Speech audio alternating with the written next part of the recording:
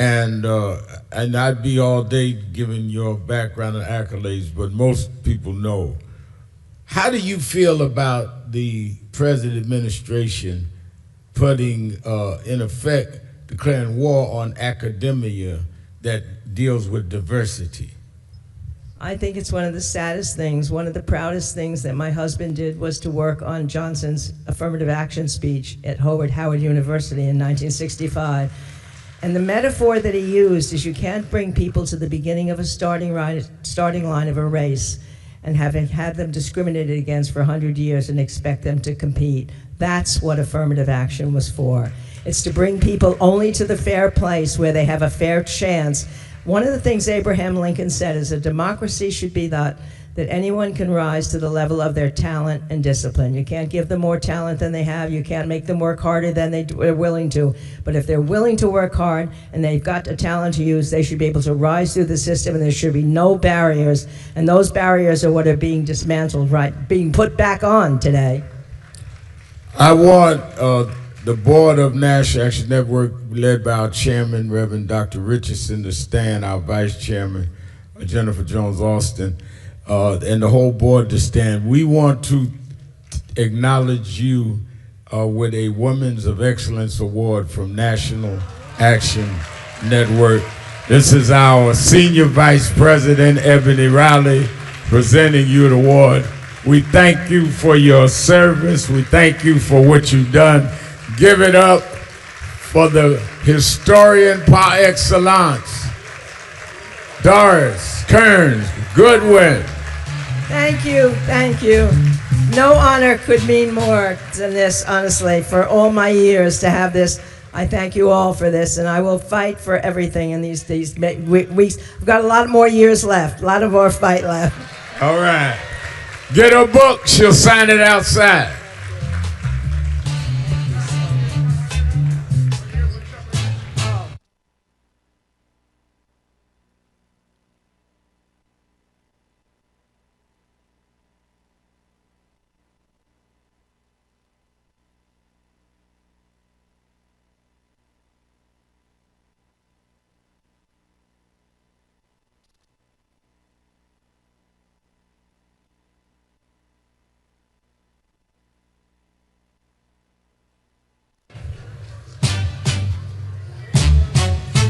Back and forth entry due to security protocols.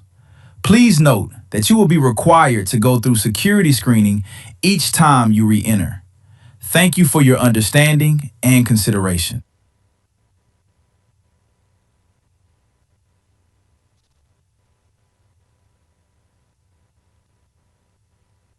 Happy birthday. Thank you. Rev, how you doing? Madam Vice President. Hi, it's so good to see you. Thank you.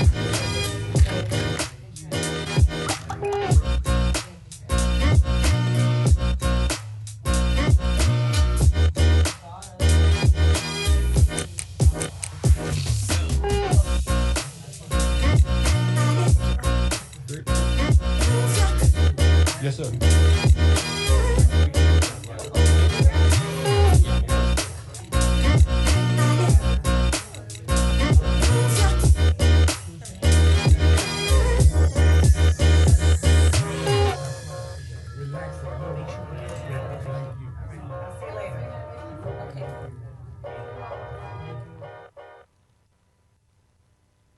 Thank you for joining us for the National Action Network Convention 2026.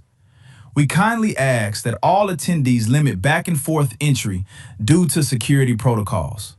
Please note that you will be required to go through security screening each time you re-enter. Thank you for your understanding and consideration.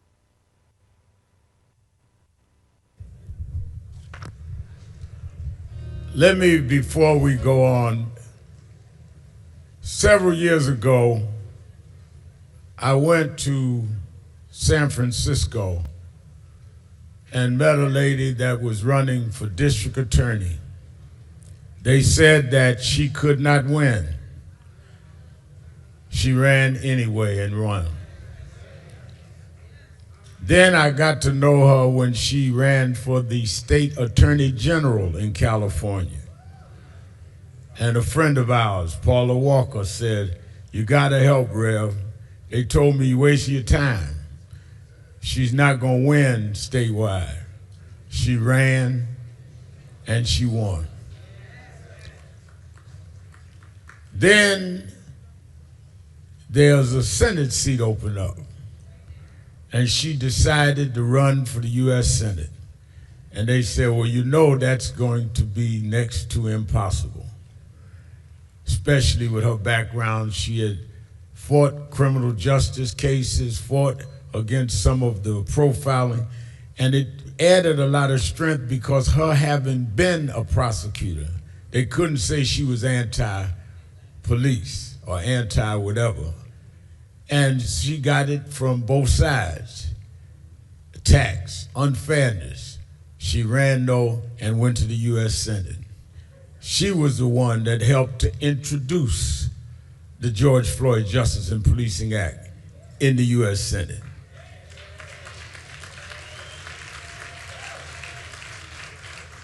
She was the one that would debate the other side. And then when we ended up with President Biden stepping back, there's some that said we need a primary.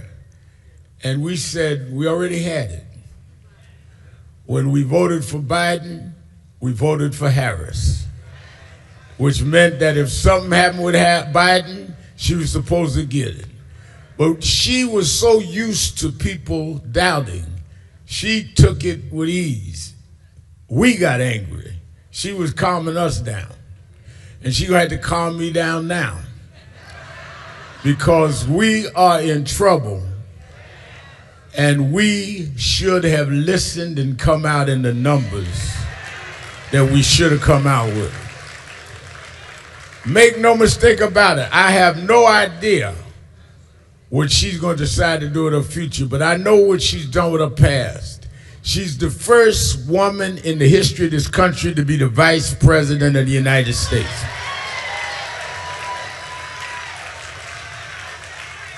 She's the first black woman to have the nomination of a major party. And she is the second largest vote getter. She got more votes than Barack Obama, than Bill Clinton.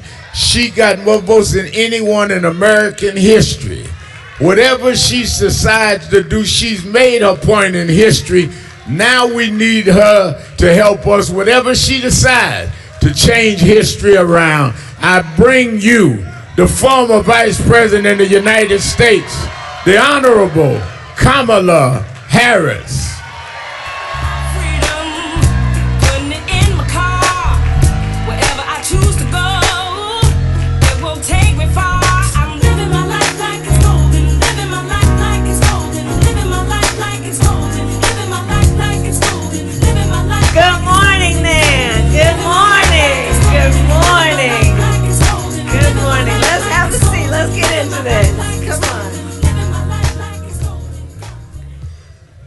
Good morning. Good morning.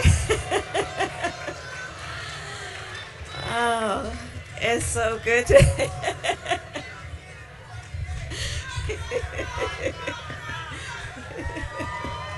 I think they're happy to see you. Oh, it's good to be back. It's good to be back. Thank you all, everyone. And good morning. And thank you for all the work everyone here does, and for taking the time this morning for us to all get together. And Rev, thank you for your long-standing leadership, for your friendship, for being an advisor, for being an inspiration, especially in the most difficult times. I thank you for that. I thank you. I thank you for being here. Thank you. The first gentleman is with us too. Doug, stand up, Doug.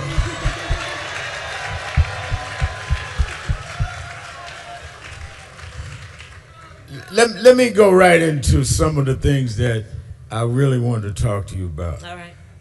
Today, even with the tenuous ceasefire, the war is no longer contained. It's become a regional war in terms of Iran. And we get mixed signals from the president, which is not strange to me.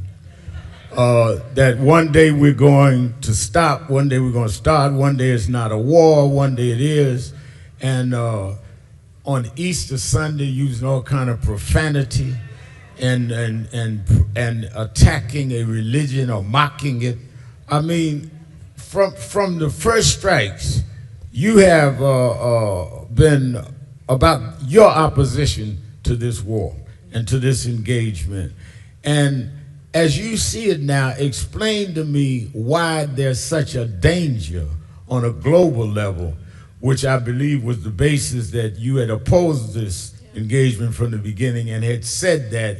And it seems like, not that you wanted to be right, that you have been right, because we're losing lives on all sides and we don't even know why. That's right. Well, you are correct, Rev. From the beginning, I have been unequivocally opposed to this war of choice that Trump has entered.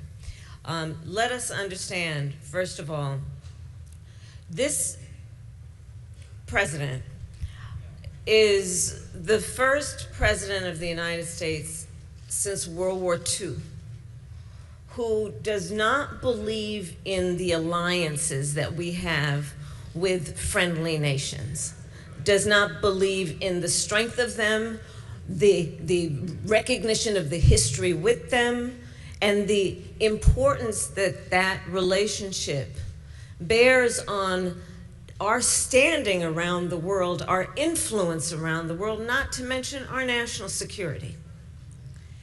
This is the first president of the United States post-World War II who has not considered the United States of America to have a responsibility to be a standard bearer around international rules and norms such as sovereignty and territorial integrity. Look what he did as it relates, and what he has been doing as it relates to Ukraine. And why is this important? Because America's strength in the context of the globe and the world relies on a number of things. Yes, it relies on the fact that we have the most lethal fighting force in the world, our military, and it relies on what we call our soft power, which is the importance that we have placed in being a participant with other democracies around holding up international rules and norms such as human rights, such as the importance of respecting relationships. Foreign policy is a lot like your friendships in your personal life. The strength of the friendship is going to be based on some mutual recognition of the history of the friendship, what you've been through together. It's going to rely on trust, which is a reciprocal relationship. You give and you receive trust. It's a back and forth. Friendships rely on consistency. Do I follow through on what I say? What I've said? Well, none of this can be counted on when it comes to Donald Trump. None of it. It is, yes, evidence of his lack of character, but it is harmful to the people of America, not to mention people in allied nations around the world. So he enters into this war, a war of choice. Remember, the man said he got rid of their nuclear arsenal. Obliterated it, he said. You know how he likes to use those kind of words? Obliterated it. Which is not an ambiguous term. That means you took it out. Well, evidently he didn't do that. He is causing U.S. service members, 13 to have lost their lives, hundreds, it is estimated, of others to be injured, some very seriously, putting U.S. service members at risk. Abandoning alliances. He's been pointing fingers at NATO, right? So understand what that is. Those are friends of ours that we have had And that bond formed mostly out of what happened in the 1930s, again, post-World War II. Under our administration, we expanded NATO. We brought 2 more countries in.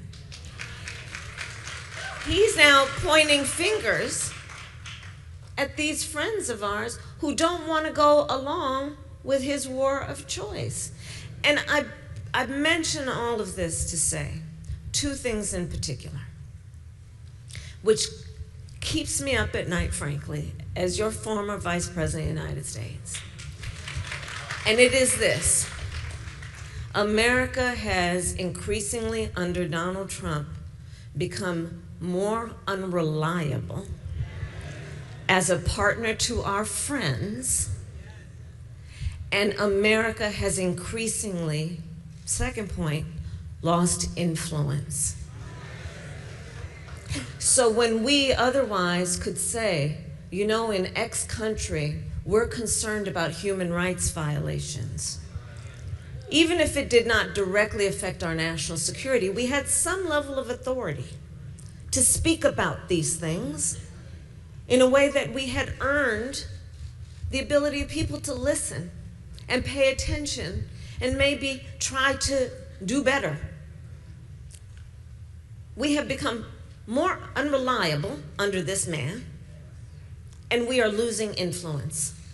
And my concern is not only just the fact of it, but it's going to take a while and some serious work, way beyond the end of this man's term, to regain whatever we had. I will tell you, Rev, though, what gives me some sense of optimism includes this. As Vice President of the United States, I met with over 150 world leaders, presidents, prime ministers, chancellors, and kings. Many of them multiple times, and formed relationships.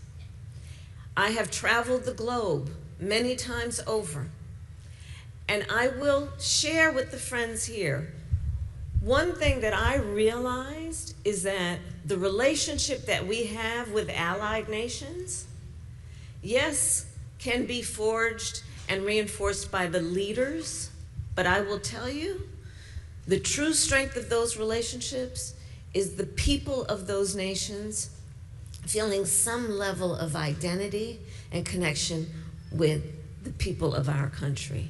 And that includes the people in this room. Because I will tell you, in meeting with so many foreign leaders, the first foreign leader that I invited to my home as vice president was then German Chancellor Angela Merkel. I had her over for breakfast. And we sat down, it was called a bilateral meeting. We sat down and we talked about everything. It was before Russia invaded Ukraine. We talked about Russia and China and a number of things. And then she leaned over to me and she said, please tell me what's going on in your country with voting. Because she was very concerned about the erosion that she was reading about and hearing about in the United States around obstruction of voting rights. I bring it back to NAN because here's the point there. She was fully aware of the leaders and the activists and the heroes that we honor who fought for voting rights. She knew of the struggle. She knew of the work it requires, and she knew what was at stake. And I will tell the folks here that, again, part of the relationship that we will ever have with the people of other nations will be because of folks like the folks in this room who are always fighting for the ideals of America, always fighting for what we know to be true commitment to freedom, to justice, to liberty, and to equality. So there we go. Now,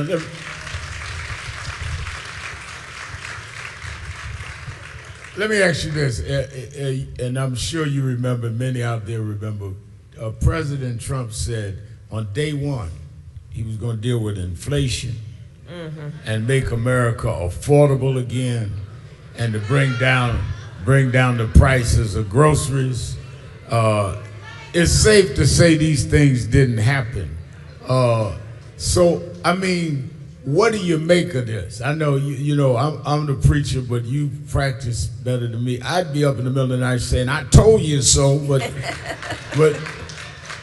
but how do you, on a serious side, deal with the fact that we are dealing at a time this war exacerbates it? What's going on with the Straits of Hormuz all exacerbates it, and we're paying for this. This is not just some foreign affair issue. That's somewhere else. That's right. The American citizens, black, white, red, blue, don't matter, are paying for this war. And the American citizens will always pay for war. So that is true. First of all, just to answer the first question, and I heard friends in the room say, he lied. He lied. He told the American people on day one he was going to bring down prices and costs, and he lied. I will say this, however. You know, when you look at the numbers in terms of that election, 1/3 voted for him, 1/3 voted for us, and 1/3 did not vote. And I do believe there is a healthy number of the folks that voted for him that believed him and voted based on that very important issue, which is, can they afford to get through life with dignity and being able to take care of their family? It's without any question, I would say, the #1 issue for most people in our country. And you look at it, though, what he has done is, instead of taking care of the average everyday folk in America around their need for affordability, he'd been taking care of his rich friends and his own family. You look at what's been happening, the cost of gas, the cost of food, unemployment, inflation have gone up since he has been president. And then now, he has, you know, he says what he's thinking.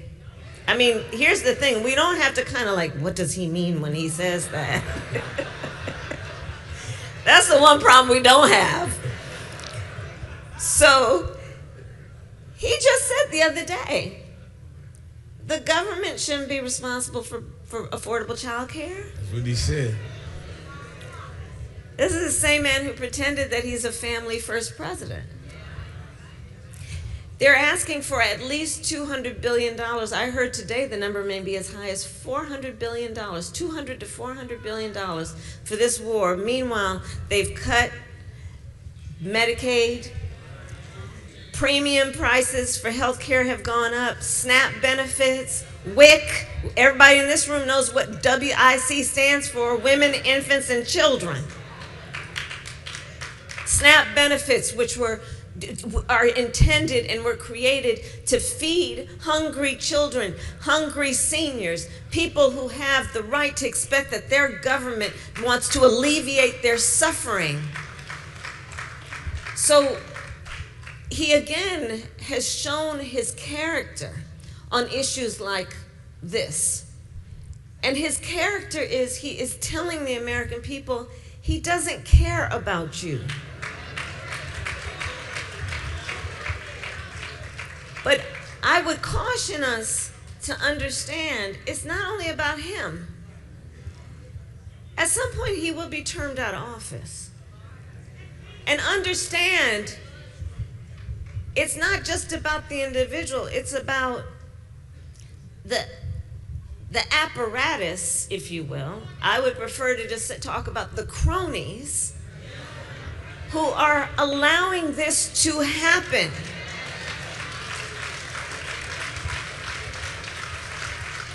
Members of Congress, Rev, I'm going to use the F word, who are feckless. It's an appropriate F word. Who don't, and I served, as you mentioned, Rev, in the United States Senate for 4 years. I know a number of these folks. And I know that so many of them know what's wrong with this. I know they know it, but they don't have the courage to stand up. They want to walk around with their flag pin, having their staff run around and chase them like they're royalty.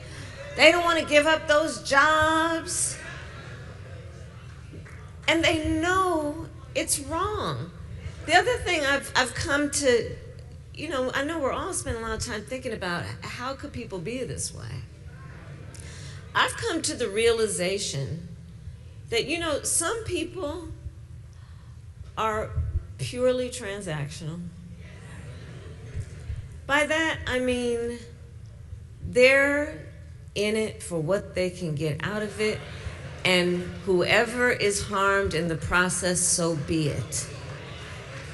They're not burdened with doing what is morally right, what is principled, what is value-based.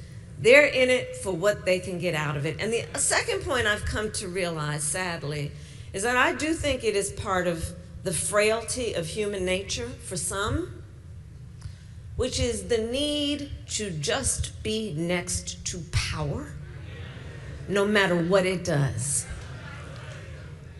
And these are the things that we're seeing come from people who are otherwise powerful and have taken an oath to represent the people in their best interest.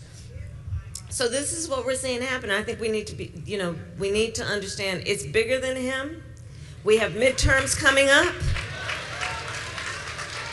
And anyone who is facilitating this, either by their silence or actively, needs to be held accountable.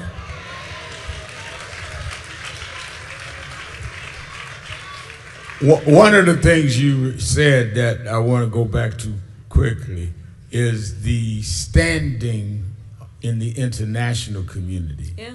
That has been severely damaged by this president. And how can that even be restored? It's going to take years. He's broken commitments, promises. He's in many ways excoriated some of the allies. Yeah. How do you rebuild a global kind of image of where the United States was that he's torn up in a year and a half? You're right. One, we're going to have to, it's going to take, I think it's going to take more than one election to do.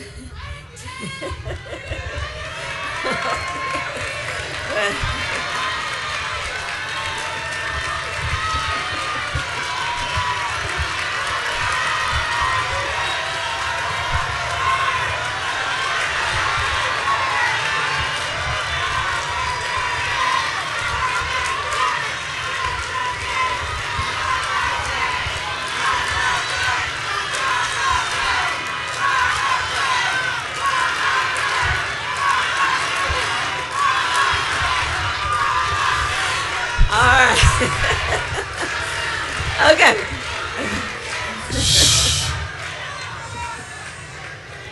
Now, y'all know I don't allow disruptions at my convention. Y'all know how quiet and laid back I am. What do y'all think, y'all? So I'll say this back to your question right now. And I thank everybody here. It will be about what it's going to take to repair and revive relationships. But there's another piece to this that is equally problematic, which is, that saying, nature abhors a vacuum, right? I mean, back to the point about relationships. The other thing about relationships we know in our personal life, you have to be present. You have to be there.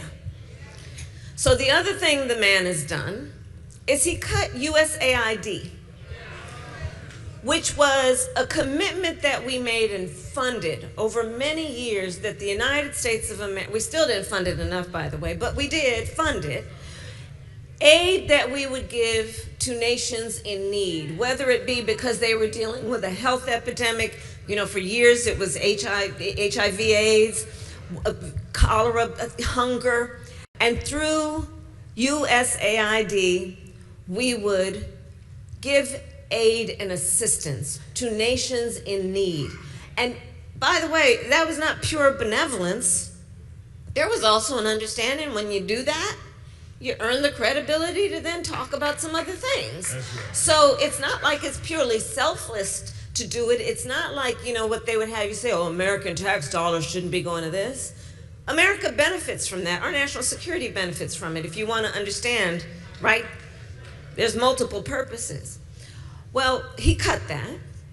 So we're not giving that level of aid. But the other thing, nature abhors a vacuum. When you are not present in these relationships, other people will fill the void. So see China. I mean, somebody asked me the other day, what's your take on China's connection to all this? And I jokingly, half jokingly said, well, China's just sitting back eating the popcorn. But what they're also doing is filling the void. When I was vice president, I was very intentional, and one of the things I'm very proud of is I was doing the work of attempting to change the narrative around the relationship between the United States of America and the continent of Africa. Because, you know, we have historically, when we have worked on the relationship, it's been about aid, but my point was it needs to be about partnership, right? Understand that on the continent, the median age, I think now, is about 19 years old. The prediction is that by the year 2050, 1 in 4 people occupying Mother Earth will be on the continent of Africa, which presents either a wonderful opportunity for partnership and investment, understanding this population of people are going to have such a huge impact on the future of the world, or it's going to present a risk if we just ignore the needs of the people who are there. For example, in many African nations, their economy is based on agriculture, right? So the work that we could do in partnership around new ways of, you know, I've been spending a lot of time in the South, as you and I talked about. When I leave here, I'm going to North Carolina, South Carolina, and Georgia, and then Arkansas later. But agriculture, and in fact some partnerships with our local farmers and farmers on the continent. Well, he's pulled back because, you know, the way that he's thinking of foreign policy, it seems, is when he talks about America first, it's to withdraw from these relationships and these connections. And then he kind of acts like a mob boss. So then he's kind of like, well, you know, you take Eastern Europe, and I'll take the Western Hemisphere. And then you over there, you get Asia. And we'll just divide it up, right? Instead of understanding historically, America has always been about our global leadership, imperfect though we have been. So what is happening is by withdrawing for a number of reasons, not to mention what he has called African nations. Yeah. S-hole countries. Right. What is happening is the other thing that is going to require the work after he leaves office is understanding that people have filled our void, in particular China. And how's that going to work then when, again, relationships are based on who's been with me, who's been here? I'll give you another example, and then we can go on to the next question. When I was vice president, I spent a lot of time focused on the Indo-Pacific. So again, you got to be present. So I spent time and traveled to Vietnam, to Singapore, to South Korea, to Indonesia, to Japan. Why did I go to those places and have multiple meetings with those leaders?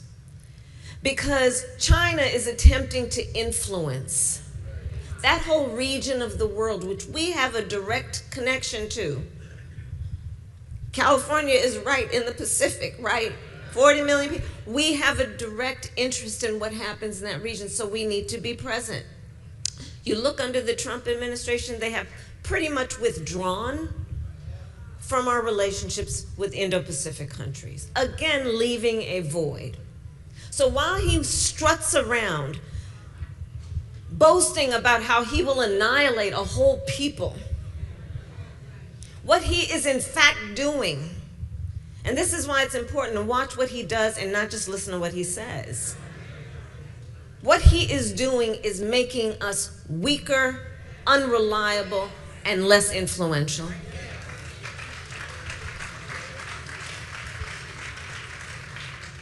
There's an inordinate amount of influence that social media has, Yeah. both good and bad. Right. and so much to a degree that Australia just banned social media. Do you think government should regulate social media? So I actually was in Australia in the last 12 months twice and met with the commissioner who championed their this restriction for social media for children 16 and under. It's interesting. She says she preferred to not call it a ban, but a delay. So this is how she thinks of it. It's a delay on when children can have access to social media. And it's relatively new, and we'll see how it plays out. I mean, here's the thing. We should trust parents to understand that parents are right to be concerned about their children's, the amount of time their children are spending on social media and the impact it is having on their mental health. It's real, Rav. It's real. And you know, over 30 states now in the United States have, for example, banned cell phones in schools and are seeing very positive outcomes for that. And I think that is something that we are seeing, that increasingly we're seeing that whatever the drawback, the benefit outweighs the drawback. But the work that has to be done is understanding that also we've got to have guardrails on what big tech is doing. And whether it be social media or what's happening with AI.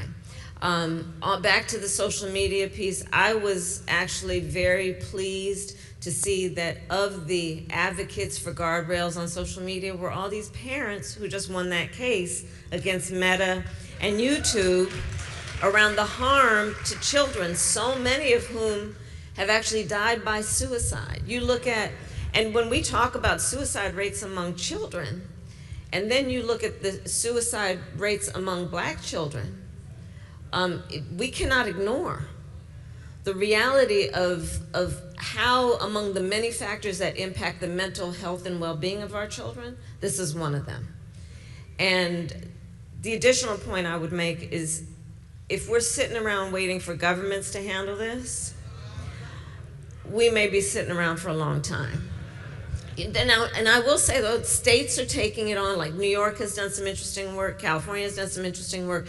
So governments can, but again, this administration through Trump has basically said it's either federal legislation or nothing, but you know there's going to be no federal legislation because half his cabinet are invested in the technology and are in the pocket of big tech. So where we would like to know and believe that government traditionally has a role to play in reducing harm, you know, we're seeing it with some state governments. I don't know if we're going to see it with the federal government anytime soon. Then you could say, well, then where else could the protections come from? Well, it's not going to come from the industry itself, because the industry has already figured out a business model where the algorithm is fueled by fear. And fear fuels the algorithm, and the algorithm fuels profit. So that's going to be difficult to expect that they will self-police, because they pretty much said that they're not going to. So then who's left? This is where I say the consumer, who, as we know, when we know our market power, our ability to have an impact on the marketplace, we can actually create movements that are about progress. And part of that will be, and I say this to NAN, is the work that we will continue to do to educate the people, the public, our friends and neighbors, the folks where we organize, to help them understand the effects of social media, so that they will know what to demand of the market. One of the things that NAN has been on the forefront of, and that you've been there longer than most, is voting rights and the protection of voting rights. Yeah. I am honored to have in one of our offices a picture of us marching across the Edmund Pettus Bridge. and you were helping to wheel one of the foot soldiers. Yes, And I and Ben Crump was with you. But you've been to Selma before you were running for president. Voting rights is at risk. Yes. With the whole way he is now trying to change the qualifications for voting, Yep. passports, which is a poll tax, because That's if right. you don't have a passport, you need almost $200 to That's get right. one. That's right. Redistricting. Talk to us as one who dealt with, in the Senate, again, I go by the record, the John Lewis Justice Yes. Act in terms of Voting Rights Act, and you tried to get it passed. Yeah. I remember that there was the meetings, and they had 3 of you to meet and be the committee to get it through, and the last minute, the Republican, who loved Donald Trump, hugged him by the waist, turned on us. You called me and said, Rev, I try my best, but I think we're losing our ally. You championed that about voting rights. Talk about that. Yeah. So to your point about poll taxes, literacy taxes, this is not new in our history. And it's an agenda that has been in play since we got voting rights. And to fast forward to today, yes, it's more of the same. And so the way it is taking on is first they're pushing redistricting. First, remember, they were pushing redistricting in red states. And then blue states said, all right, well, we're gonna play fire with fire then, okay? So that was right. They have been doing the work for years of building a Supreme Court that is configured as we now have it. And they're about to make a decision on Section 2 of the Voting Rights Act. And I am sad to say, I do believe they are going to kill it. And that will mean that the legal tool that we have to be able to litigate in a court what are clearly racist, influenced laws to prevent certain people from voting, we're going to lose the tool that we have had before. They then are proposing the SAVE Act. One must ask, save who? And what they will do is basically, to your point, Rev, to register to vote, you're going to have to prove your citizenship by a passport or a birth certificate. So it is estimated that over 20 million Americans don't have a passport or access to a passport. And to get one is at least $100, if not close to $200, which is it's essence a poll tax, right? On the birth certificate piece, well, if you are a woman who got married and took your spouse's name, you are among the over 60 million women in America who are in that situation, which means that if you need to prove your citizenship with your birth certificate, it will not match, for example, your driver's license, which again is an obstacle. Because already, you gotta leave work to vote, you gotta have somebody take care of the kids to vote, you gotta figure out, is that the day that you can actually get to wherever the polling place is? All this is happening. What else is happening? They have been purging voter rolls. What else has happened? I believe in 24 states, they have gone in and taken ballots. Fulton County. I was down in Georgia and I was asking somebody, I said, tell me something, in Fulton County, you know when they sent those federal agents to come and get the ballots, did they take the 2024 ballots? Nope. So that one was okay, I guess. They took the 2020. And then he comes up with an executive order around mail-in voting. Well, guess who, when he's hanging out at his resort spa at Mar-a-Lago, votes by mail? So not only is the intent to obstruct clear, the hypocrisy, again, as always, abounds. Here's what I'd say. First of all, as part of our activism and our work, we're going to have to register folks to vote, as we always do. But I'd start with this. Ask folks to make sure that they check right now their voter status. Don't wait until election day to see if, for example, your name got purged from the rolls. Ask today for folks to check on their polling location, because part of what this shell game they've been playing includes closing the place where your mother and your grandmother always voted, so that on election day, she's going to that local elementary school to find out it's not a polling place any longer. So let's do some of the work right now. Then the last point I would say on this, Rev, and I know it's a bit controversial, but here's how I feel about this. You know how I was talking earlier about how people are so transactional? I think we need to be transactional voters.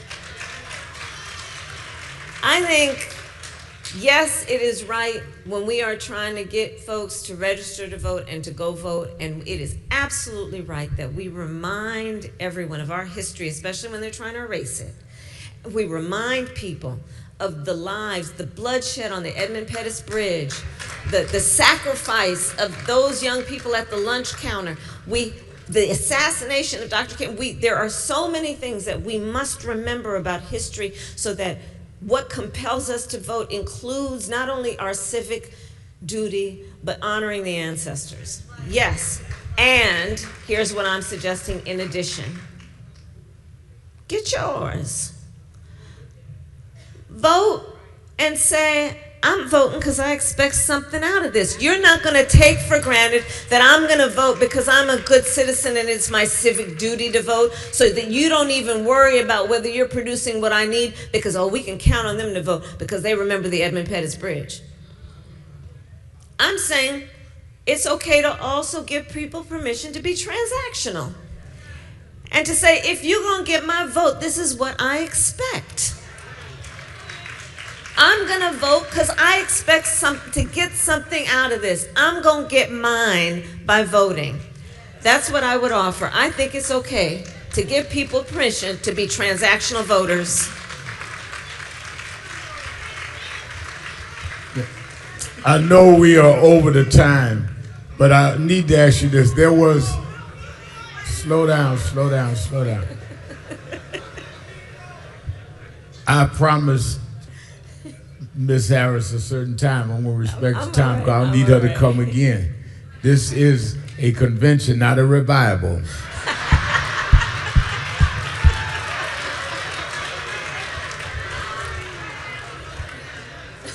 It was debated in your campaign in 107 days that whether you should talk to people like Joe Rogan and hard right-wing people in media.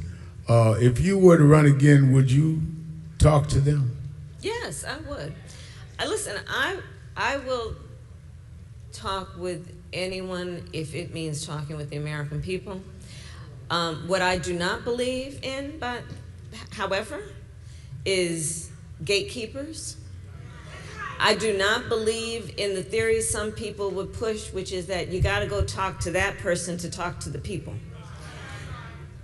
I don't believe that, and I don't believe in that, and I don't believe in gatekeepers. So, yeah, and I wrote about it in my book, about the Joe Rogan piece. But yeah, I'll talk with folks as long as I know that the ability in that moment is to talk to the American people. So, in your openness to talk to the American people, as I said in introducing you, you and I go back over a quarter century. Yes. And if there's anyone that has had open communication, is you and I. Mm-hmm. So are you going to run again in 28? So, okay, I tried to be subtle, but I just figured I'd go right well, at it. That's as subtle as Reverend Al Sharpton could ever be. We love you for many things, but not being subtle. Listen, I might. I'm thinking about it. But let me say this. Let me say this. I am thinking about it, but let me also say this. Look, I served for 4 years being a heartbeat away from the presidency of the United States. I spent countless hours in my West Wing office, footsteps away from the Oval Office. I spent countless hours in the Oval Office in the Situation Room. I know what the job is, and I know what it requires. I also know, one of the things that I've been doing, Rev, is I've been traveling the country the last year. I've been spending a lot of time in the South and many other places. And the one thing I'm really clear about also is the status quo is not working. And hasn't been working for a lot of people for a long time. And part of the issue is the need to get rid of some of the bureaucracy in government, and to understand that the people they don't want process, they want progress. And that's the work that needs to be done. I think that, look, the American people have a right to expect that anyone who wants to run for office and be a leader, that it can't be about themselves. And what they want for themselves has got to be about the American people. And that's how I think of it. And I am thinking about it in the context of then, is who and where and how can the best job be done for the American people? That's how I'm thinking about it. I'll keep you posted. I'll keep you posted. Okay. All right. All right. Vice President of the United States, Kamala Harris. Come on.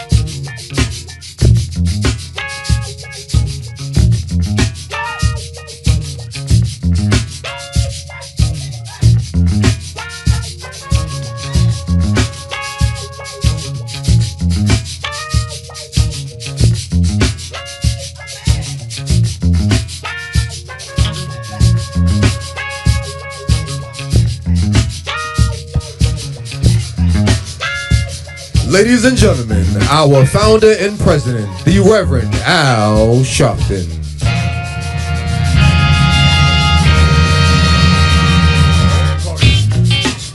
All right. Have your seats.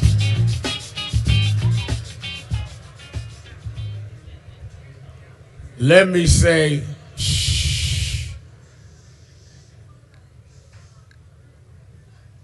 I invited a dear friend of mine who we had not always agreed politically, and then we ended up as twin brothers.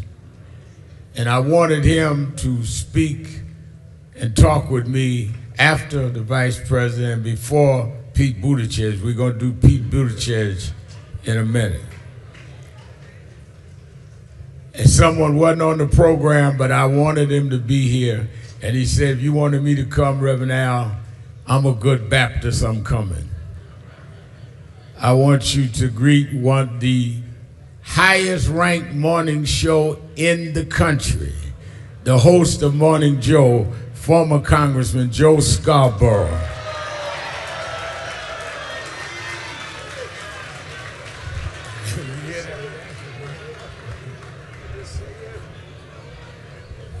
Now, I'm going to tell Mika. I told you how friendly our crowd was. You hear that cheer for you.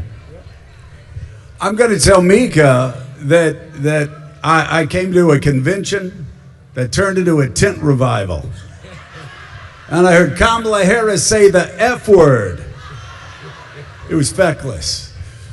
And you saying that you're going to be subtle. I'm always subtle. You're always subtle. I'm as subtle as you are on the mornings. As quiet. Let me ask you, big picture, where do you see us at as a country now? I mean, you've heard her assessment, you know my concerns, and you've been very vocal about Iran and other situations. Give us a perspective from your vantage point of where we are. Well, we're in, I think, one of the worst times of my life. As we spoke about this morning on the show, I was born in Atlanta, Georgia in 1963. Same year as Martin Luther King's March on Washington. And of course, 16th Street Baptist Church bombing.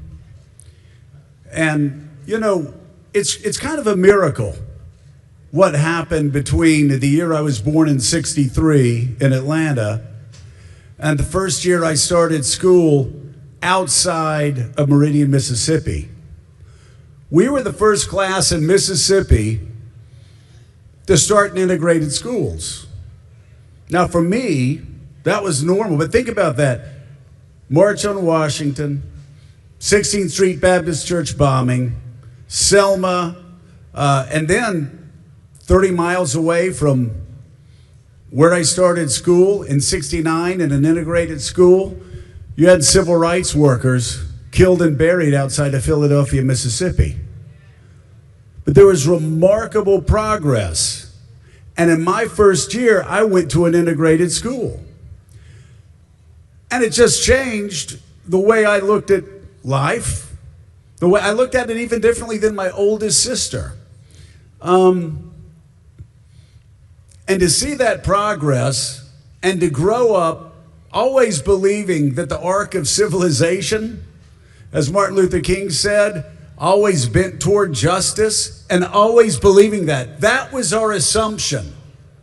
That tomorrow was going to be better than today, that our children were going to do better than we did, that civil rights was going to grow, that it was going to be easier to vote, that it was going to be easier to make a living, that it was going to be easier to believe that we had leaders in Washington, D.C. that cared more about us than them. That's gone. The last 10 years, Rev, so much of what you've been fighting for your entire life has been washed away. I got to say, it's been a wake-up call, and it should be a wake-up call for all of us. because we can't take anything for granted anymore. We can't take any election for granted anymore. We can't take even the 14th Amendment. Donald Trump thought he could wipe away the 14th Amendment, intimidate the Supreme Court, and actually get rid of birthright citizenship. And in that instance, the Supreme Court showed him he couldn't. But again, all the things that we assumed for so long have been washed away over the past decade, and we just can't afford to be ambivalent or to sit back anymore. We got to fight. And to fight it, we are going to have unusual alliances. People that never united before find themselves in the same position of being disenfranchised, disempowered, and in many ways the same economic plights that others have faced, we're now facing. Talk to us about, I know your relationship, not only with me, but others, relationship with Jim Clyburn, who's going to be speaking, and how my mother was from Alabama, and I was born and raised in Brooklyn, and she would talk about there was no bonding more profound and deep than Southern whites and Southern blacks who understood better than anybody how ugly the country could be and how they changed it together. Talk about that. You from the Well, South. you know, that's interesting. I went to the University of Alabama in the early 1980s, and I had a couple roommates. One of them was a black friend of mine. One of them was a white friend of mine from upstate New York who went to law school at Syracuse in the late 80s. Now, after calling us racist and calling Alabama backwards and all this other stuff, I'm from Northwest Florida, but he said that he called me up after his first year of law school. He goes, Joe, it's so much more intense up here than it was down there. I said, Dave, we had to figure that out. We integrated in '69. What you're doing right now and all the battles that you were going through in the late 80s, that was ugly. That's right. But there was, for some reason, I can't really explain it if you're from the South, there is just a better understanding. I'm a musician too. And I can tell you, if you're a musician from the South and you play with people from the North, there's some things, no offense to musicians from the North, they just don't get. You know, you've heard Lift I've Me been Up. to your show, yeah. You've heard a lot of my gospel songs, and I've had people from the North go, well, how do you write that type of music? I go, what do you mean, baby? I'm from the South. That's how I write that type of music. I was raised in the church. No, it was funny because we were somewhere and you had done a tune that I had heard, and I told you, I said, you know, it reminds me back in the days that I was boy preacher with Mahalia Jackson. And a guy in the office there, we were at MSNBC at the time, said, oh, is she related to Michael Jackson? And you looked at him like he was crazy.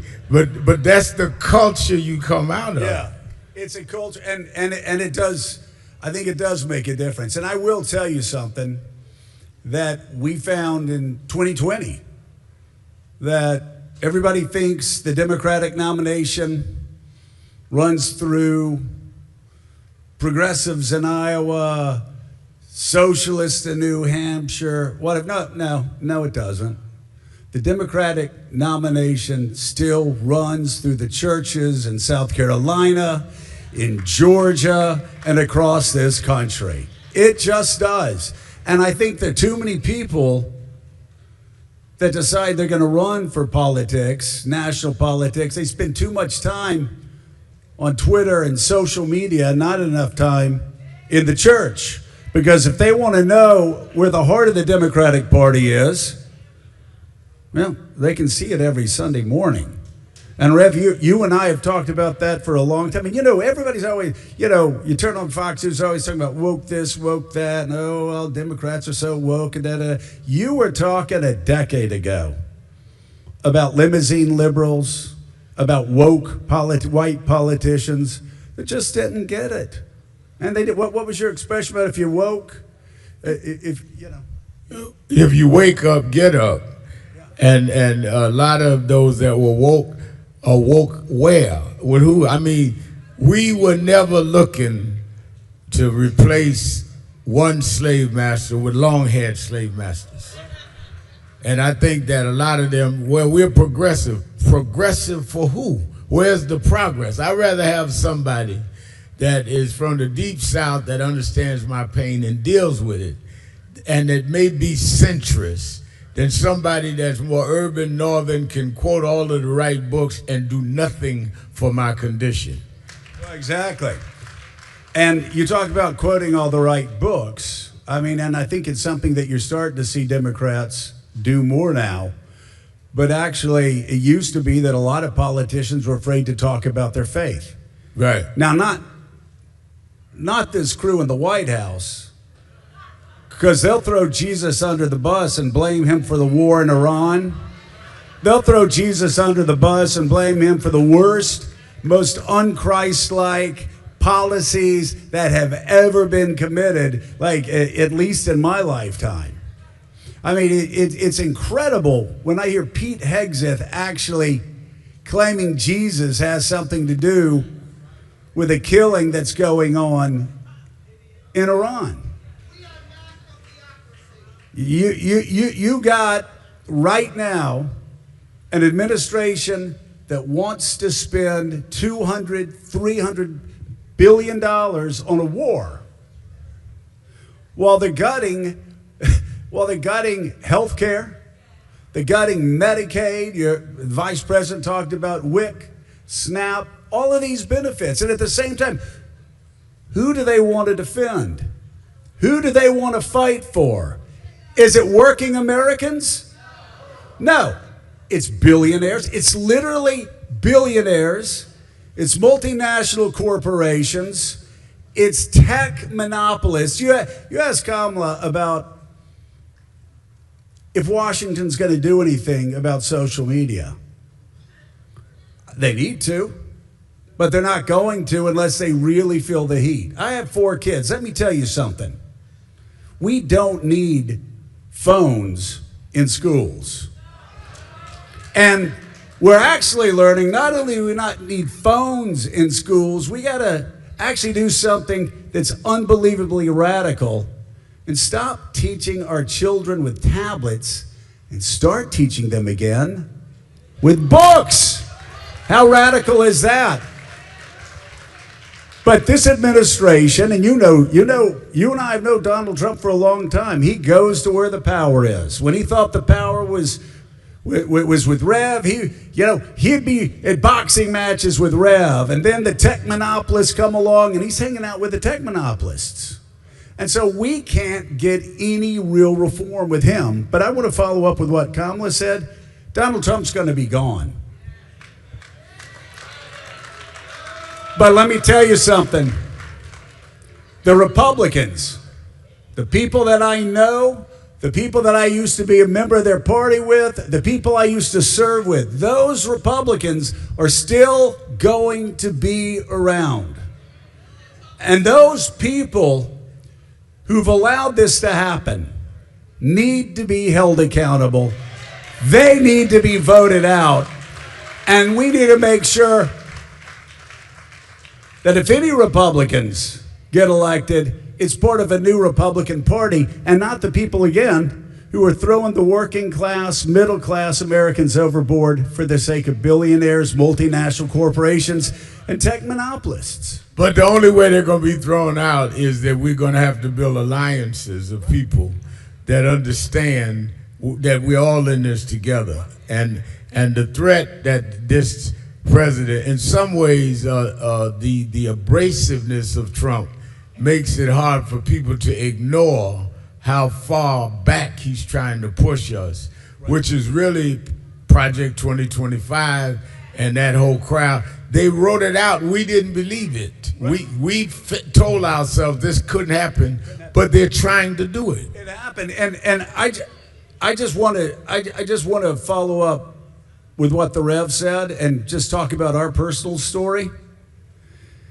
I mean, he talked about coalitions that we have to build, maybe coalitions across party lines, coalitions across lines that we're not used to. Rev and I, we look like we're best of friends, like we love each other, but boom, we used to go after each other hard. I even put a resolution on the House floor condemning Reverend Al Sharpton. That's right. When I was in Congress.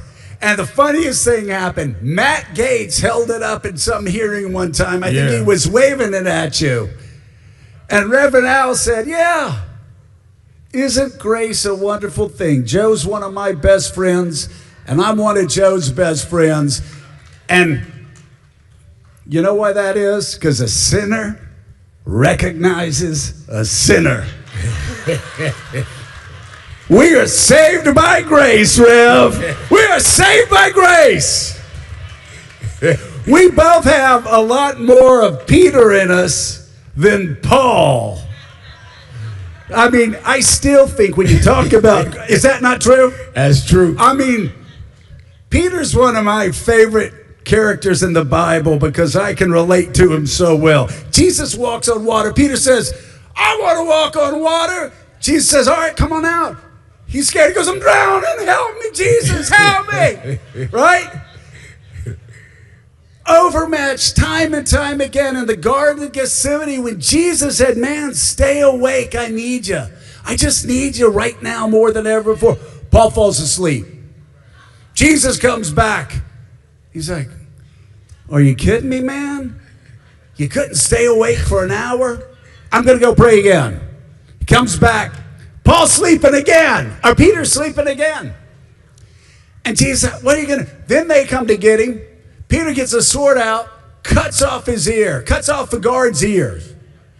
And you can almost... Can't you almost just see Jesus going, this guy, this guy. He heals the ear. Then Peter denies Jesus 3 times before the cock crows. And here's what I think is so amazing and why guys like you and me have hope. Because you know what Jesus did with that crazy guy? He said, you are Peter, the rock on which I will build my church. Right. And when we're looking at people that we want to form alliances with, when we're looking at people that we need to work with, to get us over the finish line this time and make sure that somebody like Donald Trump is never elected president of the United States again, it may not fit neatly into our preconceptions or our prejudices about who we should work with. But I say, if you're for democracy, if you're for civil rights, if you're for finally moving this country forward again, then you know what? We got to build those alliances that you're talking about that may not be old alliances, but find the new alliances that bring people together that politicians try to drive apart. All right, give it up, Joe Scarborough. Right. Joe Scarborough. I appreciate it. Thank you. All right, man. Thank you for being here. Thank you so much. All right, come on.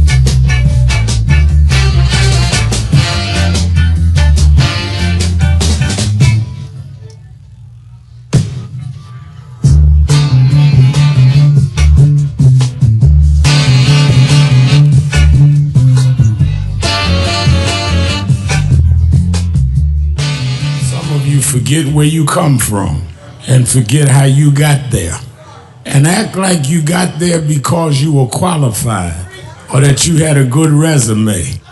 But some of us had to pay a price for your resume to even be read. Some of us had to take nights in jails and licks upside the head or shut out of boardrooms like Byron. so you could walk down red carpets and act like you got there by yourself. So I received this award with a special place in my heart and on my shelf, because I'm getting it from a freedom fighter who never forgot where he came from and how he got there.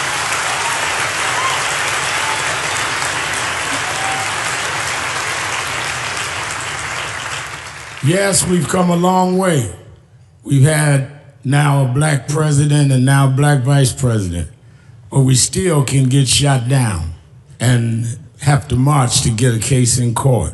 We still can get shut out of boardrooms. We're still doubly unemployed in a good economy.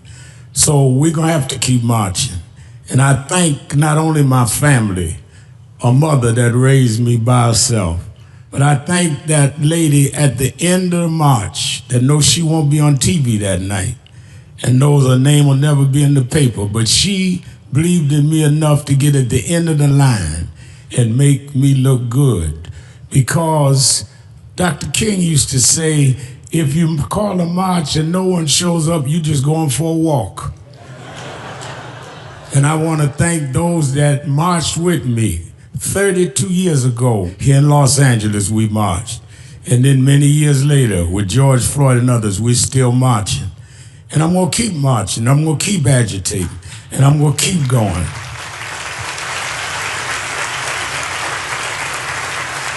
Until we don't have to do it anymore. Eddie, known you a long time, Mariah, Chris, and your kids. And I promise you this, the only thing that I really live for is I get up with this dream that every bigot, every racist, everyone in this country that hates will say, damn, he's up again.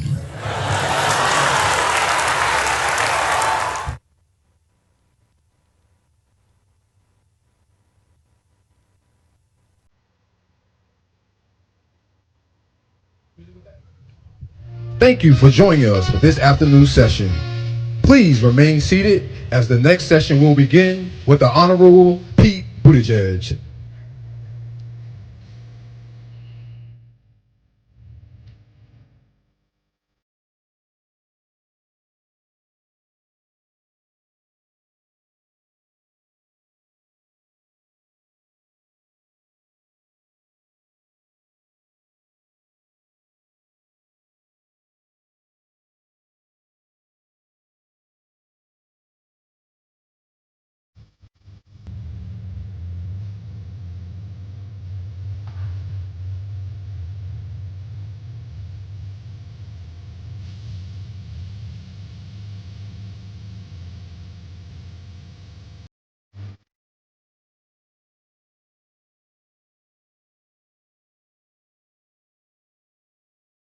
That's when Haile Selassie, Emperor of Ethiopia, came to be that great power. He was the pastor here, that Ethiopian Coptic cross.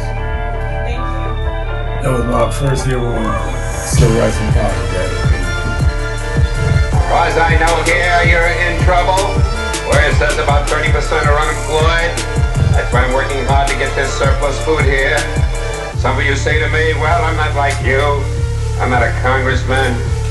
I haven't got education. I haven't got work. But you're a human being. And you know what you've got? You've got in your hand the power to use your vote and to use even those few cents you get from welfare to spend them only where you want to spend them.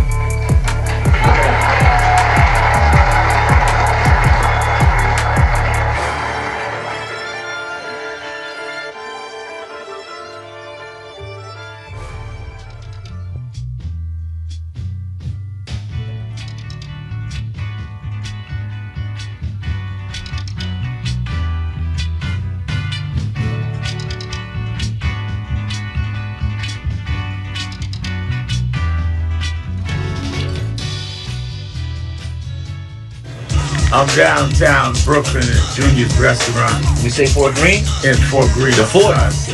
With the one and only Spike Lee, we just had breakfast. and talking about what's going on in the state of the race on Juneteenth Day, and encouraging everybody to come out and vote. Gotta come out and vote. Movement going. Gotta go. We beat people tougher than Donald Trump. Don't bow now. Keep going. Peace and love.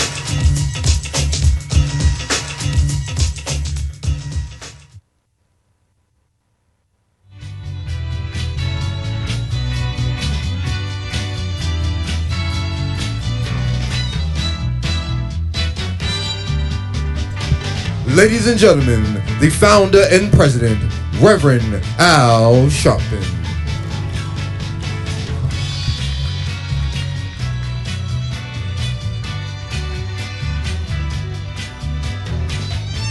Y'all give me a dead mic. I know how to heal a mic. All right. Let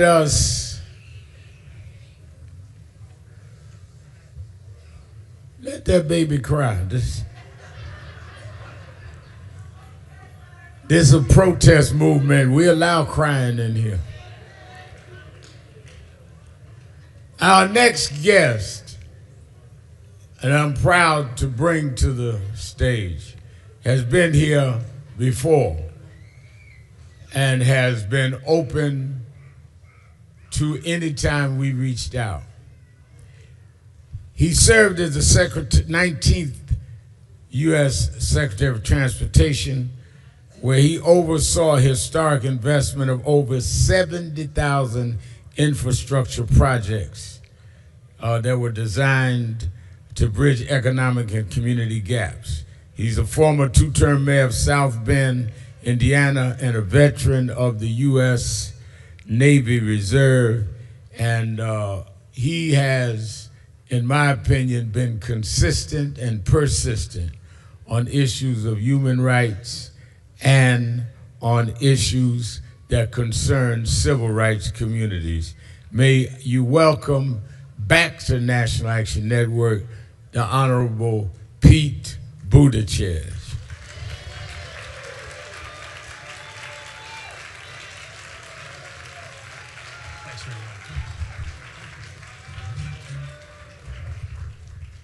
Thank you for coming, Secretary. Thank you for having me.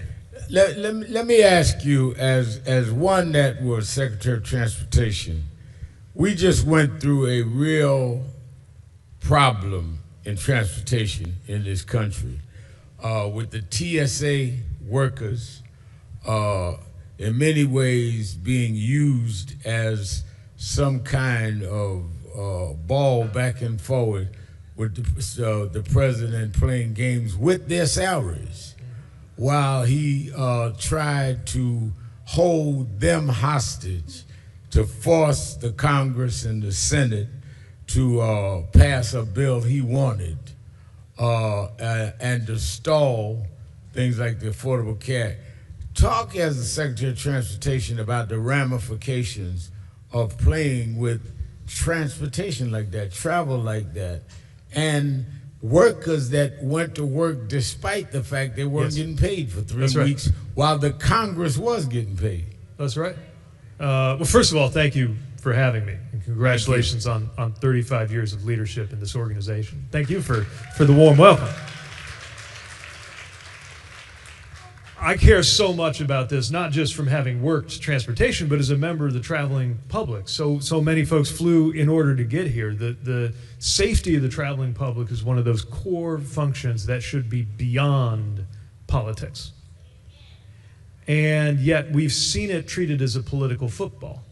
And many times they have shown their hand. For example, when the president eventually said he was going to do an executive order to make sure they got paid, he was really telling on himself, because what that means, of course, is he could have done that the whole time. And now here we are, where there's actually a bipartisan compromise to fund everything in Homeland Security except the pieces that need to be negotiated, including TSA, Coast Guard, all of those things, work through the Senate, and Speaker Johnson not just won't bring it to a vote, the House isn't even in session. So they're not even pretending to be trying to fix this problem. And the consequence is this very real human consequence for these workers who are coming to work, doing their job, keeping us safe. I see them just about every day because I'm traveling so much. And they are a credit to this country, but they deserve so much better from their leadership. You know the legacy of the Department of Transportation and Civil Rights. In the past, the federal government used highways and other infrastructure places, bridges, to divide communities. If one studied in New York, many of our delegates here are not from New York, there was a builder, Robert Moses, that purposely built a highway to divide blacks and from whites and others. And you, when you were serving at DOT, Department of Transportation, had to try to deal with changing the shaping of that approach. Talk about that, because I think people don't understand. If you go to any major city, it is a political decision where they build a highway. Absolutely. And where they're going to build certain things. And they use that to put people in certain boxes, right, in many cases based on race. Right. The way I thought about it is the purpose of transportation is to connect. Right? That's what a road ought to be for. It's what a bridge ought to be for. It's what a railroad ought to be for. But there's so many cases where transportation was used to divide. I mean, just to think about the fact that in the American version of the English language, we have the phrase wrong side of the tracks, right? That tells you everything you need to know about how a piece of infrastructure, a road, a bridge, a highway, can be used as a dividing line, sometimes very directly separating black neighborhoods from white neighborhoods. And our view when I was Secretary of Transportation was we ought to do something about that.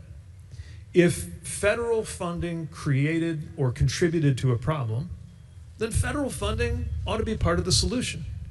And the really remarkable thing is that nobody is worse off when we do that. When we supported a vision in Atlanta to the Stitch that takes, I think it's 75 and 85, that cut right through the heart of town, put them underground.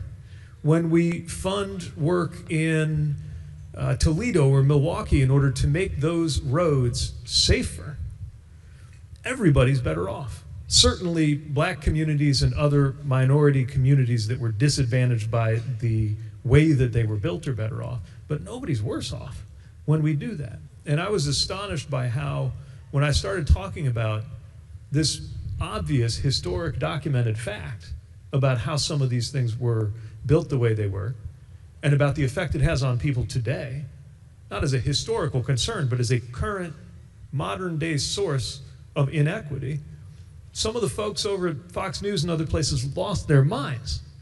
It was as if I said something that you're not supposed to say. But when we took action to fix it, it helped a lot of people, and it didn't hurt anybody.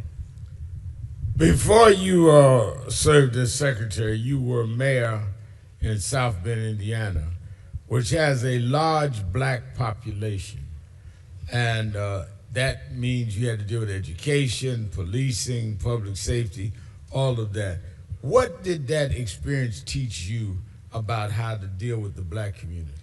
Well, I learned so much. And as a community, we went through so much. And when you were a mayor from day one, you take on board everything, the good, the bad, the painful in your community. And learned a lot of things the hard way about how to hold a community together and empower more people. We went through very challenging economic issues. We went through very challenging issues with safety and policing. We also found ways to come out stronger, just like a bone can be stronger in the broken places if you pay attention to healing in the right way. We learned how we could grow better as a city. And I know, people think, I think because our city is on the map for one reason, at least in football season and around tourney time, they maybe imagined that we're this kind of tidy, wealthy, homogenous college town. But when I took office, our poverty rate was around 25%. Our per capita income was about $18,000. Our unemployment was in the double digits. We were hurting. And when we came together to change that, the result was black unemployment fell by more than half. Poverty in the city and black poverty in the city fell. And it was very clear to me that my job was just to unlock the power that was already there in the community and to guide it in certain ways. And above all, it was a lot of listening, a lot of long quantity time as well as quality time in the community. And we didn't get everything right. But we made sure by the end of 2 terms that that community was so much better than it had been. And I'm so proud of what's going on in that city even to this day.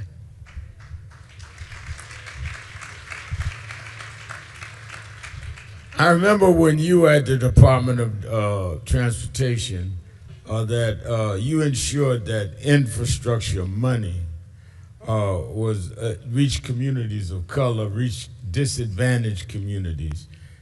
Now this administration comes in behind you and immediately sent out executive orders stopping all of that, where they not only said that's not our priority, they said you can't do that. Right.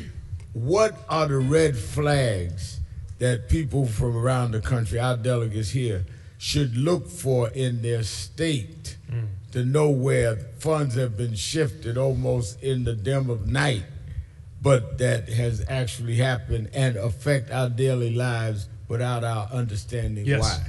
So this administration has adopted a seek and destroy approach to anything that even looks like it might have something to do with helping disadvantaged communities or addressing inequity. Seek and destroy. Sometimes I think of did any of you see the movie The Quiet Place? You know, where there's this alien invasion, and if anybody makes a sound, then boom, the alien gets you. It's kind of like that. If anywhere in a paragraph, in a description of a grant that some federal money went to improve a streetscape, if the word disadvantaged or the word equity or, God forbid, anything along the lines of a reference to racial justice, if any of that showed up anywhere, boom, they go after it and they take it away. Everybody is worse off because of this funding being clawed back. To specifically answer your question of what to be on the lookout for, there's 2 different kinds of things. One is places where they actually have pulled back the funding for a project. I was just in East Toledo. Something, I think, like $20 million to take a corridor that we identified for support because it was where so many car crashes were happening. And this disproportionately happens in disadvantaged communities. Often that means black communities, often it means rural communities. This isn't only about race. And they got rid of the money to do it, literally for no other reason than neighborhood access and equity was in the name of the bill, the title that funded that program. Same thing on 6th Street in Milwaukee. Same thing in Birmingham on the historic 4th Avenue, where we had dollars going into making that historic community more walkable and more safe. So be on the lookout for places where that funding has been clawed back. And most importantly, hold your elected officials' feet to the fire. And I'm especially thinking about the Republican enablers of this president, some of whom in Congress couldn't wait to co-sign the press release when we picked the project out for funding, and now are nowhere to be found when the funding's being cut. Get their attention and make them explain to you why it is that this funding was cut and why they voted for the Trump budget that cut it. But here's the other thing. Even on the projects where they left the funding alone, look at places where they are using some excuse to try to hold it up as long as there is anything in the process that concerns fairness and equity. For example, the biggest single project in the country, the Gateway Project, right here, $16 billion to take care of a 100-year-old tunnel that hundreds of thousands of people go through every day. And they just sat on it. They just hold it. The president said he was killing it. And he didn't say, oh, it's a bad design, or the tunnel's not going to work, or we had some engineering problem. It wasn't any of that. They said they were holding it because they didn't like the provisions to make sure that it was delivered in an equitable way. Right. And of course, that makes everybody worse off. So look for those examples where something's being held up and demand answers on why. Now, you funded dozens of projects to reconnect communities, I'll put it that way. communities that had been bulldozed by highways. Now this administration is canceling or delaying that work to shift money to expansions that could hurt neighborhoods again. What is your advice to communities in places like Toledo or Birmingham, where these projects have been canceled now? Well, what I will say is no news to this organization, but I'll say it anyway. The biggest thing I would urge is do not underestimate your own power. So a lot of these problems are coming from the top, but the truth is so many of the decisions about what happens with those federal dollars flow through a state Department of Transportation, or even a city or a county. Forums where you can be heard. I mean, I saw for myself how activists through the National Action Network can get heard at a city council, at a state proceeding, in those forums that are a little bit closer to home. And that is a place where you can make sure, first of all, that nobody can ignore what is happening when they take away dollars for a transportation improvement that will reconnect a neighborhood or make a place safer. But also get the attention of people who can and should do differently, because we don't have to wait. And again, I know I'm preaching to the choir, but as important as the elections are, you don't have to wait till the election to deliver a different outcome through political pressure. You know how to do this. Of course, it matters who's in charge, but it also matters how the people in charge behave. And how they behave depends in no small measure on you. They want you to feel powerless. They want you to feel like it's this steamroller, that there's nothing that can be done. But look at all the times they've backed down. Look at all the times they've changed their tune. To take an example from a different area of policy, we did a town hall in western Wisconsin. About 1,000 people came in the district of a, let's just say, disagreeable MAGA congressman who refused to do a town hall with his own constituents. So we said, okay, you don't want to do a town hall? We'll do it for you. And just the fact that we were coming to town, I think might have been what inspired him to do something completely out of character, which is, even though he is no moderate, he wound up being one of the Republicans who switched his vote to vote with Democrats on extending the subsidies for the Affordable Care Act. It was a miracle. I don't think it's because he suddenly saw the light about President Obama's healthcare vision. I think it's because he saw the headlights of what was coming at him in terms of the headlights on our car. The political force right. Of everybody who was coming to town. And I think that there are examples all across the country where we can, of course we need to mobilize for elections, but we can do so much more to make sure that these political leaders make better choices. Now, one of the things that this organization has been in the forefront of is fighting to restore and or maintain DEI, diversity, equity, and engagement. Now, the irony of it is when George Floyd happened and his family called us in and we helped to organize and mobilize the marches and protests and worked with Senator Booker, Senator Harris around the George Floyd Justice and Policing Act. I remember that you as secretary would make sure that federal contracts went to people that weren't even being considered before, as long as they could do the work. Now this administration has come in, says stop DEI, and calls any black contractor, Latino contractor, a DEI hire. Right. Not based on the merit, right. Not based on what, since the contracts they started under your administration, they've been able to deliver. It's automatically assumed, which is racist in itself, that the only reason a black has a contract is somebody gave him a handout. Right. And the irony of it, of course, is that this is about merit.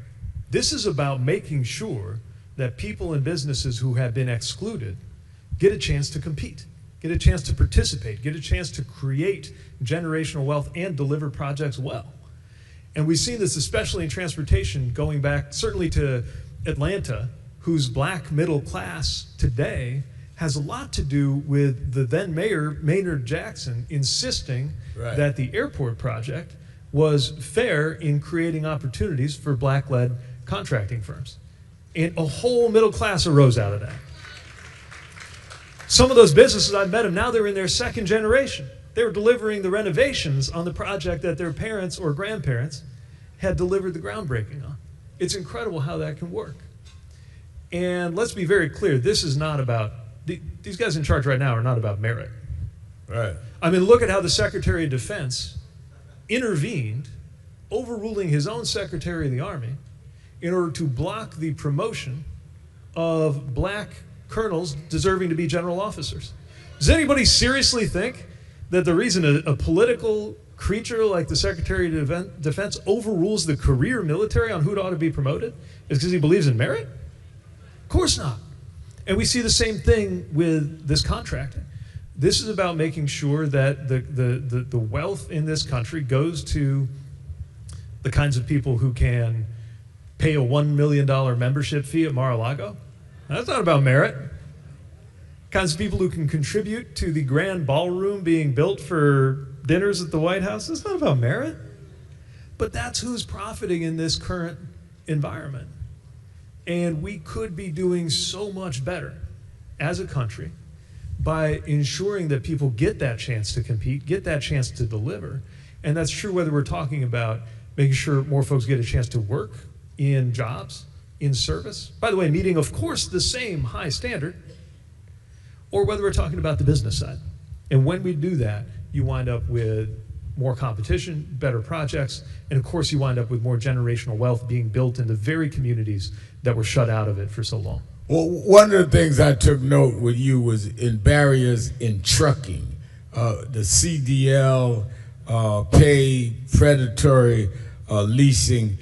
Beyond the contracts, the trucking industry has built barriers. I mean, literally barriers. The cost of a CDL, predatory lending, low pay. Based on your time at DOT, what changes were made to protect drivers and to make trucking a real path of stability for black drivers?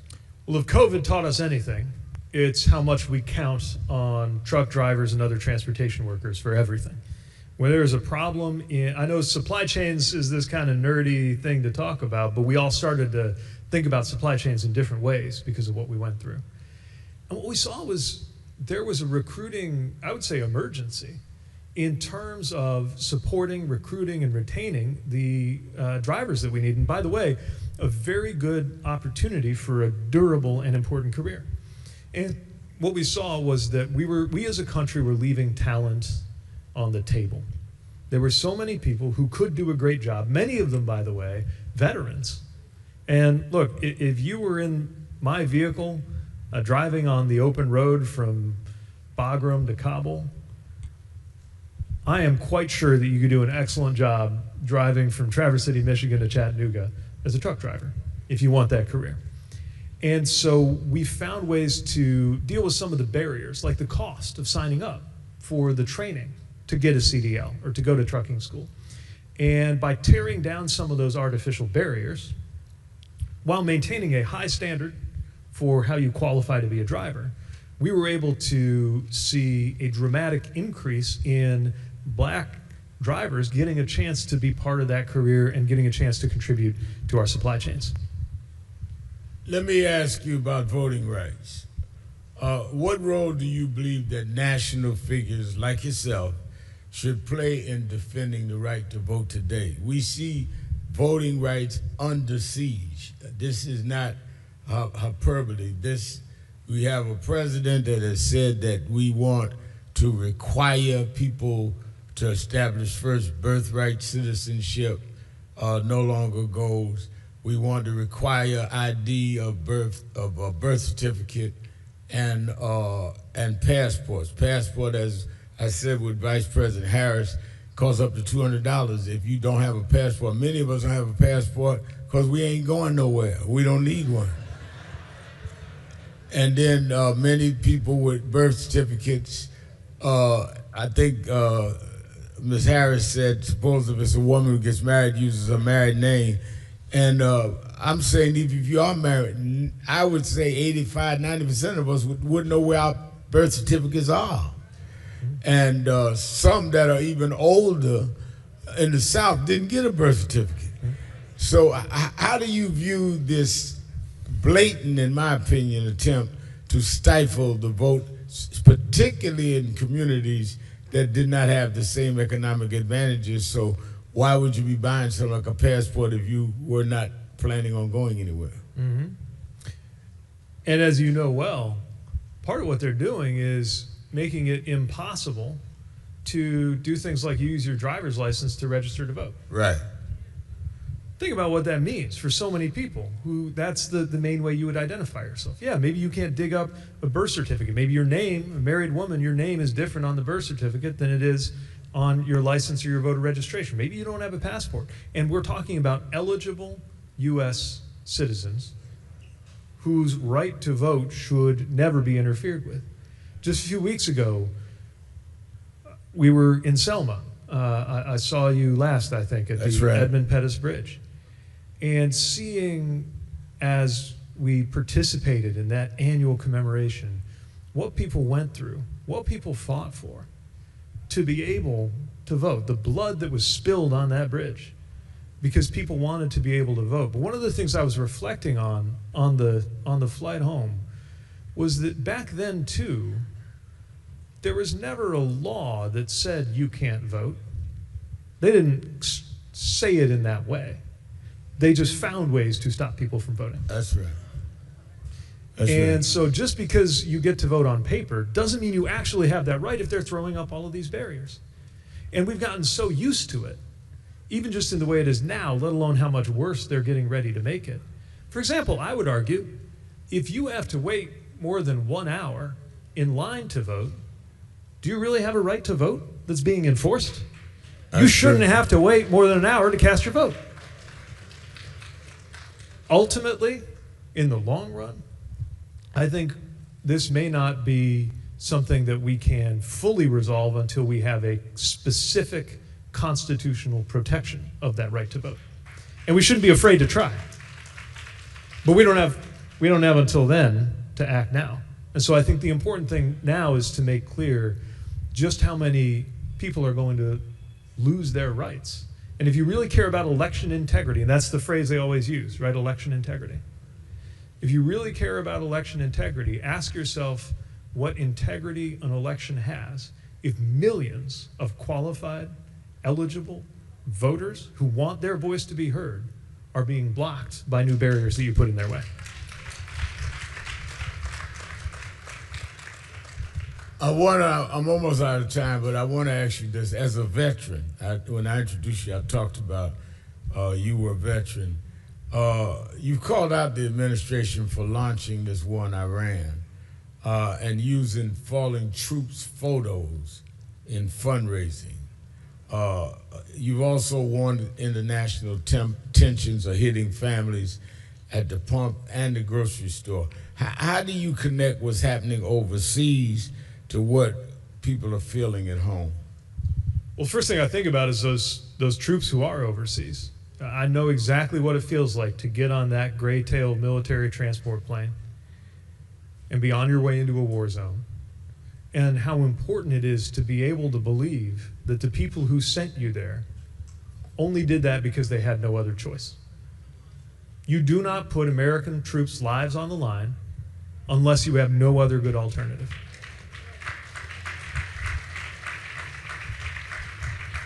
But look at what they did. We're not in this war because we had to be. We're in this war because he wanted to be. After specifically promising not to launch these kinds of wars. And what is the result? It's not just that it destabilized the Middle East. It's not just that it's created all these problems for countries over there. It's that we're feeling it right now in the most immediate personal ways, even if no one you know is in the military. If you want a house, your mortgage went up because interest rates went up because of this war. Every time you fill up, your tank of gas got more expensive because of this war. The price of food this summer will be more expensive because fertilizer is more expensive because of this war. They are asking for an extra $500 billion for the defense budget. That is thousands of dollars for every household in this country. So we were paying directly for this. And what did we get in return? Is the world any safer? No. America is less trusted than before. When you need trust, by the way, you don't just need your allies to trust you, which is going to take a generation to reestablish. It's actually kind of important that your enemies trust that you will do what you say you're going to do. And we don't even have that anymore, which makes it that much harder to negotiate with adversaries. Right. And by the way, let's be very clear about what it means that this negotiation is happening now, this ceasefire. The president a month ago said unconditional surrender and regime change. Those were the goals. Regime change did not happen. We went from Ayatollah Khamenei to Ayatollah Khamenei Jr. And we went from unconditional surrender to negotiating off a 10-point plan written by the Iranians. That he said he had wiped out. Yeah. What do you think the world thinks of that? The next time we're going to come around saying, put your lives on the line to stand with us in some big effort. It is making America weaker, and the American people don't want this. The good news, if we can find good news in all of this, is that a lot of people have been woken up. Yeah. And we got to keep that going. But very importantly, when we encounter somebody who has been along for the ride with so many things that we consider to be grotesque abuses, because they are, when they start having doubts, think about how hard that is. I mean, we all know how hard it is to change your mind. Many of us have spouses who remind us how important it is to change your mind and say so when you were wrong about something, and it is one of the hardest things in the world.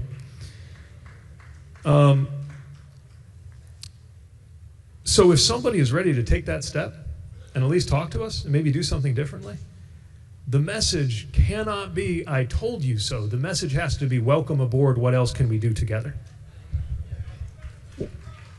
What do you think, given the grave circumstances that we both agree that we're facing in some areas, what does the Democratic Party need to do to be able to be successful? Yes, we're angry, but anger does not mean everybody's going to the polls. Yeah. And it doesn't mean that we're going to sustain it till November. And I always say that you got to turn people on before you can turn them out. And what does the Democratic Party need to do to really appeal to people that have given up and feel like no matter what I do, they're going to do what they're going to do anyway? Yeah. I think it is vitally important that we fight back the temptation to be about restoring everything to the old way. Because the reality is, if our economic and our political and our social systems were serving us well, we wouldn't be here. Right? All of that is what led to all of this. And so we have to make clear, of course, we want to see an end to the current regime, but what we really need to make clear is what we would be doing instead, that it doesn't have to be this way, and your everyday life could be better. When you get up in the morning, you can have a glass of clean, safe drinking water and get in a vehicle and go on a road that is in good condition to a job where one job is enough. And on the way there, drop your kids off at quality public education that is well funded, and come home knowing that you have health care that you can actually afford and get to a house that you can actually afford to live in. We could have those nice things. Nothing is stopping us but ourselves and our leadership. That's why we need better leadership. Of course, the other guys are bad, but that's not all there is to it. We are here to make your everyday life better than it was.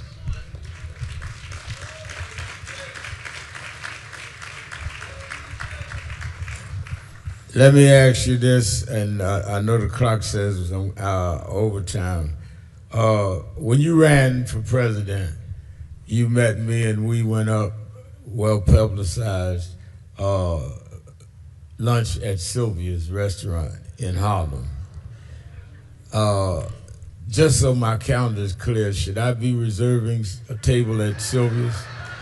Are you gonna run again? You save me a seat, I'll be there. All right. All right. Secretary of Transportation, Pete Buttigieg.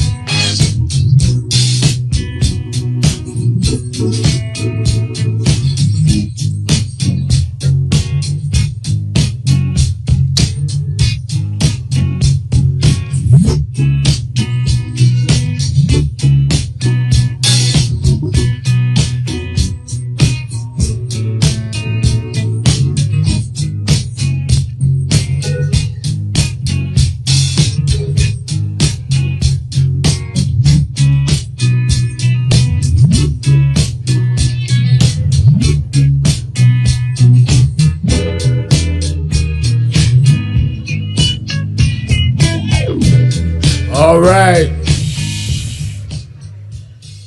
One of the issues that we're extremely concerned about is criminal justice and where we are with policing, where we are with false and flawed incarceration, criminal justice reform, and where we are on many of the legislative issues, including the George Floyd Justice and Policing Act.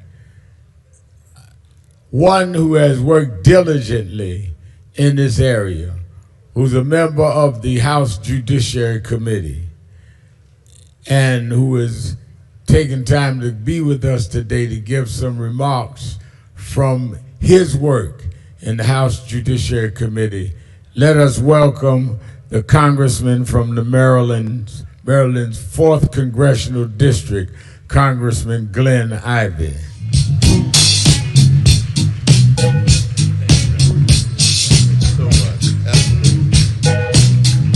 Thank you. Rev, before you go, I wanted to just ask y'all, can y'all give a big round of applause for Reverend Al Sharpton? We ought to be standing up to thank him for the outstanding work that he's done over the decades. He won't remember this. In 1987, I was working for Congressman John Conyers. Y'all remember him? And he came down to meet with the congressman about issues going on in New York, criminal justice issues. And you were in a tracksuit then. You weighed a little more then, but you know what? I had a whole lot more hair then too, but you've been dynamic and dedicated through the decades. So thank you so much for all that you've done and continue to do. How y'all doing today? National Action Network, congratulations on your 35th here. And 35 more coming, right? All right. Look, the George Floyd Act, as you heard earlier, Kamala Harris introduced that on the Senate side 5 years ago after his tragic murder in Minnesota.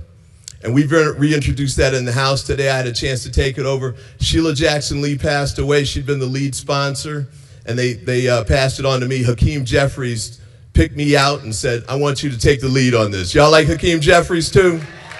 Doing great work. And you know what? He's going to be a great Speaker of the House, isn't he? It's coming. It's coming. It's coming. I went out to Minnesota back in January. And it was after Renee Good had been shot, before Alex Preddy had been killed. And you know, that's just about a mile away from where George Floyd was killed. Right around the corner.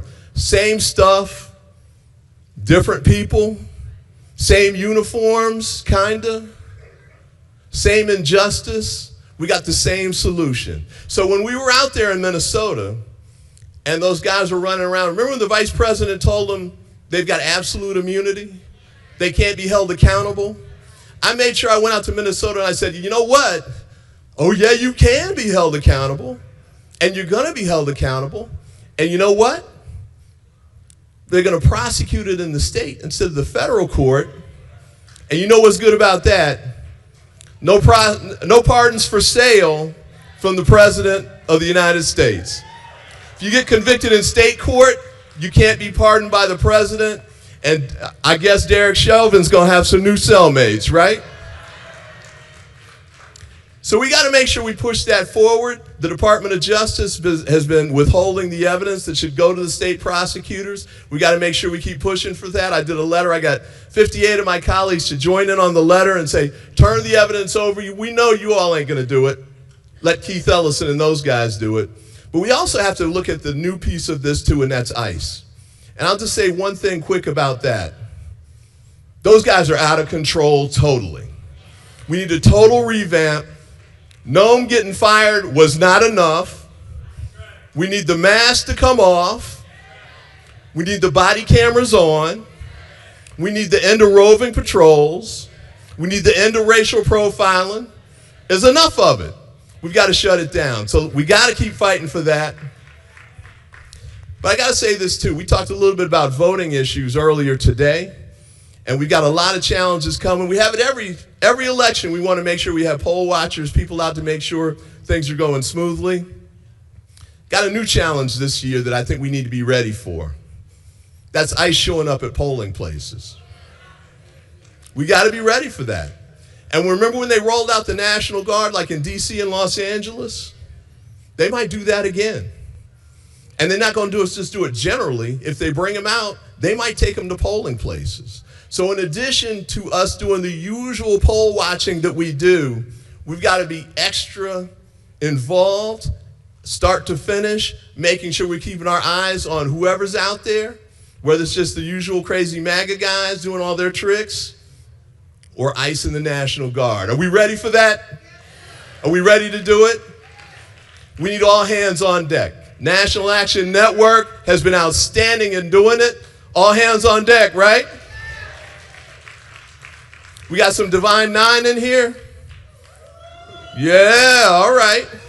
We need y'all too. We need that network. We got the faith community involved too. I know they're in the lunch next door, but y'all ready too? We need all hands on deck. And what that also means is part of what happened in 2024, a lot of the young folk didn't get the messages that we were trying to send out. We've been doing it through traditional routes.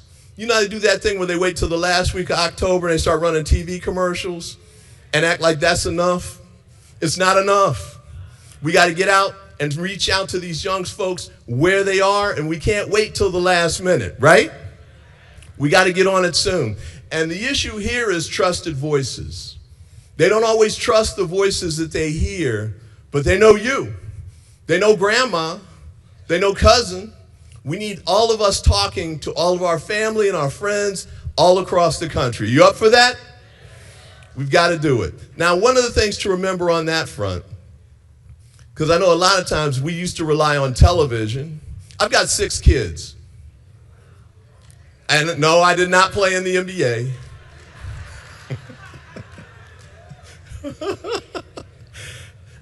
I tried, but, I was just too short, But anyway, but look, a lot of the young folks, my youngest is 26. He doesn't watch TV. So when they run political ads on TV, he doesn't see them. He doesn't listen to the radio. So the radio ads don't work. He doesn't read the newspaper. So if you put an ad in the newspaper, he's not going to see it.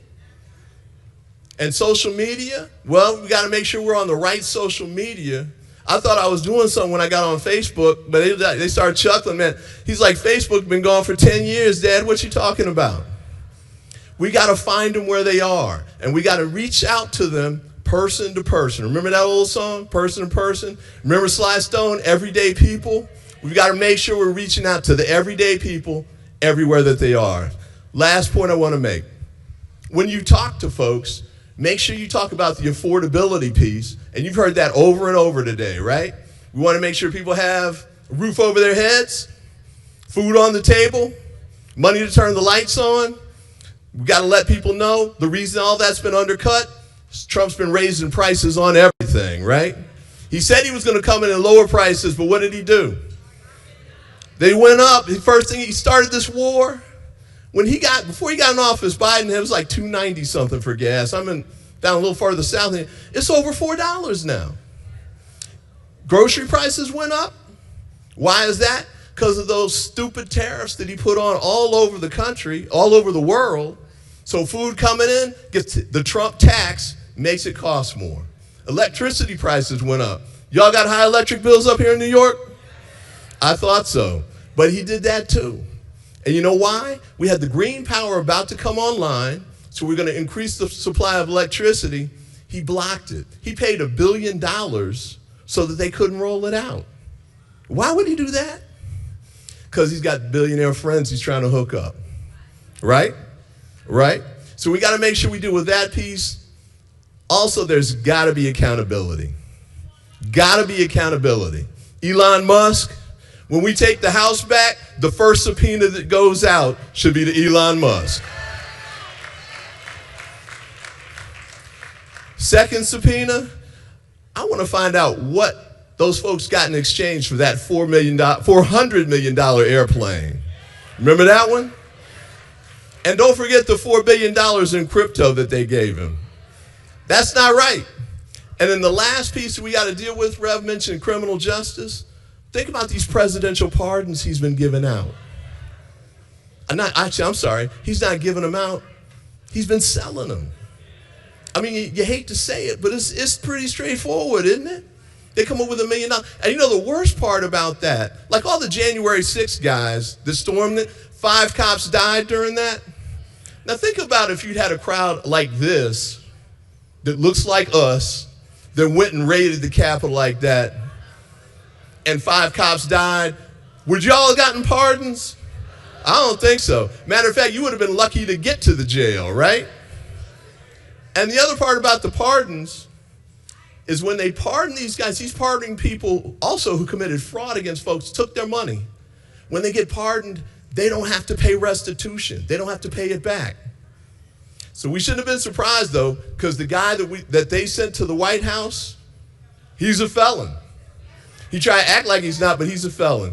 And remember, most felons, they can't get in public housing. He's in the White House. So you know he's getting special treatment. But guess what? 2026, we're taking the House and the Senate back. 2028, we take the White House back. Let's send him back, get him back in the criminal justice system, and move forward with getting us back on track. Keep up the great work. God bless, and have a great day.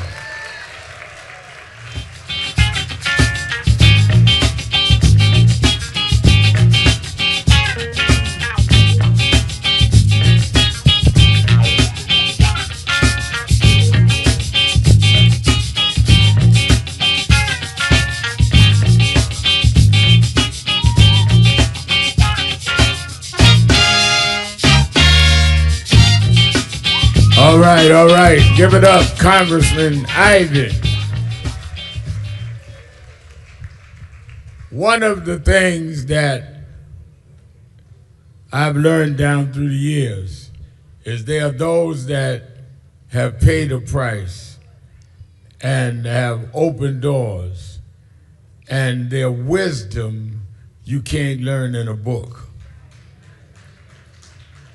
One of the misnomers of Western civilization is that they teach some of us that they have put in a servitude situation to reject hearing from those that travel the road before us.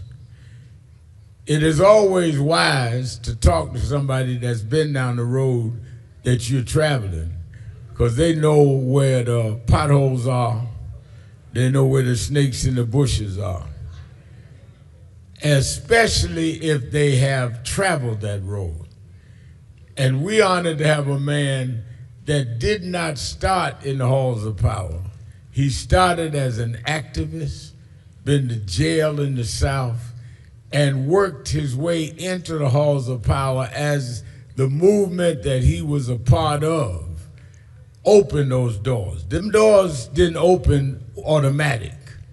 That's why a lot of people are going right now with a DEI. I've got black executives calling me that would never return our call before, because all of a sudden they get in the pink slip.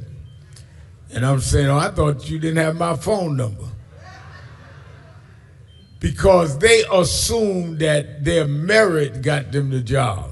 Well, and a lot of them do have merit. But merit didn't count until some people paid a price to make our merit considered like everybody else. We could play baseball before Jackie Robinson. We just weren't allowed on the team. We could be the president of major corporations. We could be all of that. We just weren't allowed. We were not unprepared. We were borrowed. And this man was part of those as a young student that fought the barring and then earned the right to walk in the doors that he opened.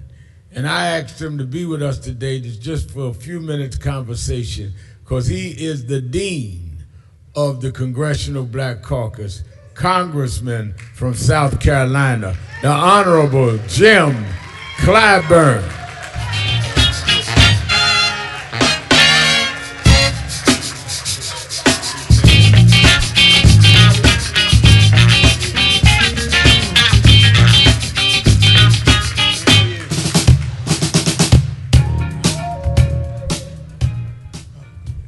You see the reaction in New York, Thank right? you, thank you, thank you.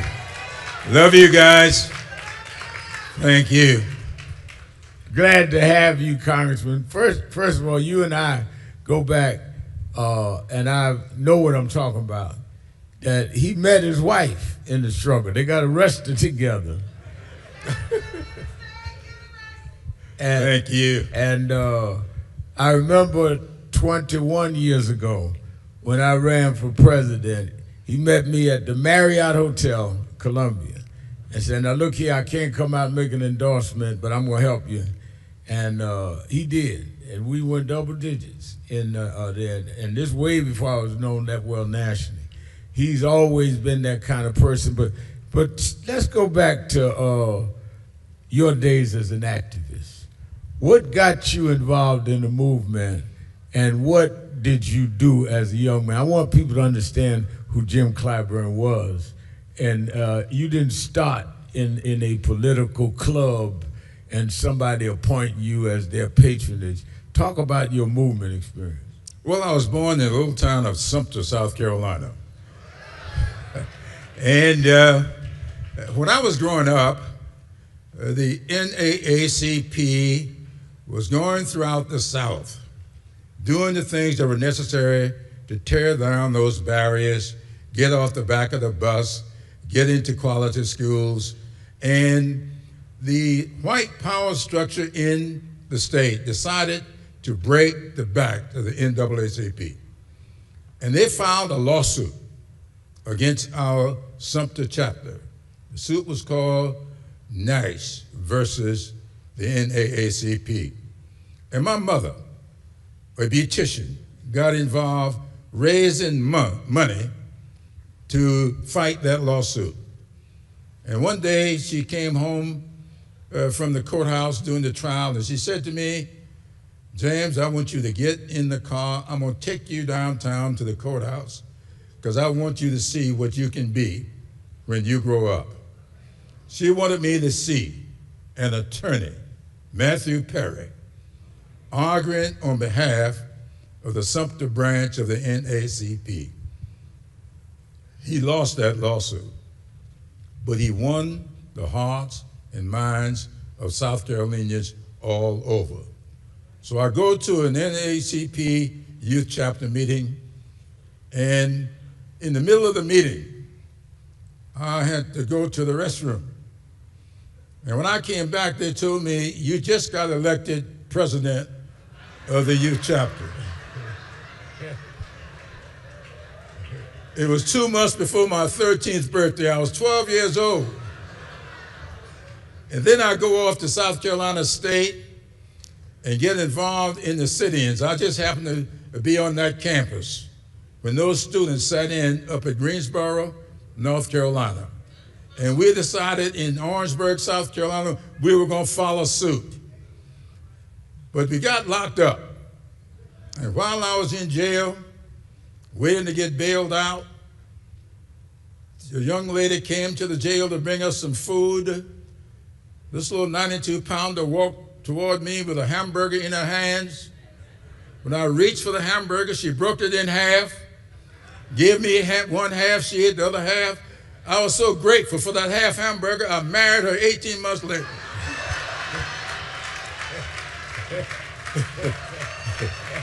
And I thought that was a chance meeting. I didn't know until our 10th wedding anniversary that she came forward with the truth.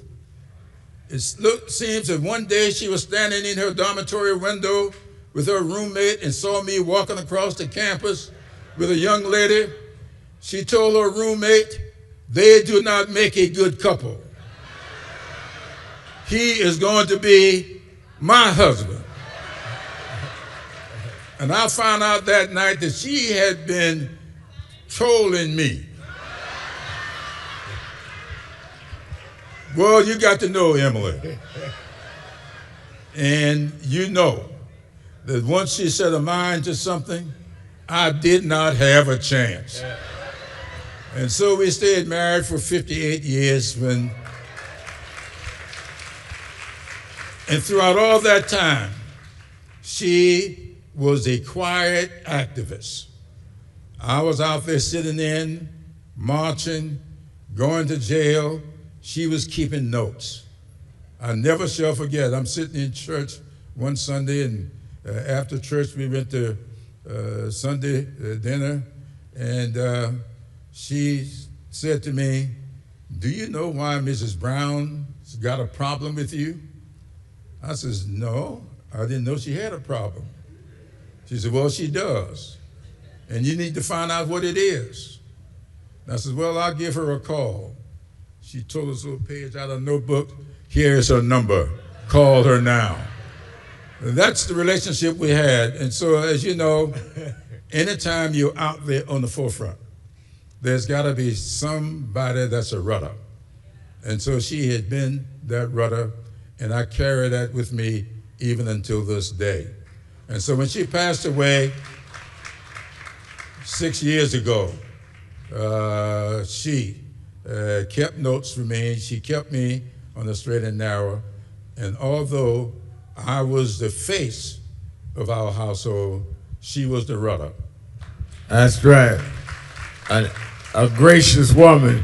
And Reverend Nelson Rivers, that heads our Religious Affairs Department, nationally, pastors in North Charleston. We started a award from the National Action Network named after your wife, and the first recipient of it was, we gave it to Congressman Clyburn, and Nelson decides every year with his committee. There's Nelson. Yeah, he's standing I met Nelson when he was in the 12th grade. Yeah. He wanted to go to college, and I didn't meet him, I just met his name. His counselor came to me and said, I got a young man that needs to go to college. Can you help him? I was running a little program sending rural children from Charleston County and Beaufort to college. And she told me, can you make an exception for one young man that I have? And I said, Mrs. Whipper, if you ask, I shall provide. And it was Nelson Rivers, who went on to college from Mrs. Lucille Whipper. And look what he is doing now. That was a pretty good investment. A great investment. You were critical in Joe Biden's election. Thank you. I will never forget that many of us were going different ways. And the morning after the debate, the Democratic debate in Charleston, I had a minister's breakfast. That's where we first gave the award named after your wife. And all of the candidates came, Bernie Sanders, Liz Warren, everybody. And many were getting ready to endorse Bernie Sanders or somebody. You called me to the side, you were standing there with Joe Biden. And you said to me, Reverend, I want you to know I'm coming to your breakfast, but by noon, I'm going to endorse Joe. And Biden was standing there. I said, you are? He said, yeah. I said, okay. I said, well, I don't know if I'm going to endorse him, but I'll tell you one thing, I certainly won't go against him if you with him, and eventually I went with him. And that is why Joe Biden and I kind of got along. He said, Jim, because some of the preachers, including my mentor, went with Bernie. And what stopped me was the word of Jim Clyburn. And I remember 3 years later, the president, Joe Biden, was going to Texas to make a speech about changing the rules of the UN. And he invited me to go with him on Air Force One. And I got on Air Force One with Jim Clyburn. Clyburn said, you're glad I stopped you from that other endorsement, didn't you? Well, you know, but I say all that to say, whoever wins this nomination has got to come through South Carolina because the calendar changed. And whoever comes through South Carolina has to have the blessings of Jim Clyburn. What are you going to be looking for in the candidate that you decide to ultimately go for? I'm going to see the candidate that comes forward here in 2026 to help us fight off what I know to be the efforts to make sure that the voting rights that we now enjoy, to make sure that the turnout that's going to be necessary this year takes place. Because if the SAVE Act becomes law, those 61 or 2 Congressional Black Caucus members we now have will be down to 30 within 2 years, and another half of that in the next 2 years. Why I know that? Because that's what happened the last time they passed laws like the SAVE Act. We lost the ability to cast our votes. They didn't call them picture ID. They called them things like how many bubbles are in a bar of soap? How many jelly beans are in that jar? They didn't say, as the secretary said earlier, you can't vote. They just made it near impossible for you to get registered to vote. And that's what is taking place today. And I want to see the candidates focus on 2026. What are we going to do to hold on to that vote? What are we going to do to make health care accessible and affordable? Housing accessible and affordable. Education accessible and affordable. Energy. I want to see our candidates who want to carry the mantle in 2028 come forward now. Lay out your proposals. Let us get attached to your platforms this year so that we can have a successful off-year election. Because if we do not win these off-year elections this year, there ain't going to be no election in 2028.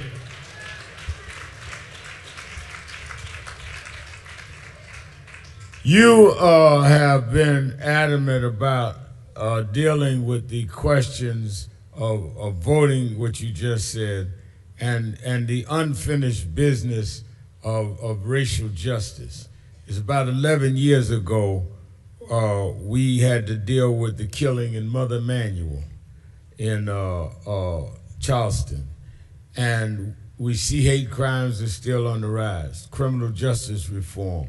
How do we change this situation that we're in unless we get George Floyd Justice and Policing Act and other reforms?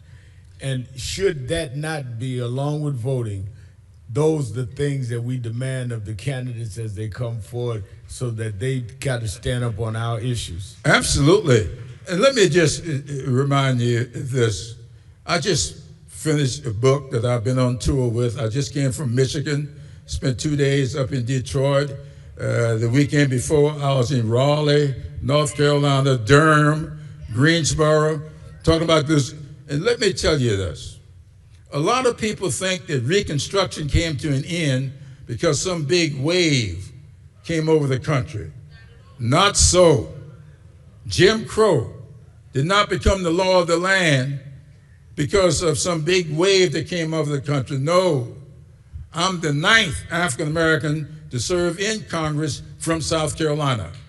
There were 8 before me. The problem is there are 95 years between number 8 and yours truly, number 9. Why and how? Reconstruction came to an end by a vote of 8-7. One vote. Jim Crow became the law of the land by an electoral college vote of 185 to 184. Your one vote is going to be the most important thing going this year. It doesn't take a wave. It only takes one vote. Those are the 2 most consequential things that happened to us in the last century and a half.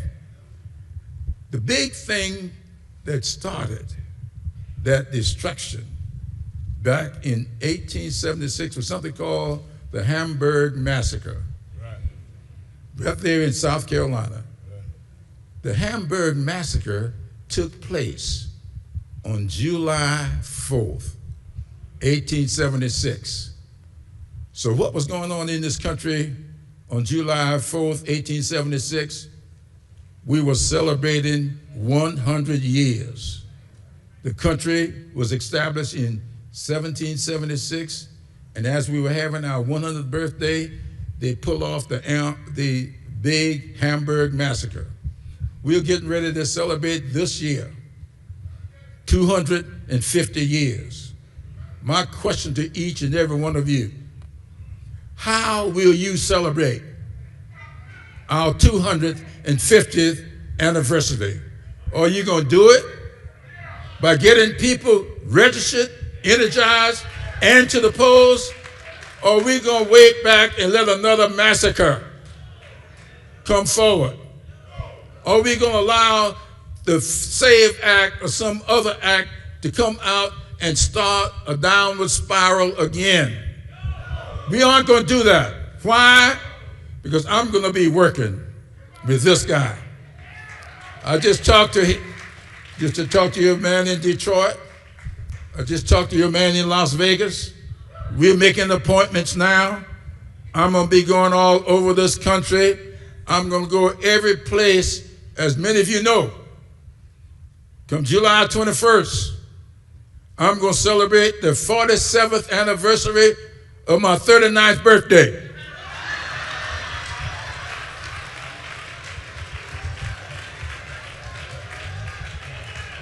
And I'm going to go everywhere those 86 years can allow me to go, because I don't want to see my children, my grandchildren, your grandchildren live through what our grandparents lived through.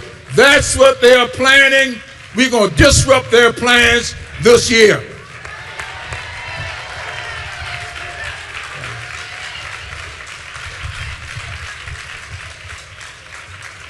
And I said all that, and you got 2 minutes to spare. I'm going to put you back on schedule. And I want everybody to be able to welcome him as he goes on his tour. I'm going to go with him on some of it. But he's right. I mean, he said it all and left me 2 minutes. But I think that you've got to understand, nothing was more powerful said in these 3 days so far than your one vote. And that's the message you got to bring back to your cities, that one vote. And I think that you can say you heard it from the sage from the South. Thank you, guys. Jim Clyburn. Appreciate you. Love you, guys.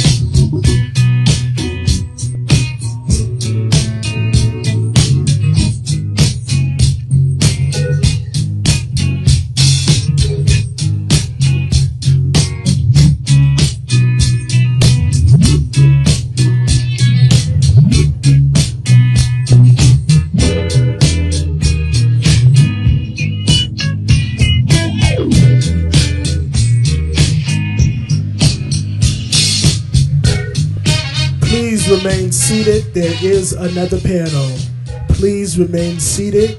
There is another panel.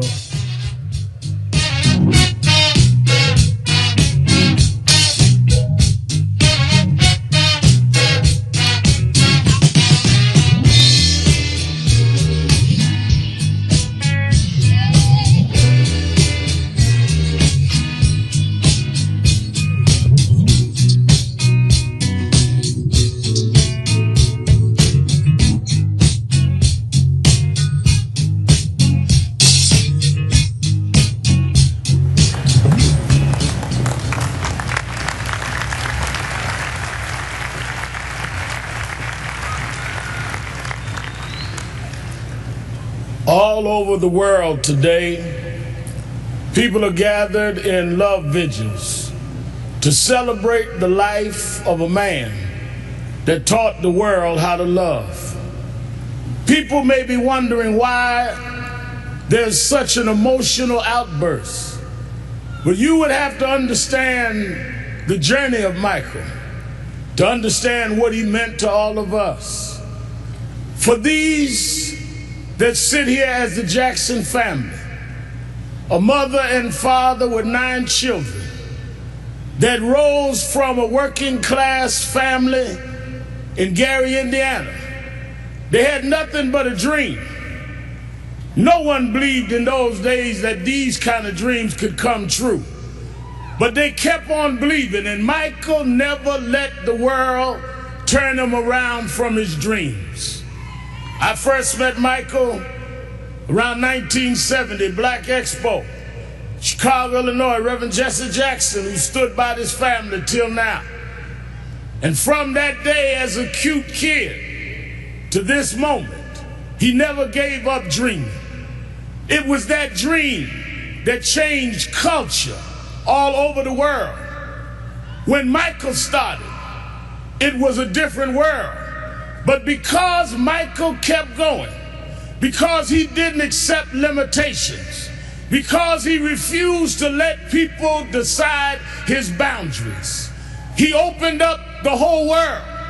In the music world, he put on one glove, pulled his pants up, and broke down the color curtain, where now our videos are shown and magazines put us on the cover. It was Michael Jackson that brought blacks and whites and Asians and Latinos together. It was Michael Jackson that made us sing "We Are the World" and feed the hungry long before Live Aid.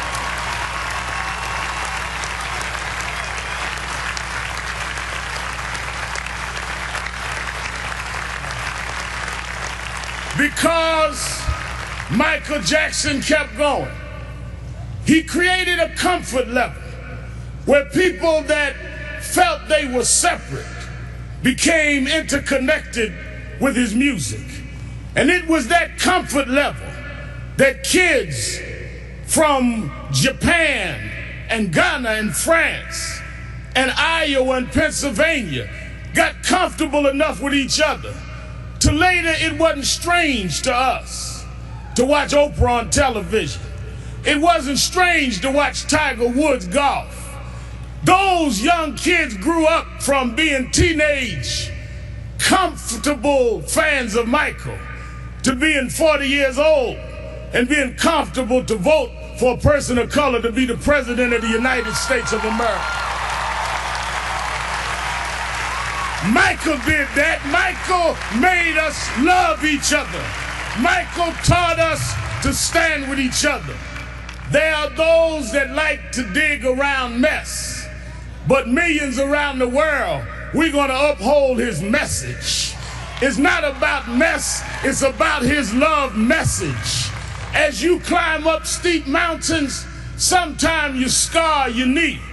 Sometimes you break your skin, but don't focus on the scars. Focus on the journey. Michael beat him. Michael rose to the top. He outsang his cynics. He outdanced his doubters. He outperformed the pessimists.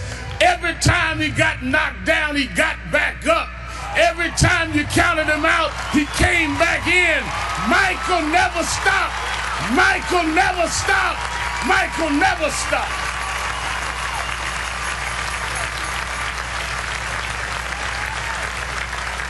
I want to thank to Mrs. Jackson and Joe Jackson, his sisters and brothers. We thank you for giving us someone that taught us love, someone that taught us hope. We want to thank you because we know it was your dream too. And we know that your heart is broken. I know you have some comfort from the letter from the President of the United States and Nelson Mandela, but this was your child. This was your brother. This was your cousin. Nothing will fill your heart's loss But I hope the love that people are showing will make you know he didn't live in vain. And I want his 3 children to know, wasn't nothing strange about your daddy. It was strange what your daddy had to deal with. But he dealt with it.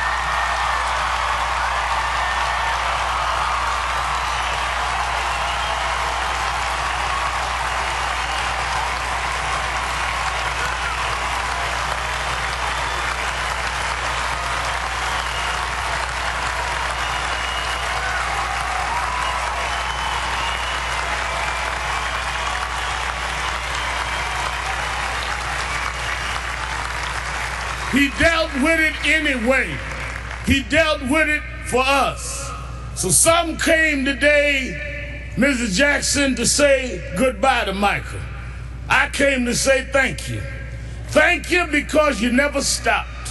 Thank you because you never gave up.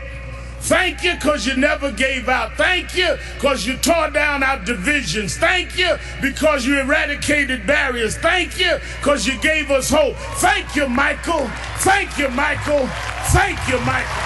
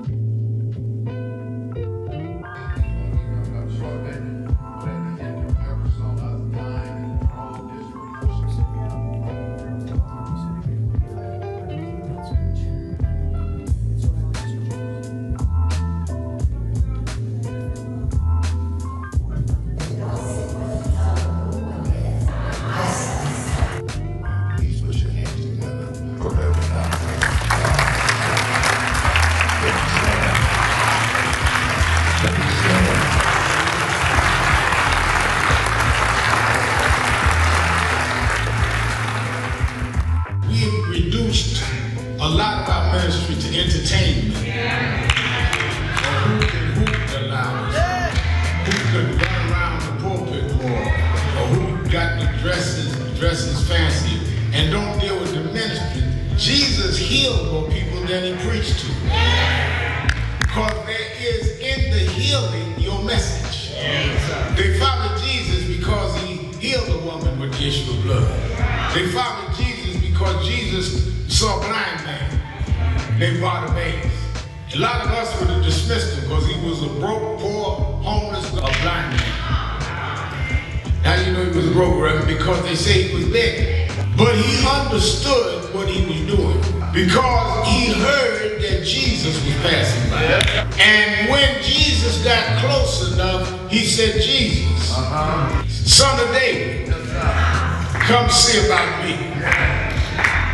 They kept telling Jesus, let's go, look, we got a schedule, we got people to see. He said it again, Jesus, son of David, come see about me. And when he did it the third time, Jesus stopped and went and healed the blind man. Now, what I get out of that scripture, Bishop Daughtry, is that the blind man told Jesus, if you are who you say you are, you're going to stop and see me. And if you stop and see me, you will confirm who you are. But when we are pastoring and leading in communities with bad health, we cannot be the followers and representatives of Jesus and walk by people that are sick and we not be part of making them well. Let's get music in there, Pat.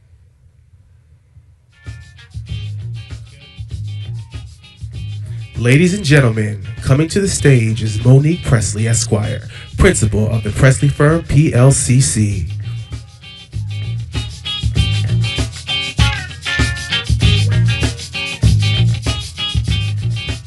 Greetings, everybody. Greetings. How are you doing so far today? It's always wonderful to be back here where we have the conversations that matter. I am so excited to be discussing a topic that, whether we want it to be or not, should be at the forefront of our minds and our hearts, and that is the state of immigration policy here in this country. I want to invite my panelists to come on out. If you would help me welcome Murad Awada, Reverend Robert Bush, George Escobar, Gerlin Joseph, Patrice Lawrence, Dorian Spence, Amadou Lee, and Latrice Cook. Let's give them all a hand.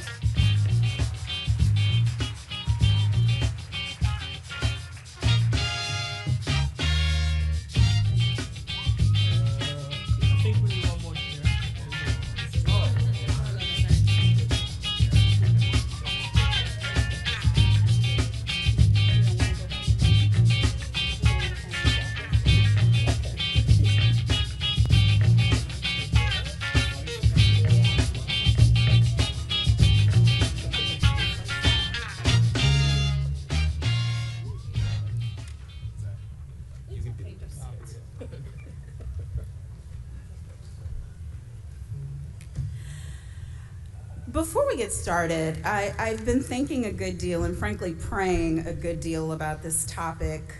For those of you who have not been with me here at NAN before, Monique Presley, I have a daily show, the Monique Presley Show, and I run a crisis management and communications firm in DC.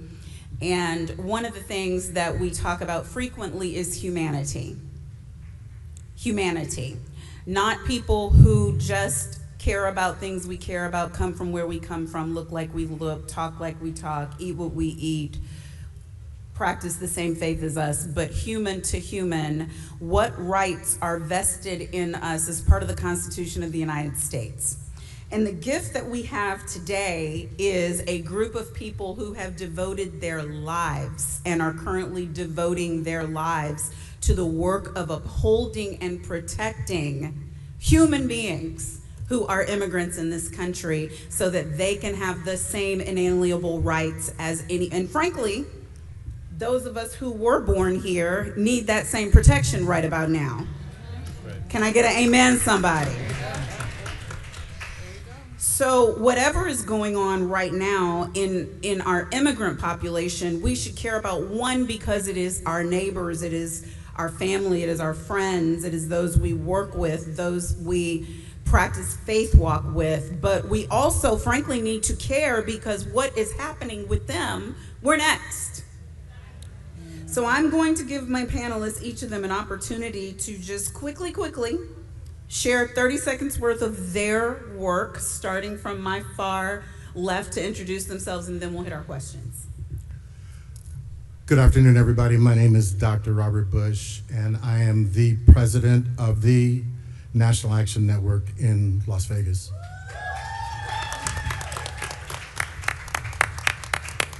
Good afternoon. My name is Latrice Cook. I am the president for the Central Texas chapter of NAN in Austin, Texas, the capital city.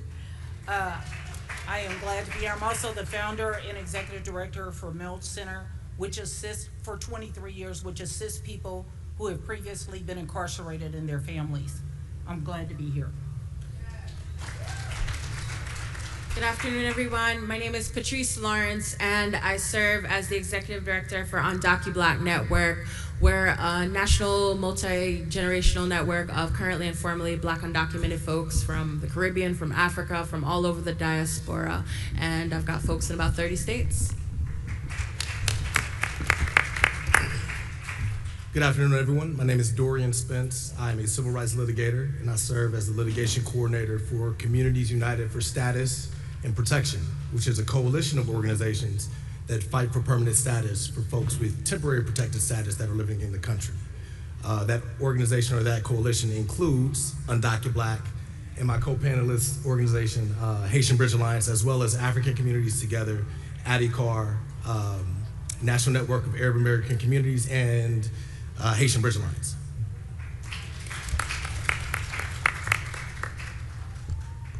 Good afternoon, everyone. How are you feeling? You could do better than that. This is post-lunch. How are you feeling? Good afternoon. My name is Murad Ouauda. I'm the president and CEO of the New York Immigration Coalition. We're an organization of over 200 member orgs across the state of New York, here fighting for all New Yorkers to ensure that we can all live with dignity and respect. Thank you for having us. Good afternoon, everyone. My name is George Escobar. So I am the executive director of CASA. CASA is an immigrant rights and services membership-based organization. We have offices in Maryland, Virginia, Pennsylvania, and Georgia. And we work to empower our community and ensure they have full freedom.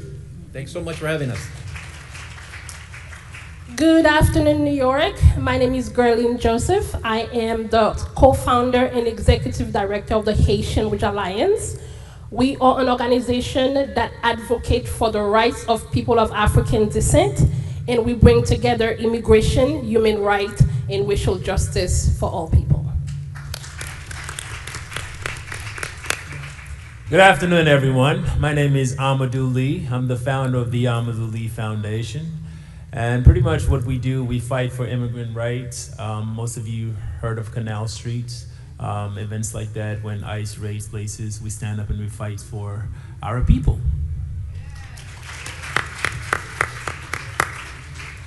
Murad, I think it's a good way to start with you because your organization is the largest state immigrant rights coalition in this country. Thank you for that and for your leadership. You represent over 200 diverse groups.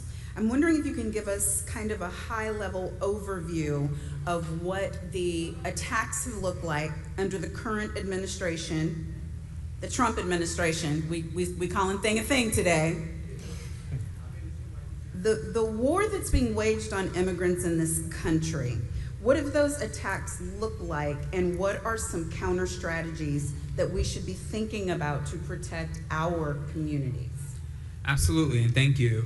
I think what we've witnessed over the past year and 3 months under this administration and this regime, to be specific, is over 600 anti-immigrant attacks from the federal government. 600, that is more than 2 a day since they've come into office. And that ranges from ending status, so making people undocumented, all the way to trying to ensure that immigrants can't have access to benefits, even if they are entitled to them, to waging war literally in the streets of cities across this country where they are murdering immigrants and US citizens alike. And what we have been seeing is this relentlessness of their cruelty. Because I want to be clear, this has never been about safety and security, and it never will be. It is about cruelty, and that is their point.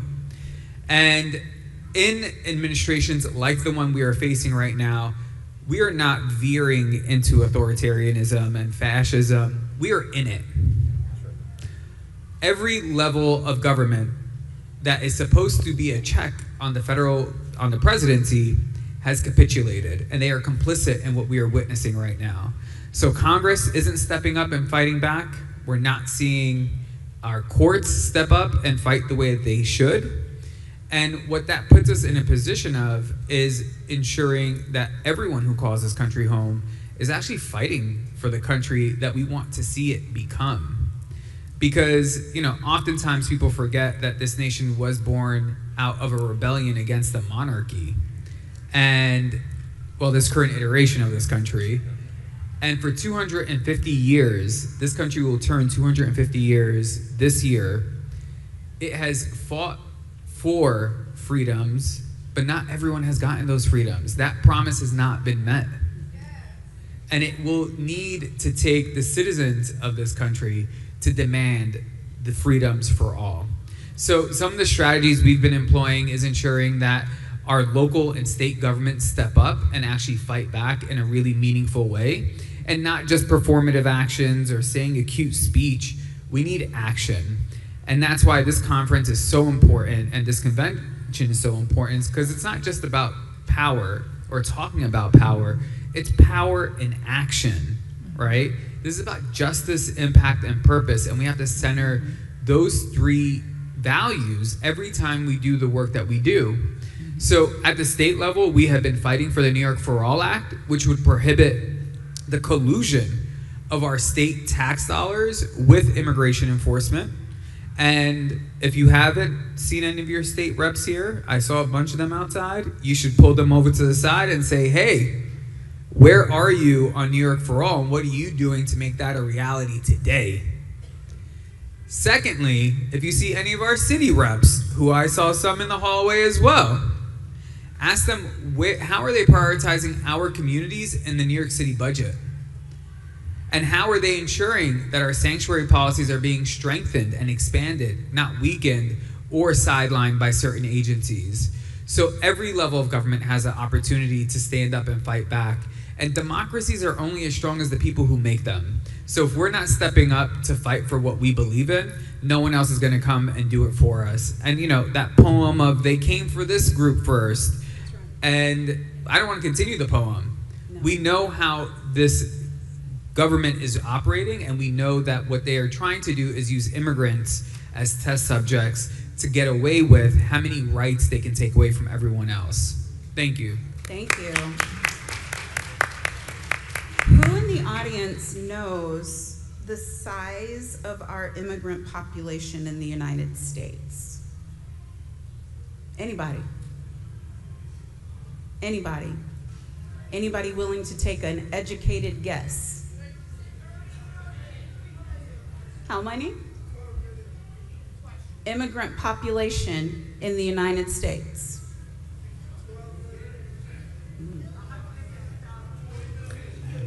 Okay, I'm hearing 1 million, I'm hearing a percentage, I'm hearing 12 million. As of mid-2025, approximately 51.9 million immigrants live in the United States. Wow. 15.4% of the population. The so-called unauthorized or undocumented population is an estimated 14 million. So when we talk about a tax by the administration, we are talking about a tax on a group of people that are almost twice the size of our largest populated state. Patrice, hundreds of thousands of Black undocumented immigrants live in this country. The administration has ended TPS, you can tell us what that is, for majority Black countries and blocked visas for 85% of Caribbean nations. But my question to you is, what is the single most important step, now that we know how many people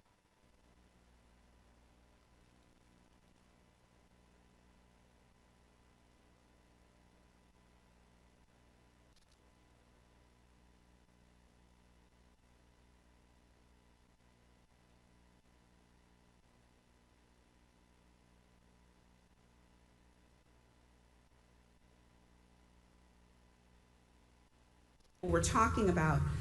The single most important step that people in this room can take starting tomorrow to ensure Black immigrants are fully embraced and defended as part of our community.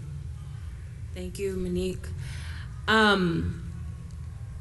Patrice on DocuBlack, and I think the most important step is to make sure that what we do matches what we say, matches what's in your heart. And so we don't necessarily need the facts. We don't necessarily need the additional stories. Every single person in this room is maybe 1 degree removed from someone who is a Black immigrant and someone who at some point in their life had a visa status that was a little wonky. That's what I mean when I'm especially talking about people who are undocumented Black people. Folks who have temporary protected status, TPS, folks who may have DACA, all these names and acronyms that are being thrown around.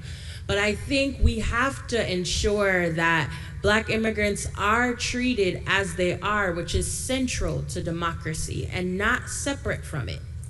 when we have what has been discussed here today, poll taxes, you need to get your passport, all these things that we know the SAVE Act and other things are saying for people to vote, when we have TPS being stripped away, when we have every single Caribbean nation as of January this year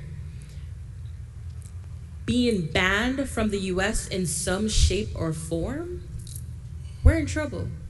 And they're going after Black people, and they're trying to see how far can they go with us, who may be a more vulnerable population, to then exact that in the larger population. It's like in and out, because Black people in America have had stories to tell. So it's really important that we treat it as central to democracy, and that when we fight for all. We name what's true, we demand what we need, and we invest in the populations that we say we care about. Thank you.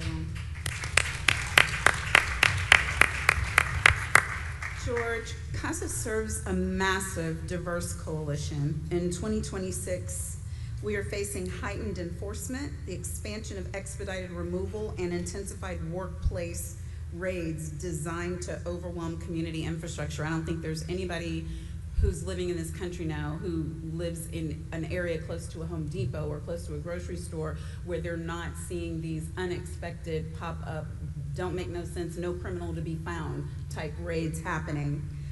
CASA has a massive operation, legal services, rapid response, policy advocacy.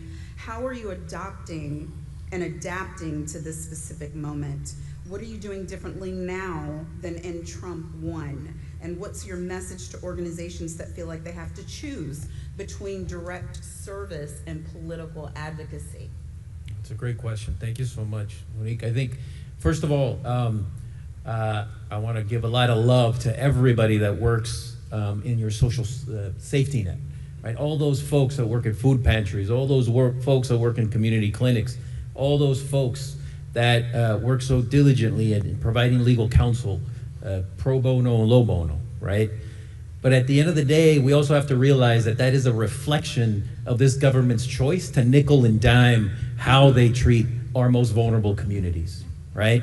We have to realize that when you don't acknowledge the universal right to health care, for example, or the fact that legal representation is something that the government should be paying for within the context of even the immigration court, you're seeing how you're putting that burden to really fulfill this country's promise on tiny, overburdened, underpaid, and under-resourced nonprofits across the country, right?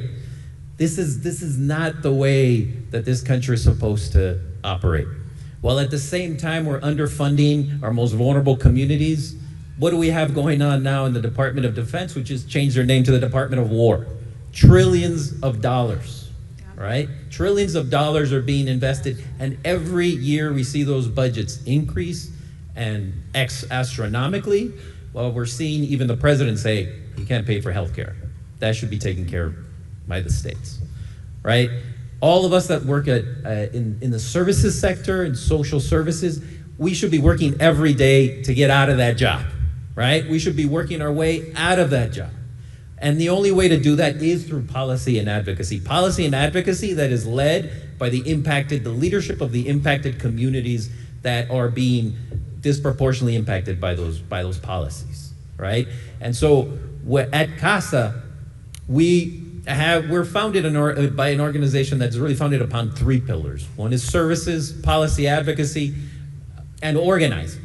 And all of those work in service to each other and complement with each other and build upon each other, right? It's necessary for us. We were able to build that infrastructure within our organization, but it's necessary at all times for all of us to be working together across those different pillars, regardless of what the particular jobs that we have. We may be only working in the services sector, we may be only working in the advocacy sector, but we gotta be working together, because at the same time, as we try to build leadership within our communities and build those leaders that are going to change those policies over the long term, we got to make sure that they're taken care of in the short term, right? They need jobs. They need to sustain their families. They need legal counsel when they're being targeted by their landlords, when they're being taken away and kidnapped by this government, right? So we have to understand that we have to do our best to meet those needs at the same time that we got to push, organize, and advocate. And in terms of how we've been adjusting to the moment and Trump 1 versus 2, I think in a lot of ways in Trump 1, we thought we really relied on the judicial branch of this government, right? We tried to do our best to delay the worst that can happen and try to bring in a lot of white shoe law firms to work with organizations such as ourselves, and brought up lawsuits in federal court, trying to protect DACA, trying to protect DPS, what we just heard about. Our first case at CASA that landed in the Supreme Court was to preserve the census, because Trump 1 was trying to not count people like us, any non-citizen, right? But what we found now in Trump 2, that's not enough. Those safeguards are not there anymore. Our judicial branch is crumbling, and we need to be proactive in creating the protective measures at the local, state level to disentangle local law enforcement from federal law enforcement, right? To disentangle that collaboration that happens at the local level that really supersizes the impact of those deportations, because those deportations would not be occurring if not for that collaboration that we're seeing at the local and state level. And I see a lot of champions out here in the audience. Shout out to Mr. Ivey, to Congressman Glenn Ivey, who's been in the streets with us, advocating and pushing ICE to be accountable and ensuring that disentanglement happens. And that's the work we got to be doing on a daily basis. Thank you, George. I appreciate that. Reverend Bush, I got to tell you, out of all the questions I'm asking today, I was most excited about this one, because as I tried to put us in the seat of human-to-human care about the immigration issue, we can't ignore that in the Black and brown communities, there has been a level of frustration, there's been a level of friction, and frankly, the divisive nature of our current state of politics has been intentionally revving it up, intentionally trying to forge what should be community into animosity. We see in your area in Las Vegas that you rely heavily on immigrant labor. The culinary union has shown that when Black and brown folks get together, when we come together instead of being at odds, that great things can be achieved. Yet the wedge still persists. How do you speak to that frustration in a way that builds unity without dismissing real pain? And beyond just speaking to the frustration, how do you show others through your own example and your organization's example why they should care? I think this is one of the hardest communication challenges in the public that we have right now. But I think with the numbers that you stated, it's probably extremely important. And I think we have to ask, because immigrants, most of us, most of our families, not our family, because the American dream, we weren't brought here because of the American dream. We were forced to come here as a people. But for immigrants, they came here because of the American dream. And I think we could start by asking, are we still selling the American dream? And because the administration is trying to kill the American dream. But we have to start by separating the sources of our pain. Because we have to understand that immigration frustration is usually not about the immigrants. It's usually about economic status, economic anxiety, jobs, housing, wages, and housing costs. And then we have to talk about cultural change. Cultural change that happens faster than a lot of people can process it. And then we have to talk about a felt sense of immigrants and our people, where the rules aren't being applied fairly for everybody. And so immigration frustration is about distrust in institutions that are misleading. And so most of our frustrations, whether from long-time residents or immigrants, point to the same failed systems. It's all about failed systems. Underfunded public schools, low wages, housing scarcity, and then we have to change our focus to those areas where we're lacking rather than letting people aim at each other. And so I don't think that we should flatten our experiences. We have to first acknowledge that there is pain. Yes. And then unity doesn't mean pretending that everyone's all right. Unity means coming together. In Las Vegas especially, we consider ourselves bridge builders. God told us for our organization that we would be repairer of breaches. And we have to not work in silos. We can't be on an island by ourselves. And most of the people that are in our organizations are that lead areas in our organization lead organizations of their own. And we've just brought them all together in unity. And so I can pick up the phone and call the executive director of the ACLU or the Culinary Union or the SIU. I saw our very own Reverend Sharpton build relationships with unions. And when he had his relationship with Mary Kay from SEIU, I went back and told my SEIU president, I said, I want to build the same thing on the ground here that Reverend Sharpton has built nationally. And so we take all those organizations and we are united, and when we hit the streets or we hit the doorsteps of our legislators, we're all in unity. And one of my mentors, Bishop Bill McDonald, said, if you try to put your finger through a wall, you probably break your finger. Mm-hmm. But you can put your fist through a wall. Yes. And we as organizations, we've combined to be that fist that can go through any wall. Excellent, thank you.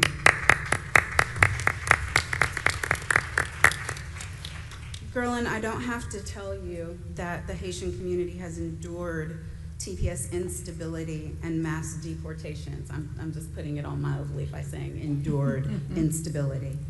Too often the response from the broader movement has been episodic rather than sustained.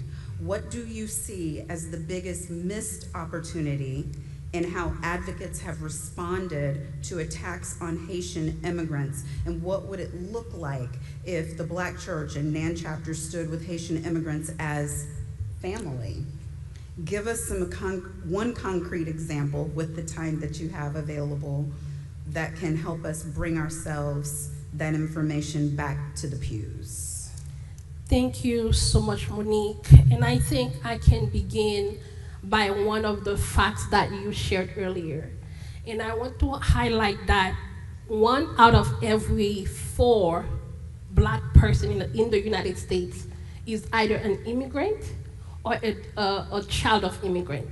That includes Vice President Harris, that includes President Obama, that includes Shirley Chisholm, that includes all the other people who have become a part of what we call Black America, the Black diaspora. So when we are talking about immigration, we have to understand and center the realities that when I woke up this morning as a Haitian American woman, I woke up this morning as a Black American woman, I woke up this morning as an immigrant. That's right. That's right. Y'all, we can clap for that. That's right. Thank you so much. And also understanding how we are unfortunately carrying the load of a system that is rooted in a scarcity mentality, in a divide and conquer, and continues to really center that within Black America, within underprivileged communities. So therefore, when we look into the Black churches that I was raised into, when the Holy Spirit moves, it moves for us to be able to address the injustice. It needs to be able to move us to welcome people with dignity, with love and compassion, regardless of where they come from, but specifically when they are part of the Black diaspora. And we see, thank you so much, beloveds. And when we're addressing those issues, and within our Black community, there's a divide and conquer. And they say, we don't want Haitians and Jamaican like my sister Patrice from Undark and Black, or my brother Amadou, right? But how are we centering those realities? How are we applying what we need? And I do believe institutions like the Black churches specifically, wherever we might find them in Mississippi or in New York City, I think we can embrace that reality and push back against this narrative of divide and conquer. Because we have to remember, my family, Patrice's family, were dropped one boat stop away from your family that was sold to a plantation in North Carolina. So because the system, the colonial system, the white supremacist system was able to divide our families, doesn't mean we are no longer family. It means that it is time for us to come back together, to address our past, and create a future that includes all of us. When they are shooting Black people in the streets, they don't care if I have an accent. That's right. When they are shooting Black people in the street, they don't care if I was born in Haiti. Because I remember Abdelwima in New York City right here. I remember Amadou Diallo in New York City right here. As we are really pushing into addressing George Floyd, and we have to understand our lives are interconnected. So we are family, and as the church, right, I believe we are called to be Christ-like, and I believe that regardless of what religion, what belief you practice, at the center of it all, love, care, compassion is what we are called to do. So I think one of the things that we do at the Haitian Bridge Alliance is bring this immigration narrative, bring that into social justice and racial justice, and center that in human rights so we can make sure we address those in a Black context as well. Thank you, Geraldine.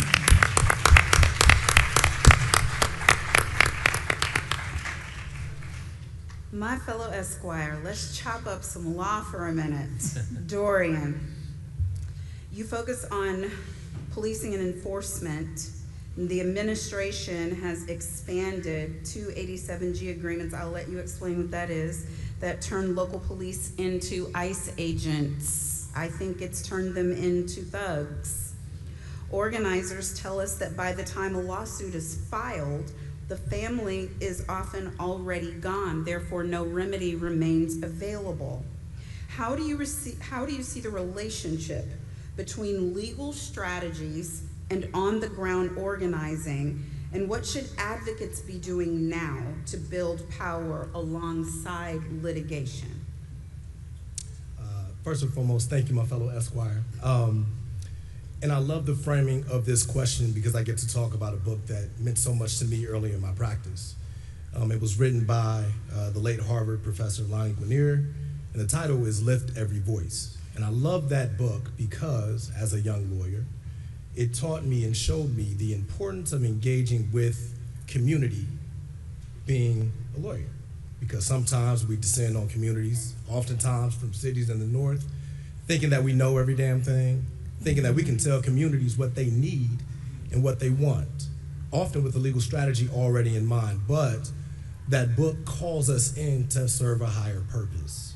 And that purpose is journeying alongside community, arm in arm, helping the community realize its goals and actualize its power.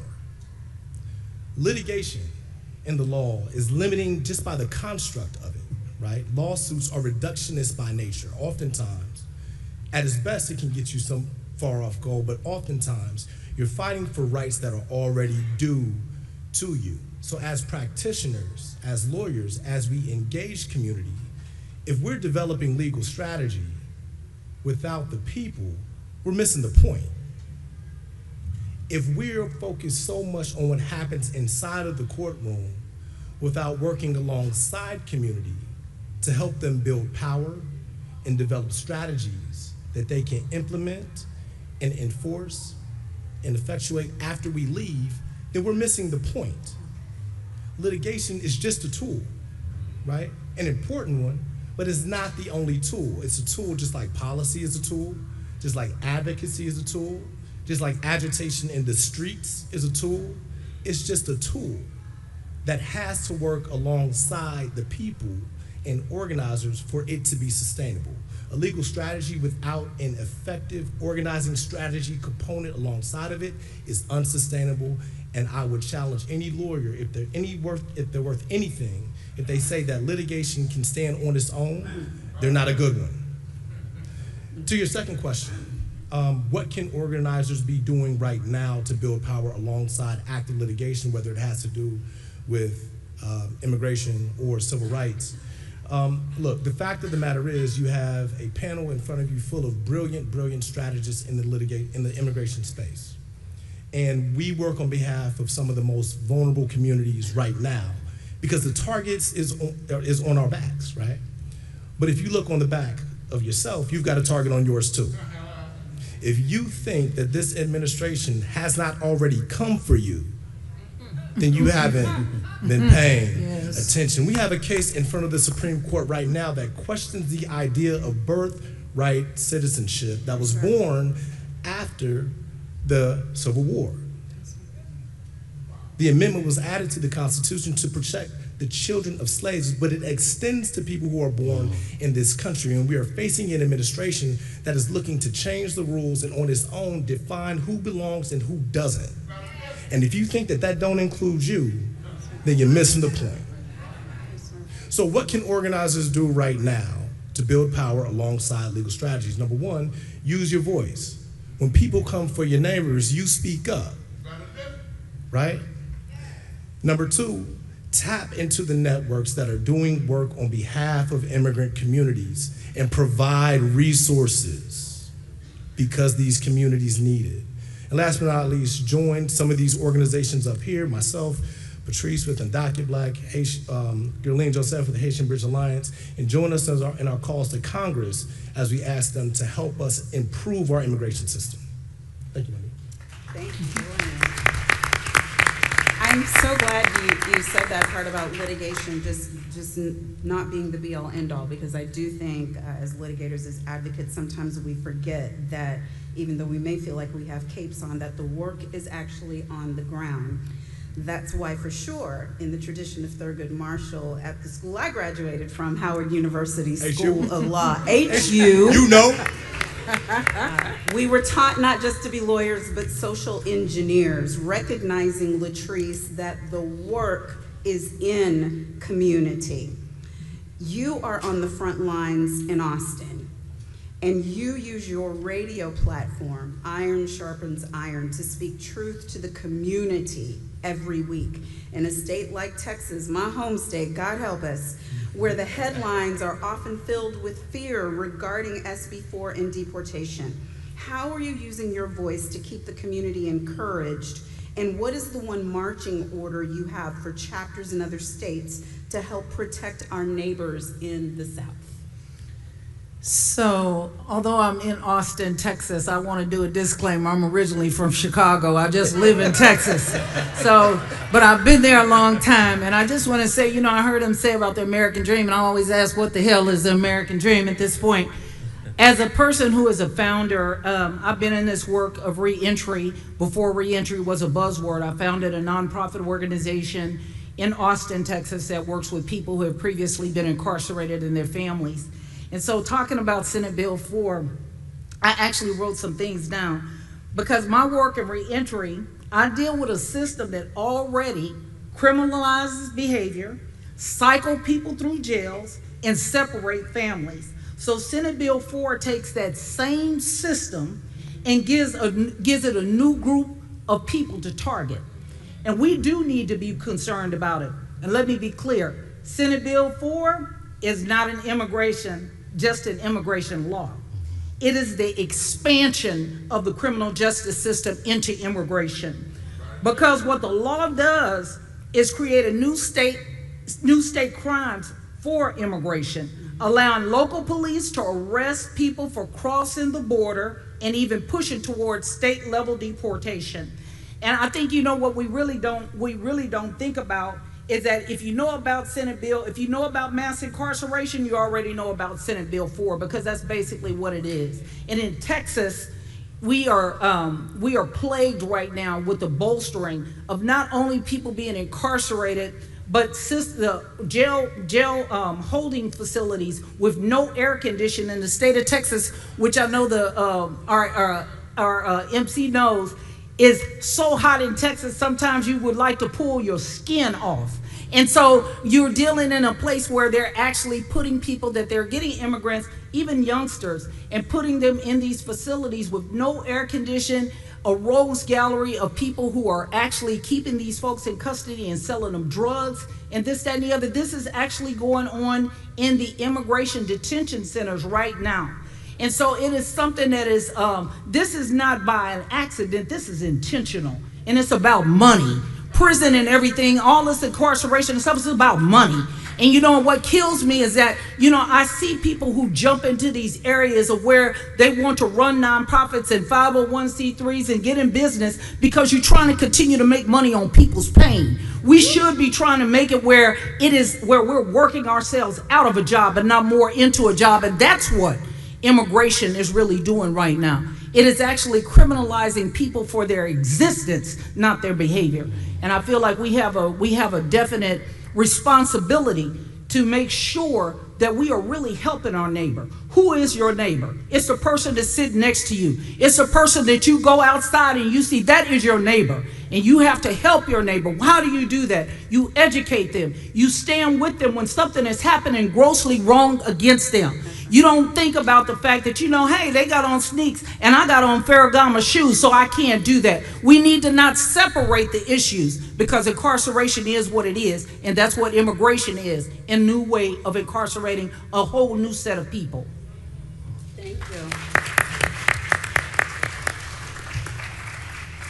So by way of segue into this next question, I want to point out that Black men in the United States are disproportionately over-incarcerated compared to all other peers, that they are more likely to be stopped, frisked, searched, arrested, jailed, assaulted, killed, that the number that we can actually count of wrongful arrests and incarceration in this country is climbing past 12,000 per month.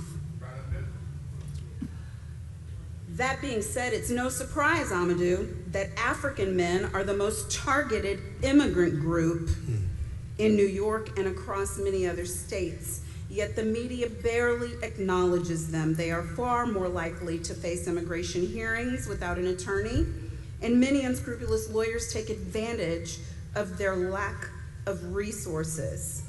This raises some critical questions. What would a truly effective emergency plan look like for this vulnerable community, or for all of our vulnerable communities, before, during, and after raids? And how can NAN, the Black Church, and everyone in here or who will watch this video later, and I hope it's a million of them, how can we step in starting tomorrow to ensure our people are ready the next time? Thank you so much, Monique. Anyone here heard about the Canal Street raid when ICE came? Who is at Canal Street? Is it just Africans, or do we also have some of our Asian brothers? Okay, so what I'm hearing is Africans and Asians, right? When ICE came over there, everyone they arrested, every single person, guess who it was? Okay. I came to New York, and I was walking down in Harlem, and I saw so many of our African brothers and sisters. asking so many questions regarding immigration. Some of them were sleeping outside. And then I asked them, is the city helping? They said, well, listen, we don't know too much about what's going on. I said, no, there are actually plans budget that's been passed to help you guys, all right? And then I started to dig deeper. And then I started to learn that when I asked for answers, people were telling me, well, listen, some people prefer sleeping outside in the streets instead of hotels. I said, okay. So many of these brothers and sisters came into this city uncounted for. And when it was time to allocate budget, it didn't go to them. I say that to say, we can only count on our neighbors. We can only count on our brothers and sisters that are here, the church, the protesters, the organizers, because the truth is, black people from across the board are at the bottom of the barrel. That's just the truth. This is not an attack, it's just a fact. How can we better prepare before a raid takes place? Well, check on your neighbors. If this is an individual who is most likely to be targeted, speak with them. Have a plan of action. In the event that a raid takes place, who's going to take care of the baby? Right? In the event that a raid takes place, how will they be able to pay their mortgages? Right? Do you know resources that maybe they do not have, or maybe they do not know about? Right? In the event that a raid takes place, well, in that case, speak with attorneys. Go to attorneys, give them your neighbor's name. Actually stand up and fight if you're able to, as long as you do it peacefully. But we know what that looks like, right, in the country.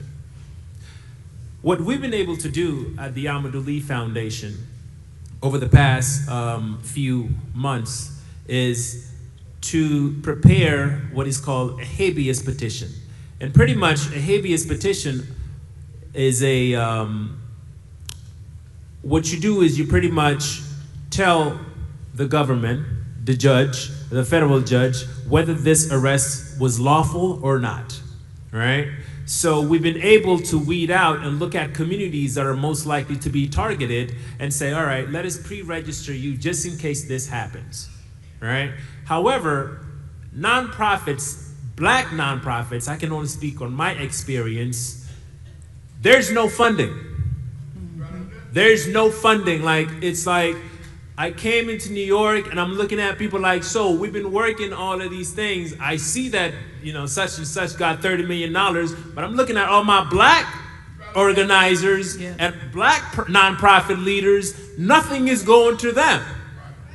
So for me, speak with your politicians as well. Are they preparing those nonprofits just in case things happen? Or are they not? Because it's nice to just sit over there and talk about, yes, Canal Street this, Canal Street that. Well, I'll tell you what happened on Canal Street. When that raid happened, it was our nonprofit that stood up and got those people out of there, out of detention centers. Therefore, it is important for us to diversify the funds that are going to nonprofits. It is also important for the church, for organizations to say, you know what, let us host nonprofits fundraisers for these brothers and sisters, because 9 times out of 10, you know what I'm saying, we don't have time to do fundraising. Things are happening. We're on the ground, and you know what I mean? It's on and popping. We know that with this administration. So for me, there are multiple levels to prepare for a raid. And it is important, again, to highlight the importance of habeas petition, right? Because with that petition, you are able to challenge the lawfulness of that arrest. And if that arrest is unlawful, especially if it's if you're in New York, 9 times out of 10, a judge is gonna release that individual. So tell your neighbors, especially if they're immigrants, to make sure that they get in touch with all these amazing brothers and sisters that are sitting here who are doing incredible jobs, because then if things happen, they're able to stand up for them. So that's what I would say. Thank you, Amadou. Patrice, I don't want to skip this. If you could tell us, last month UndocuBlack led 125 organizations in a letter to the Congressional Black Caucus regarding TPS and Operation Paris. Why was it important to deliver this demand through a Black-led organization? And either from you or from Reverend Bush, what does that partnership look like? And what made NAN decide this was a priority in 2026? Thank you, Monique. 125 organizations when we still have so many problems going on, and to sign on to a Black immigrant letter, National Action Network made sure that they were at the top of that list.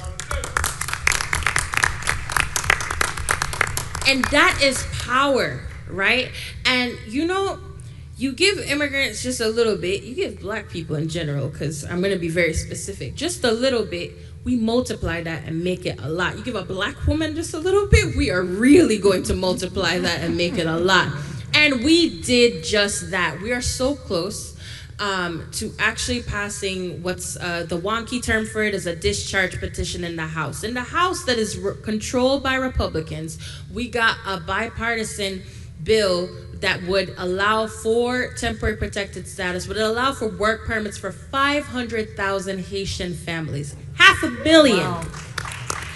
We're not there yet, so this is where I'm gonna need help. Whoever you can call up who is your congressperson, make that call, keep going, name drop, you know, National Action Network, let them know they're behind this. But that letter moved Congressional Black Caucus. They were mad at us. They were like, why are you sending us a letter? We're already your friend. And we're like, well, if you're our friend, then you will actually now make some demands on our behalf. Because my friends have to show me that they're my friends. Yes. They did that though, and so the bill was introduced by Ayanna Pressley. We have 218 members of Congress, including 4 Republicans on it. This is bipartisan, and we are hoping to have it pass the House before April 29, which is when the Supreme Court will take up the Haitian TPS case as well as Syria. And so that's power, and we've got demands, and that little letter that may not seem like much, we took that, ran with it, and we're able to get to 218 in the House on a discharge petition on immigration, on Black immigration, which I was told has never been done before. So we're going to want everyone to call 202-224-3121. That is the way to connect to your member of Congress. I'll say it again, 202-224-3121, and tell them what you expect them to do on this and other legislation. We are in lightning round. I want to get through 2 questions quickly, so I'm going to give you each a sentence for each one, all right? Starting with Murad, I want to ask you to finish this sentence honestly. Honestly. One misconception about immigrants that we need to address honestly in our communities is? That immigrants are taking away from others, which is completely untrue. And here in the state of New York, immigrants contribute over $81 billion in local and state tax dollars, and have the spending power of over $250 billion. They're paying into systems that they can never benefit from. So just uplifting that, and the number of the 81 billion local and state tax dollars includes undocumented people and documented people. And that might have been 12 sentences, but it was good. Okay. Well, nonsense. Patrice, one misconception about immigrants that we need to address honestly in our communities is? The concept of today for me, tomorrow for you, or in Jamaican, today for me, tomorrow for you, which is that they're going after those people, they won't come after me. That's a lie. George? One misconception, honestly, what is it? There are no good immigrants. There are no bad immigrants. There's no such thing as the worst of the worst. So let's reject that notion. We're all the same community. Reverend Bush? That immigrants commit more crime. Immigrants commit more crime. They're in here to change their life, and they have an interest in staying out of trouble. And so the studies show that immigrants, especially undocumented immigrants, do not commit more crime than natives do. Gerlin, one misconception about immigrants we need to address honestly. The fact that we have an immigration issue in the United States, because the reality is, as the current person in the White House mentioned, they welcome immigrants who are blonde hair, blue eyes from white countries, and they reject immigrants from black countries and other countries. So therefore, we do not, and I repeat, we do not have an immigration issue in the United States. We have an issue based on anti-black racism. Dorian, one misconception about immigrants we need to address honestly. That our struggles are not inextricably tied to each other. A weakened constitution hurts all of us. Repealing or rolling back the rule of law to attack one community means that this same administration can roll back the rule of law to attack you. Latrice. That immigrants take our jobs. There's really a misconception about immigrants taking jobs when actually most immigrants do jobs that we don't want to do.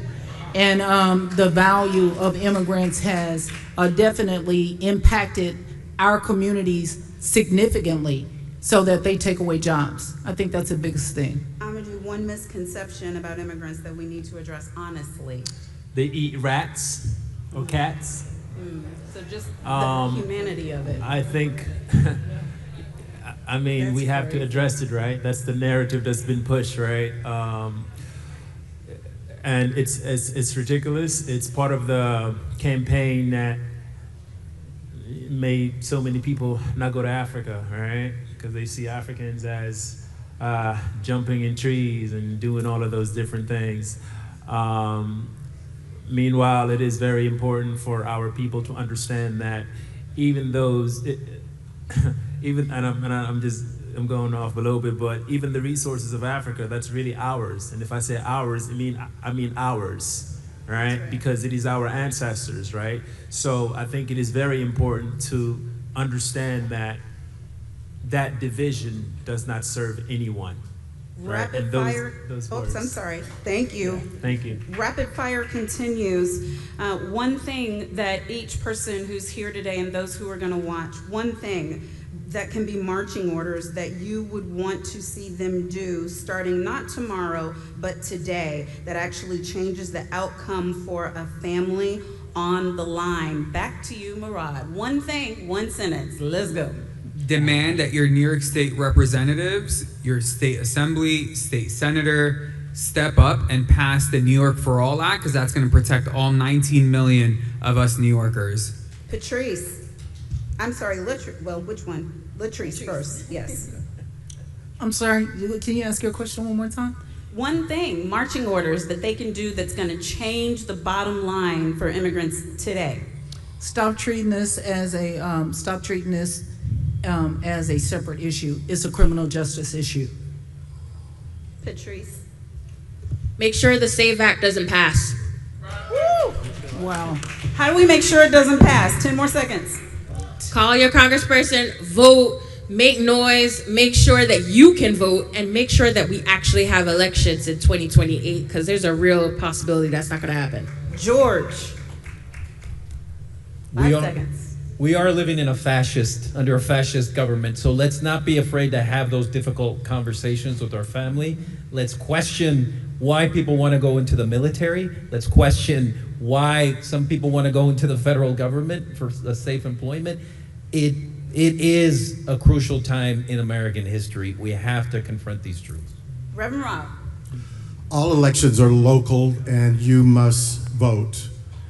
In Nevada, our governor won by 10,000 votes over the previous governor, and we lost the supermajority by 1 seat. He vetoed 187 bills that are important to immigrants and to our people. You have to get out and vote no matter what city you are in. And Reverend Al is not going to come out here and get me. Dorian, come on. One thing. Resources, give your time, talent, treasure. Amadou. Resources, support your local nonprofits. And on behalf of this esteemed and wonderful panel, Monique Presley, I'm going to say again what was said on the end. Not just vote, register somebody to vote. Make sure your whole household is registered to vote. Work in your neighborhood to get rid of this regime so that we can all be safe. Thank you for being here with us today. I hope you learned something.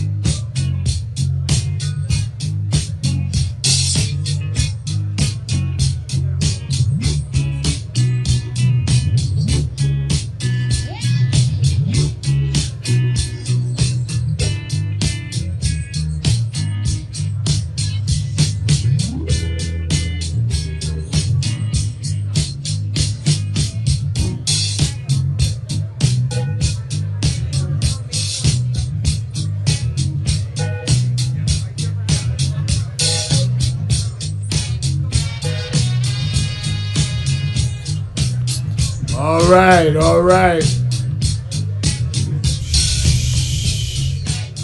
Let's calm down.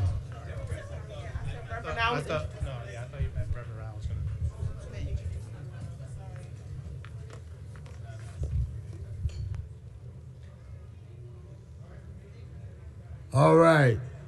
We're now going to deal with our panel that is going to deal with international issues around our people all over the world. We must think and act global in order to affect anything. We're in a global world now. And what happens in Africa affects us in the Caribbean, affects us in the United States. So how do we coordinate and how do we weave this together? Our panel is going to approach how we respond to that. I want to bring on the convener and who will preside over this. I met this brother 35 years ago. The year I started National Action Network, we had been marching in a section of Brooklyn, New York called Bensonhurst, where they had killed a young man named Yusuf Hawkins just for being in the neighborhood. It was a time they said blacks weren't allowed out there. And we went out there and marched and finally got 3 of those young white mobs that had killed him in court. Little did we know people around the world heard about it. And there was a young boy in London, England called Roland Adams that was killed for being black in a section of London, England. And they called and asked me would I come and help lead a march for Roland Adams like we had done for Yusuf Hawkins. And I flew to London and met 2 young activists. One is with us today. They started, we marched, they fought for justice. They formed a group called Operation Black Vote. And they started registering blacks in London and gaining power and position. 35 years later, he has become a member of the House of Lords in England. He is the assistant vice chair to the chancellor at Cambridge University, and has had me there and arranged for me to speak at Oxford. I'll speak at Oxford now, y'all. When I met him, he was Brother Simon, but now he is appointed by the king. He is Sir Simon Woolley. Sir Simon Woolley.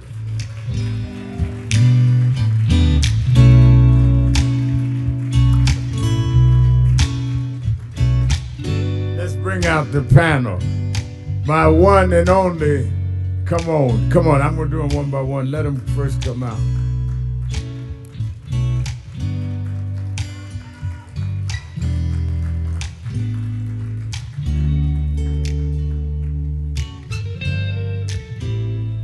I'm gonna let Simon do the intros, but I have to recognize, you know, I was mentored and raised by Jesse Jackson. And you know that means I've known Jesse Jackson Jr. since he probably was about 7, 8 years old. And I've watched him grow. There is no one I know that is more brilliant, not only in international affairs, but anything, than this brother. And I'm so glad that he comes to our convention every year. He said, I'm coming. I said, I need you to do something. He said, you don't have to put me up to do nothing. I'm coming. He's been there every year and would come with his father every year. Rem Jackson used to come every year till he couldn't travel. But give a hand to my little brother, Jesse Jackson Jr.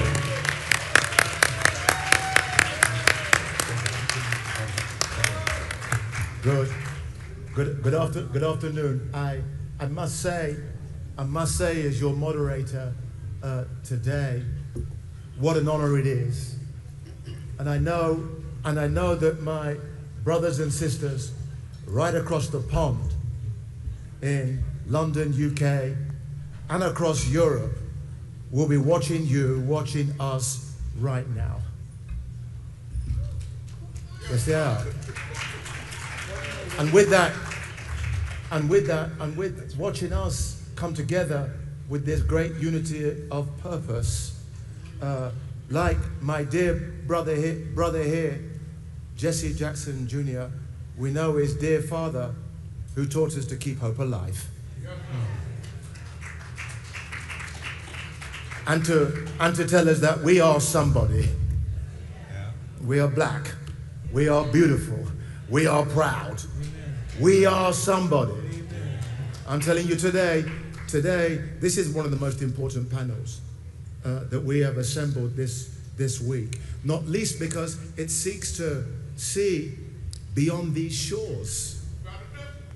We're global. We're a global phenomenon, but we rarely recognize it. So we have assembled an esteemed panel, and I want you to give them a round of applause for this global challenge of race and equity in today's movement. Thank you. Thank you. They will give us their insight. I first want to introduce Runa Alam. She's the Chief Executive Officer, Development Partners International. Ms. Alam is globally recognized investment leader and CEO of Development Partners International, a firm focused on deploying capital across Africa. With decades of emerging markets experience, she has played a key role in driving sustainable growth and empowering businesses across the continent. Please stand up and give them a wave. Thank you. Thank you.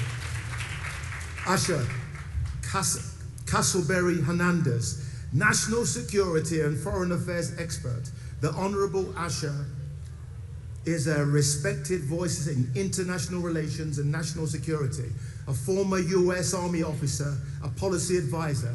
She brings deep expertise in global security strategy, diplomacy, and defense policy.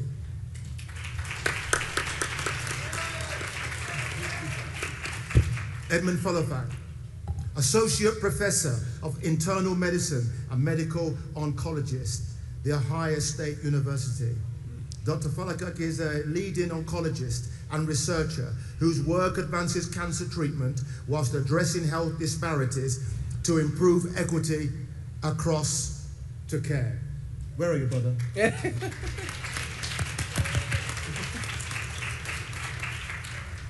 Is Martin with us? No, we're still waiting for that young brother. My dear friend here, my dear friend, my dear brother, former U.S. Representative, Illinois 2nd Congressional District. The Honorable Jesse Jackson Jr. is a former member of Congress, known for his advocacy, civil rights, economic justice, the urban development, with long-standing commitment to community and power. Give it up for Brother Jackson.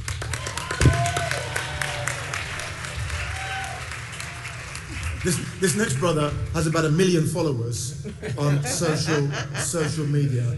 He's in the process of writing his 9th book. He's an intelligence officer, a spook, as we say in the UK. National Intelligence and National Security Advisor. Mr. Malcolm Nance is a national recognized intelligence expert, author, commentator, offering critical insights on counter-terrorism, cybersecurity, and global geopolitical strategy. Give it up for this super brother. Malcolm, I want to start with you. Okay. Look, we know how important the African-American voice is here in the USA. How do we get the African-American people to better see the 1.2 billion people in the global African diaspora? That's an excellent question. And, you know, most of you know me as the spy that talks on television, right? But that afforded me a lifetime of traveling around the world at your expense, so thank you. But one of the things that I don't see all the time, I go to Egypt, I go to other parts of the Middle East, Sub-Saharan Africa, I don't see enough people in the Black diaspora, particularly us, traveling to a continent that not only was our birth home, genetically and historically, but also we don't expose ourselves to the 1.2 billion people who are like us and want to see us. We don't travel. And if I couldn't even imagine how low the statistics of passport holders. But this is where young people who are influencers, other people who can bring the message of who we are truly, not through basketball and hip hop all the time, the only lenses we're seen through, but that we have wealth, we have intellect, we have universities that should be cooperating and linking to Sub-Saharan Africa in a way that we should be displacing the current administration's ignoring of that entire continent. We could do that as a diaspora, not just African American, Afro-Caribbeans, Anglo, Africans. There is a whole world of us that is not linked with the rest of us. How do we link it? Well, again, I like the idea of popularizing, of harnessing these young influencers. I'm an old influencer, okay? I might be the oldest there is. But, these guys who are 18, 19, 20, every year I go to Egypt. I go out to a remote desert village in Western Egypt and I run into influencers who say, oh, this is a hip eco-tourist spot. That needs to be encouraged for the places, for Nigeria, Ghana, Ethiopia. I love Ethiopia.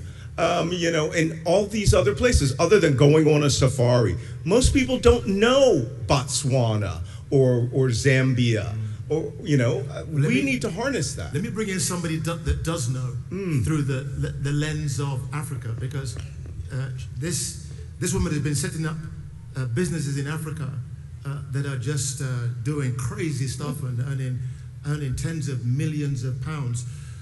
Runa, from your lens, give our audience a flavor about the dynamism that's going on in Africa right now. So I'll start by saying that last 2.5 days there's been talk about giving capital to black and brown people, so creating wealth for the black and brown community.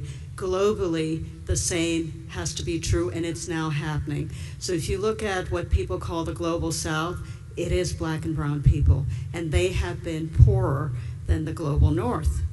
And that is changing. Africa. So Africa, as should be president, she should be president, Kamala Harris just said, is going to have 25% of the world's population by 2050, 40% by the turn of this coming century. It's going to have 13 of the 30 biggest cities. Lagos, Nigeria will be the biggest city in the world. It is, because the population is so young, incredibly tech savvy. So we invest in some of the largest companies in Africa. We've made them global, and we invest on the venture capital side too.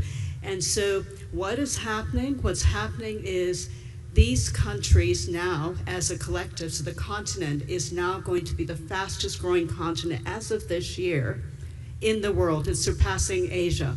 You put together 700 million people coming into the workforce, young people, you put together a young population that's tech savvy, you put together urban people consume more than other peoples, and you put together the biggest population in the world. What do you have?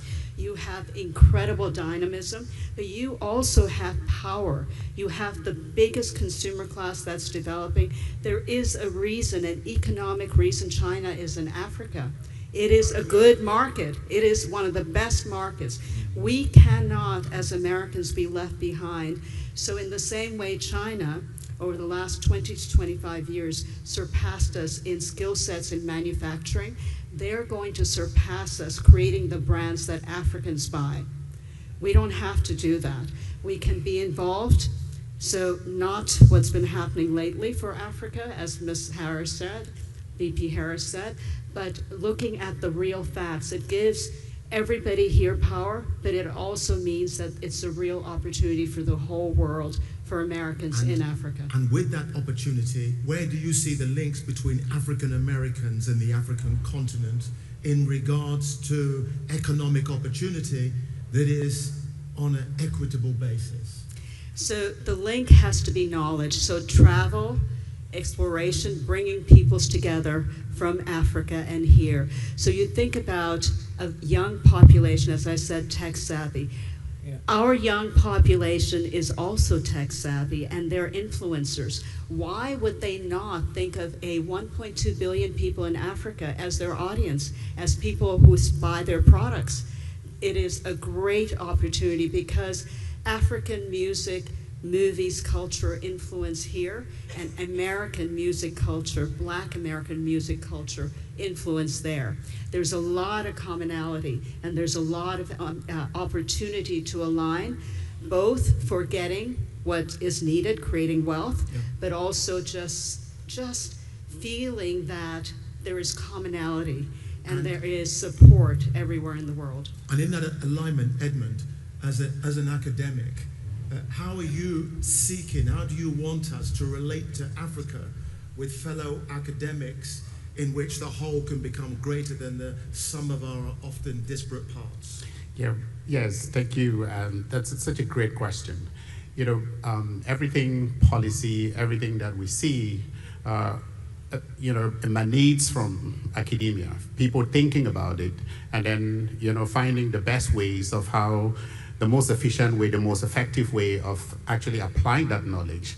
And so out here in the diaspora here, you know, we have about, what, close to $2 trillion. I mean, African diaspora. You have the African continent, which is essentially, you know, green in terms of its, you know, the potential for investment. And the value added when you invest money in Africa on elevating the people is actually way more, you know. Here in the US, for instance, you know, if I my area of expertise, we spend about $14,000 in healthcare per person per year. In Africa, that value is about between $85 to about $135. Yet, the continent needs hospitals. Yet, the continent needs a research such that the next drugs can be developed there. So, if academic disciplines here in our HBCUs can collaborate with academic disciplines in Africa to not make it be a haphazard process, to actually develop how do you take this money, what is the enabling environment that you need to create in the continent to make this a win-win, so that when somebody wants to go to Africa and invest, for instance, I'm not reaching out to the voracious capitalist, I'm going to the same place, the HBCUs here, and then to the African continent where I can get some faculty there to say, hey, what is the best way? Where should I invest my money in order to actually, one, get the return on the investment, but two, add value? And These are the things that we need. And Edmund, in that investment, yeah, for example, in healthcare and this express train AI,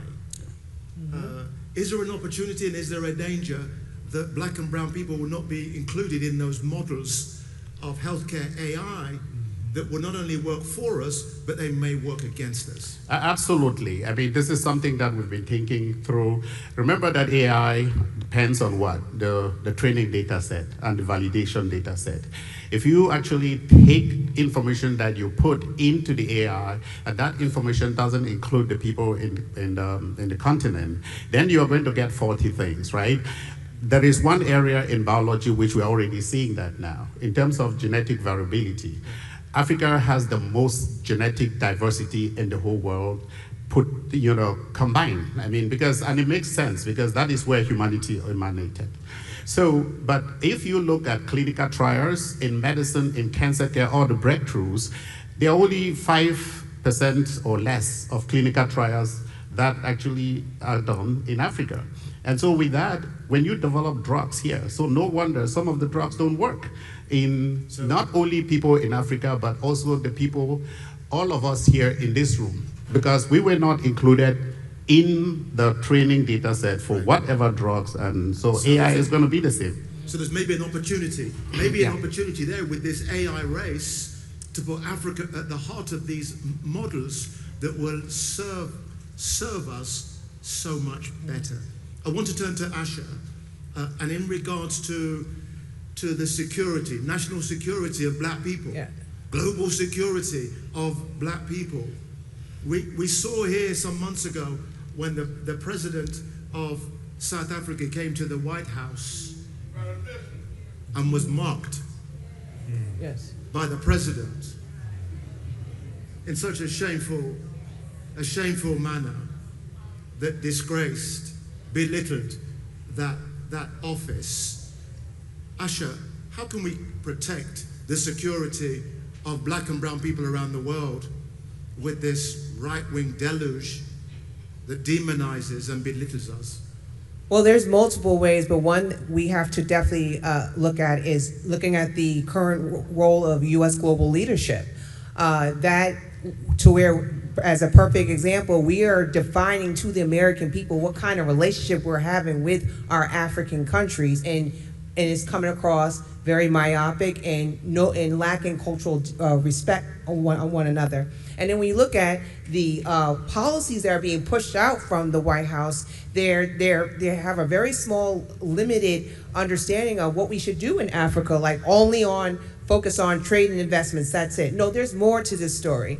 And we have to make sure that we redefine and be beyond this presidency as far as what is our role in terms of diplomacy with Africa, and being able to redefine our principles, and also identifying more activities beyond trade and investments as a way to help cultivate that relationship amongst the diaspora. And one way we can do that is building a task force where it's a diverse one, where we have influencers, celebrities, the Congressional Black Caucus, the private sector, that can help come together in a combined force as far as redefining what that relationship looks like and turn it into a long-term, enduring investment. Thank you, thank you.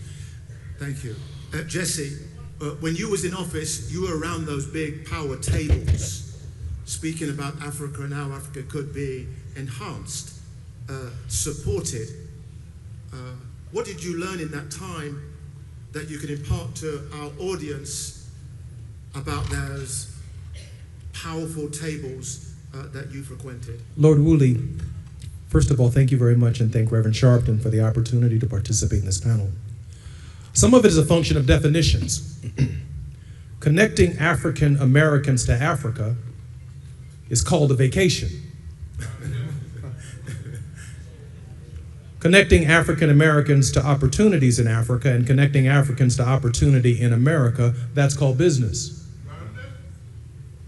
We need a framework that includes human rights, our respect for theirs and their respect for ours, opportunity, those that they can create for us and those that we can create for them, partnership. It means that Elon Musk ought not be digging lithium in African countries and bauxite, and while at the same time overseeing an agency that fired 300,000 black women in our federal government. That requires partnership and empowerment. There are 5 black-owned radio stations, for example, that allow talk radio. Very seldom do you hear African countries advertising on those black radio stations about come to Africa, come visit our country, come vacation, come take a safari, come enjoy yourself, come partner with us, come do business. But the medium by which we communicate with them is through to help shape the framework. African leaders, and this ought to be the last time that they come to the United Nations and speak, and don't stop by the National Action Network and spend some time with Reverend Sharpton. Now, we don't trust Elon Musk, but we do trust Reverend Sharpton. And I don't have a problem trusting Reverend Sharpton to meet with Elon Musk to tell him there will be no more digging of lithium in Africa until you see black lawyers and black accountants and black teachers and black colleges and black people and make a commitment to us here at home. That's the leverage that we need so he can dig in Africa. And last but not least, the next time an African leader comes to the United States, they ought call and ask for the lay of the land before they meet with the President of the United States and get insulted by Donald Trump. We saw what he did to the President of Ukraine, made him go home and put on a suit and come back. If they would have called us from South Africa and said, what would it be like if I accept an invitation from Donald Trump, we would tell him he's going to insult the hell out of you when you come there. So ignore the insult. Make sure the African president comes where he or she is respected first. Meet with our leadership and let's create opportunities amongst ourselves. So I'm loving the energy. I'm loving the vision. I'm guessing right now this is the time to think bigger and bolder than we have perhaps for some time. I'm reminded when I look at the 1920s that a black brother started the biggest movement of the African diaspora ever seen in Marcus Garvey. 6 million followers, raising millions of pounds, which would have been tens of millions of pounds. And you did all of that without mobile phones, without social media. Brothers and sisters, what's our excuse? We've seen what nations can do when they have a wealth fund.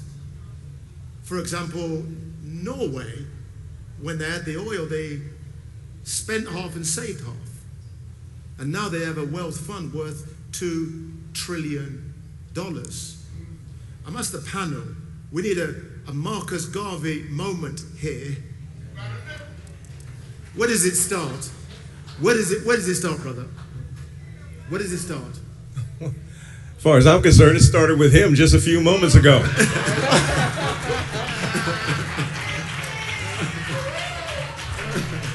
I don't know about you, but Jesse Jackson Jr.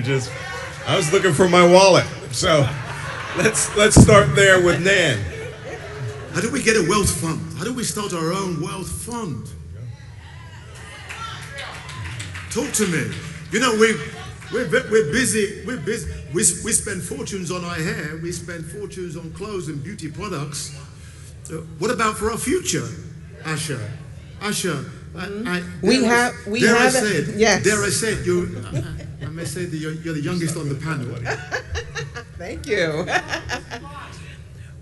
We have to align as a unit, the diaspora, with emerging industries, like looking at the critical mineral situation, right? As well as digital currency to help extract that wealth, right? But simultaneously, we have to also define our leadership as far as how we can work together in resolving our regional peace and security issues. I love Jesse Jackson's legacy as far as how he was one that called on to resolve the issues as far as hostage affairs and taking on the leadership on that. Right. So we have to simultaneously work on those two together, but we also have to take advantage of sports and entertainment together, right? Hip hop is extremely influential, right? And we can leverage that. And we have hip hop artists that want to go to Africa and be able to work together and build on special projects. So it's there. Okay, Edmund. Edmund, I need the leaders. I need the leaders in medicine, and we need the leaders in the university. How do we sew that golden thread with our black academics across the world? So I think to me, when I look at it, it's something, again, first of all, what do we want to do with it? Number one. Number two is how do we raise the funds? And we've already identified where the money is here, you know? And then three, how do you, when you invest that fund, we don't need to be like, I hear in the diaspora, especially the people who just came from Africa like myself, they'll say, oh, I'm Ghanaian American, I'm Ghanaian diaspora, I'm Congolese diaspora. No, I want to disabuse that. We just need to have a few places that have the enabling environment. We get these funds, you know, invest these funds in a form of maybe some kind of an investment bank, so that we can industrialize. Africa can industrialize and add value, you know, and stop being just the extractive you know, area where people just go and take out resources and then, you know, bring out to the United States or to the West. So that is the critical thing. And the reason why this is very important is that IMF or the Bretton Woods Institution and increasingly now the Chinese, when they invest in Africa, they are investing in Africa for one reason only, profit. Yes. But if we raise our funds to invest in Africa, we are investing in the human beings because they look like you and me, and we have a stake in it beyond just the money. And so we not only gain resources, the money, but we also elevate the next generation. And tomorrow, Africa can then form, we can see the next Wakanda build up in Africa that would give you and me, you know, the respect we all deserve as human beings. Wonderful. Runa, tell me, you are an expert on managing funds, huge amounts of funds, millions, tens of millions of dollars. What can we do with an investment black bank? Okay, billions, not millions, okay? So let's be powerful about this. I want to say a couple of things. First of all, the National Basketball League, NBA, is now in Africa. Think about the opportunity. It's growing leaps and bounds. Stadiums are being built. Young Africans are getting trained to be amazing basketball players. It's everywhere. There's a huge link everywhere. There really is. Let me give a vision here. First of all, I want to talk about two people. One of our companies is the biggest fintech, one of the biggest in Africa, biggest in Nigeria, MoneyPoint. Tosin, who's the CEO, I want you to envision how amazing a CEO is to build that. We've got another company called Kara, which is bringing healthcare to the poor people all around Africa through insurance, microinsurance, and building healthcare system. You know who's building that? Somebody who was the head, African, Senegalese, was the head of AI for one of the big fangs here, went back, created an academy to train Africans to go into AI, and is using AI to change the healthcare system in Africa. So there is such a link. So I wanted to say one last thing, which is there are billions, hundreds of billions of dollars of local money in pension funds in Africa, in insurance companies. Okay. It should be also African fund investing here in some of the best Understood. African businesses. Malcolm, you know, when we turn on the TV, we can easily get rage baited by the horror show from the White House. How can we see that chaos, that calamity within that? How can we see an opportunity? The opportunity is there. The United States is withdrawing as a nation from sub-Saharan Africa. We're closing 17 embassies and consulates. What is missing is there is a gap now for statesmanship. And we don't have to wait for 2 or 3 administrations down for someone to appoint an ambassador here and an ambassador there. We can create our entire own ambassadorship of business, of statecraft, and fill the gap, not just African Americans, the African diaspora, and create those wealth and sovereign funds. $5 from 40, we're 42 million African Americans, right? We have an interest in Africa, and Africa has an interest in us. Correct. And where no one is helping, we should help ourselves, and we should build our own bridge. Where does it start? I'm sorry? Where does it start? 2 minutes ago when I started that statement. There we go. There we go. I think, you know the thing is, like you, over the last few days, I've sat here in awe, listening to the array of wonderful speakers, from business, from politics, from the arts. Sometimes I feel where the gap is missing in this leadership need that we have is that we're not looking in the mirror. There you go. To find the leaders that we need. In the last 48 seconds, I want you to stand up if you can now see yourself as a leader. Please stand up. Please stand up. Global Please stand leader. up. Please stand up. Look at this. Look at this leadership. Coming out of the shadows. Owning the space. Being black and proud. That we are somebody. That's right. That we will succeed. And Dubai, yes, and Dubai. Thank you, thank you, thank you. When you leave the building, keep the leadership. When you go back home, you keep the leadership. I love you all. Thank our panel. Thank yourselves. Keep hope alive. Thank you.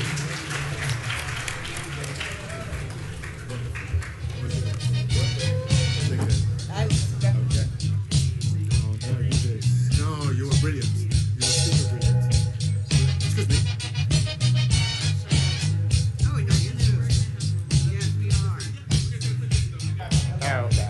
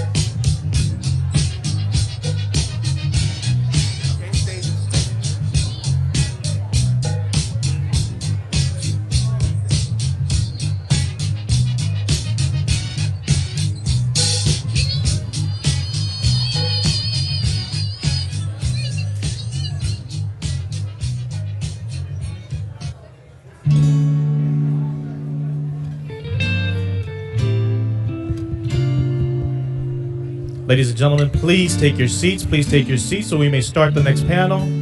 Please take your seats.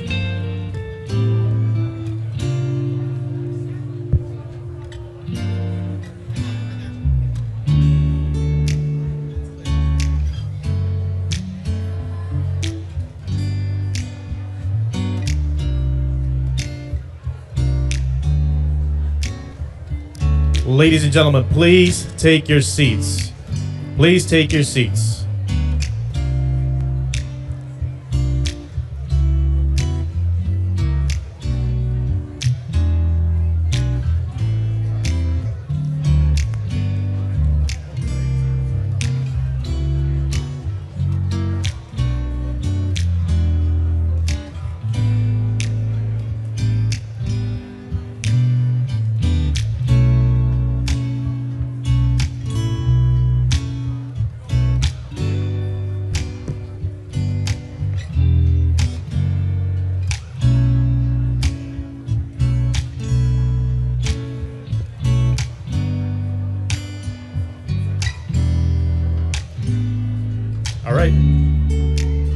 Please welcome to the stage Reverend Dr. W. Franklin Richardson II, Chairman of the Board of National Action Network and Senior Pastor at Grace Baptist Church, Mount Vernon, New York. Hello, everybody. We're glad to be here. And we thank God for all that He's done and is doing in this week. Haven't we had a great meeting this week? A great meeting. I need the name.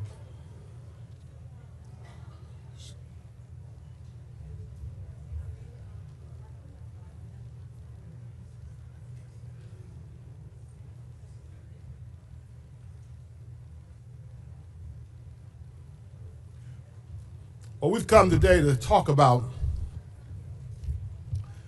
the black church and its relationship to social justice. Earlier today, I was in the ministers' luncheon, and I talked about how the social justice movement in America among black people would not, could not, and will not survive without the black church.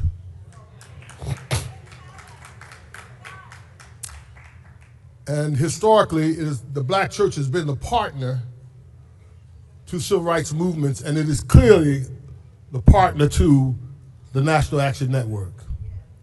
And this is an important conversation because the black church is in transition. And it's not your mama's black church anymore. And what is it that mama's black church had that we want to sustain going forward?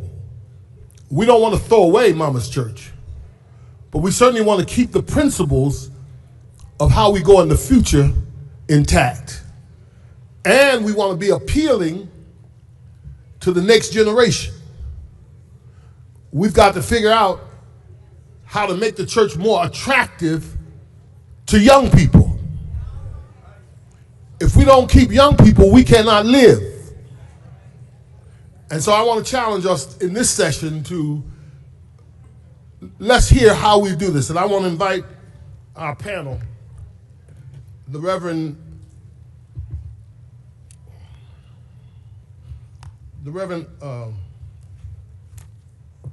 excuse me, I know them, but I don't want to mess them. George Parks.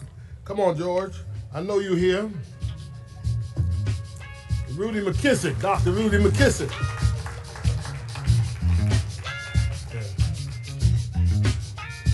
They handed me a...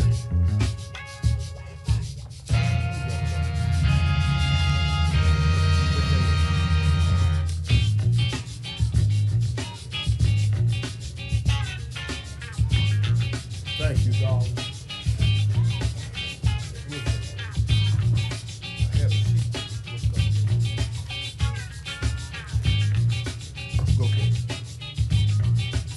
And Reverend James Duckett, Senior Pastor of Fort Mont Baptist Church in the Bronx.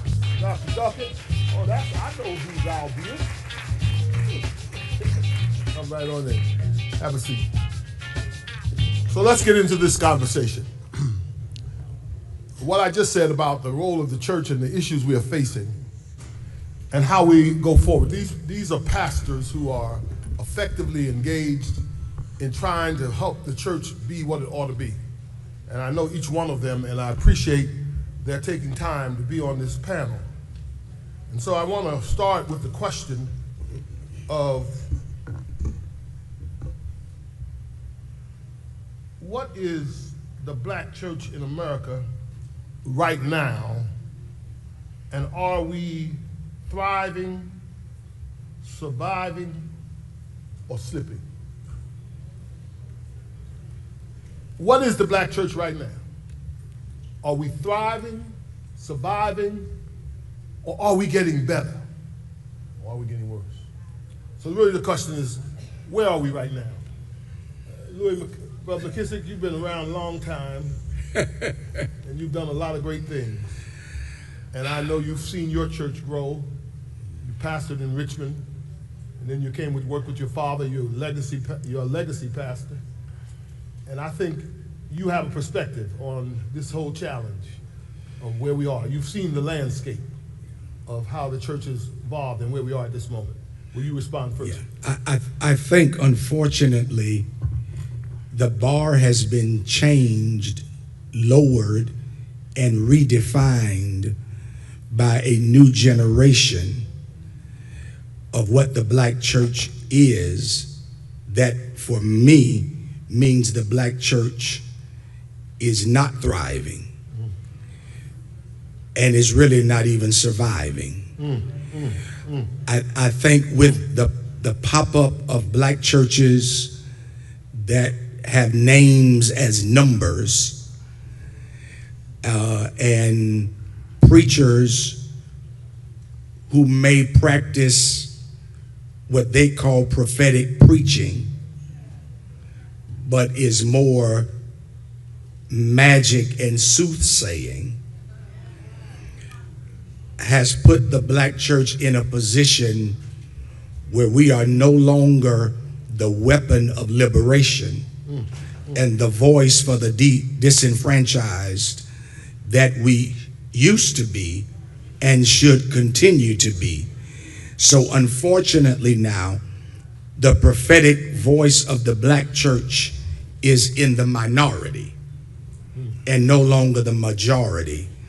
And we've got to find a way to now get back to the real definition of the prophetic and get away from those who call themselves prophets but can only tell you about checks in the mail but cannot teach you how to open a business to produce your own checks. My.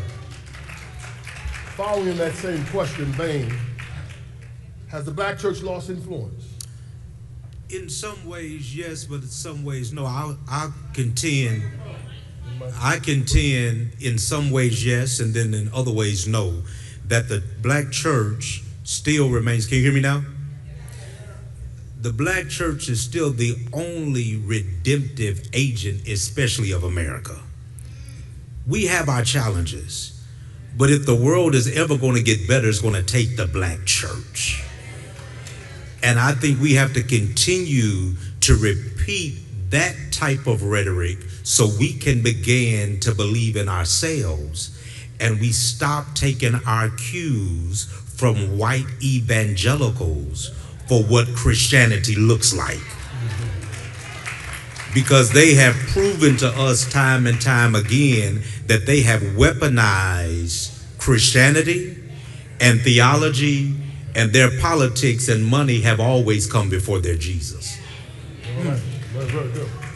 But Doctor, do you think we can get out of this direction, or how do you think we can get out of what we have been depicted by Dr. McKissick and by Dr. Parks?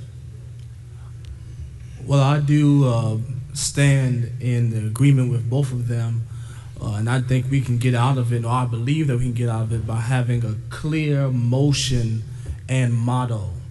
a clear mission, because too many times our missions as the black church are confused. And because of the confusion, I believe we have become theologically silent in political places where we should be loud and stand up preachers. So I think that we can get back to where we were, but we just have to have a clear mission, not a confused motto. Okay, let me say, all of you have put the analysis of the black church as being challenged. All of you, and some of you said, one of you said this being challenged by its mirroring the white church. It's being challenged by not being engaging in the check receiving church. The church is only about the money.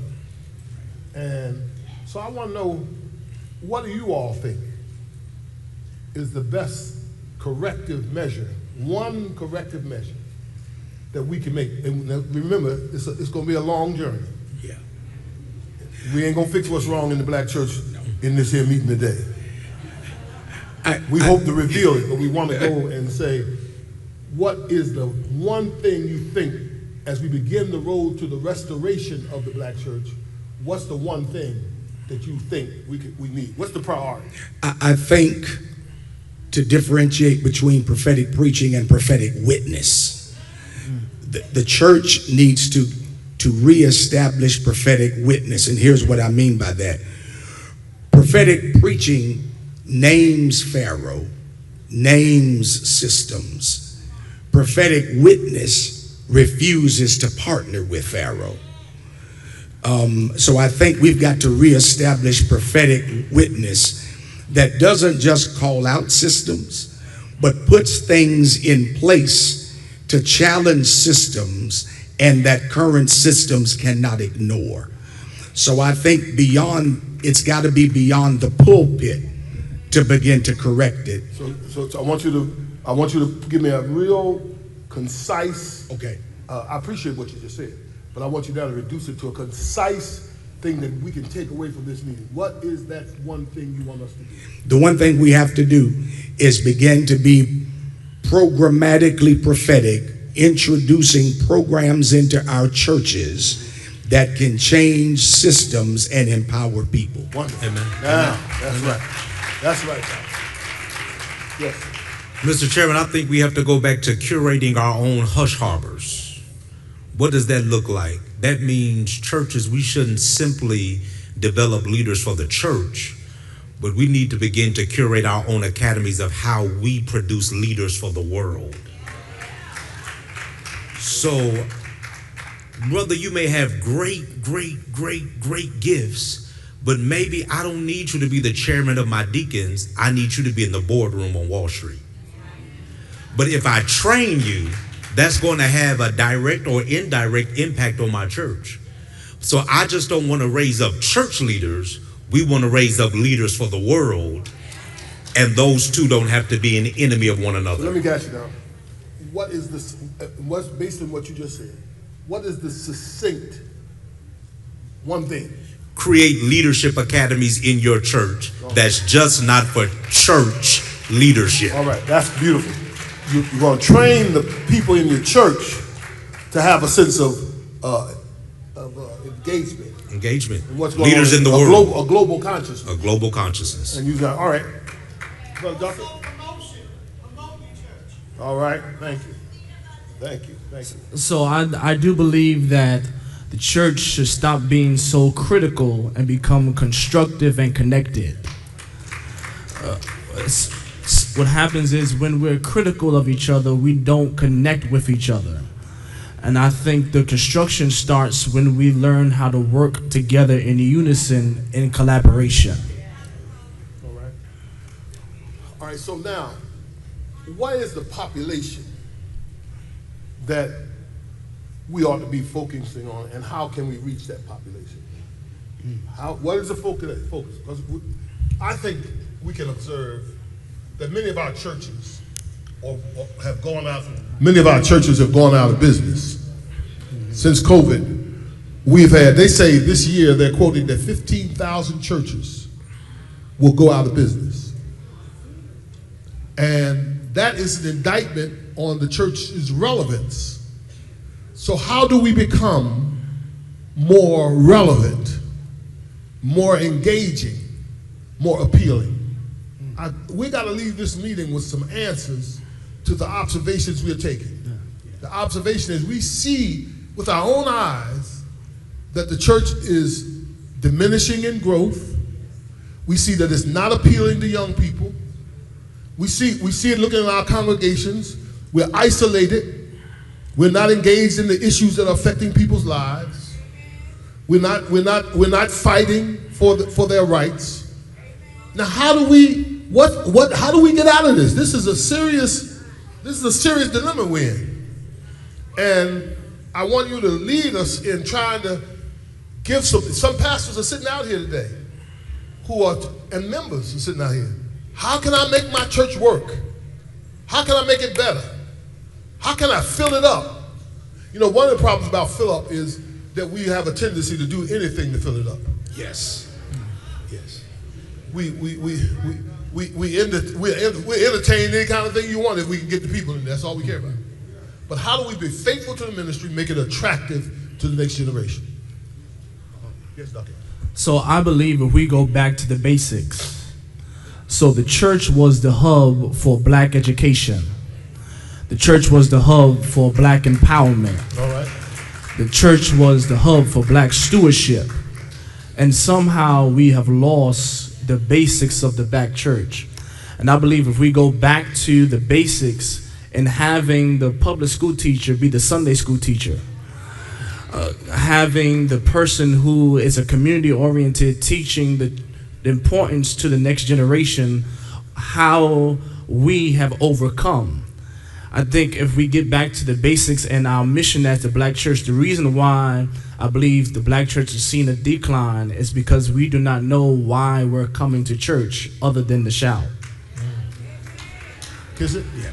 I think, I hope I don't get in trouble. I think one of the things we've got to do is stop celebrating a memory of what your church used to be.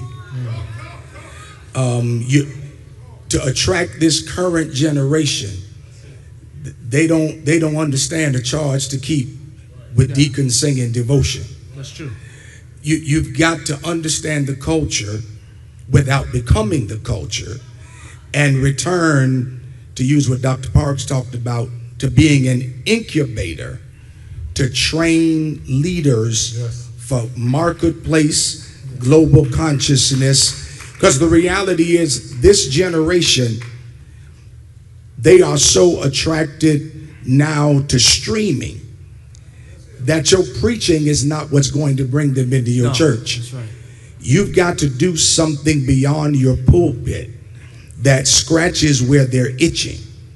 And sometimes we're so busy keeping Jurassic Park happy that we're doing nothing to attract the younger generation. That's right. And I think we've got to now come to a place where we create incubators and create programs and activities where young people can be trained and where young minds can be used and heard, so that the church really becomes a weapon of empowerment and not just a Sunday morning meeting place. Dr. Richardson, I want us to be reminded that we may need to reframe a bit. Christianity has been on the decline in North America for some time. So this is not a new problem, and this is just not a black church problem. That's why so many majority culture churches have aimed to solicit our people. So this is just not a black church issue. This is Christianity in North America is on the decline. Right. But we also have to consider how we do ministry now. Sunday morning has to be the gathering of the overflow of all of our different kinds of engagement. So the key word is meaningful biblical engagement, and the black church has never been monolithic. So you're not going to get at Metropolitan what you'll get at some other church. And we don't make any apologies for that, because this generation, the only thing they really want to know is if you're authentic. Very good. So authenticity goes a long way. It's not if you wear jeans or if you wear a suit. They just want to know if you are authentic, and if you have engagement, and if you are lifting up the historical Jesus Christ that we claim that we believe in the Bible. Well said. I think that you have to, each of you and all of us,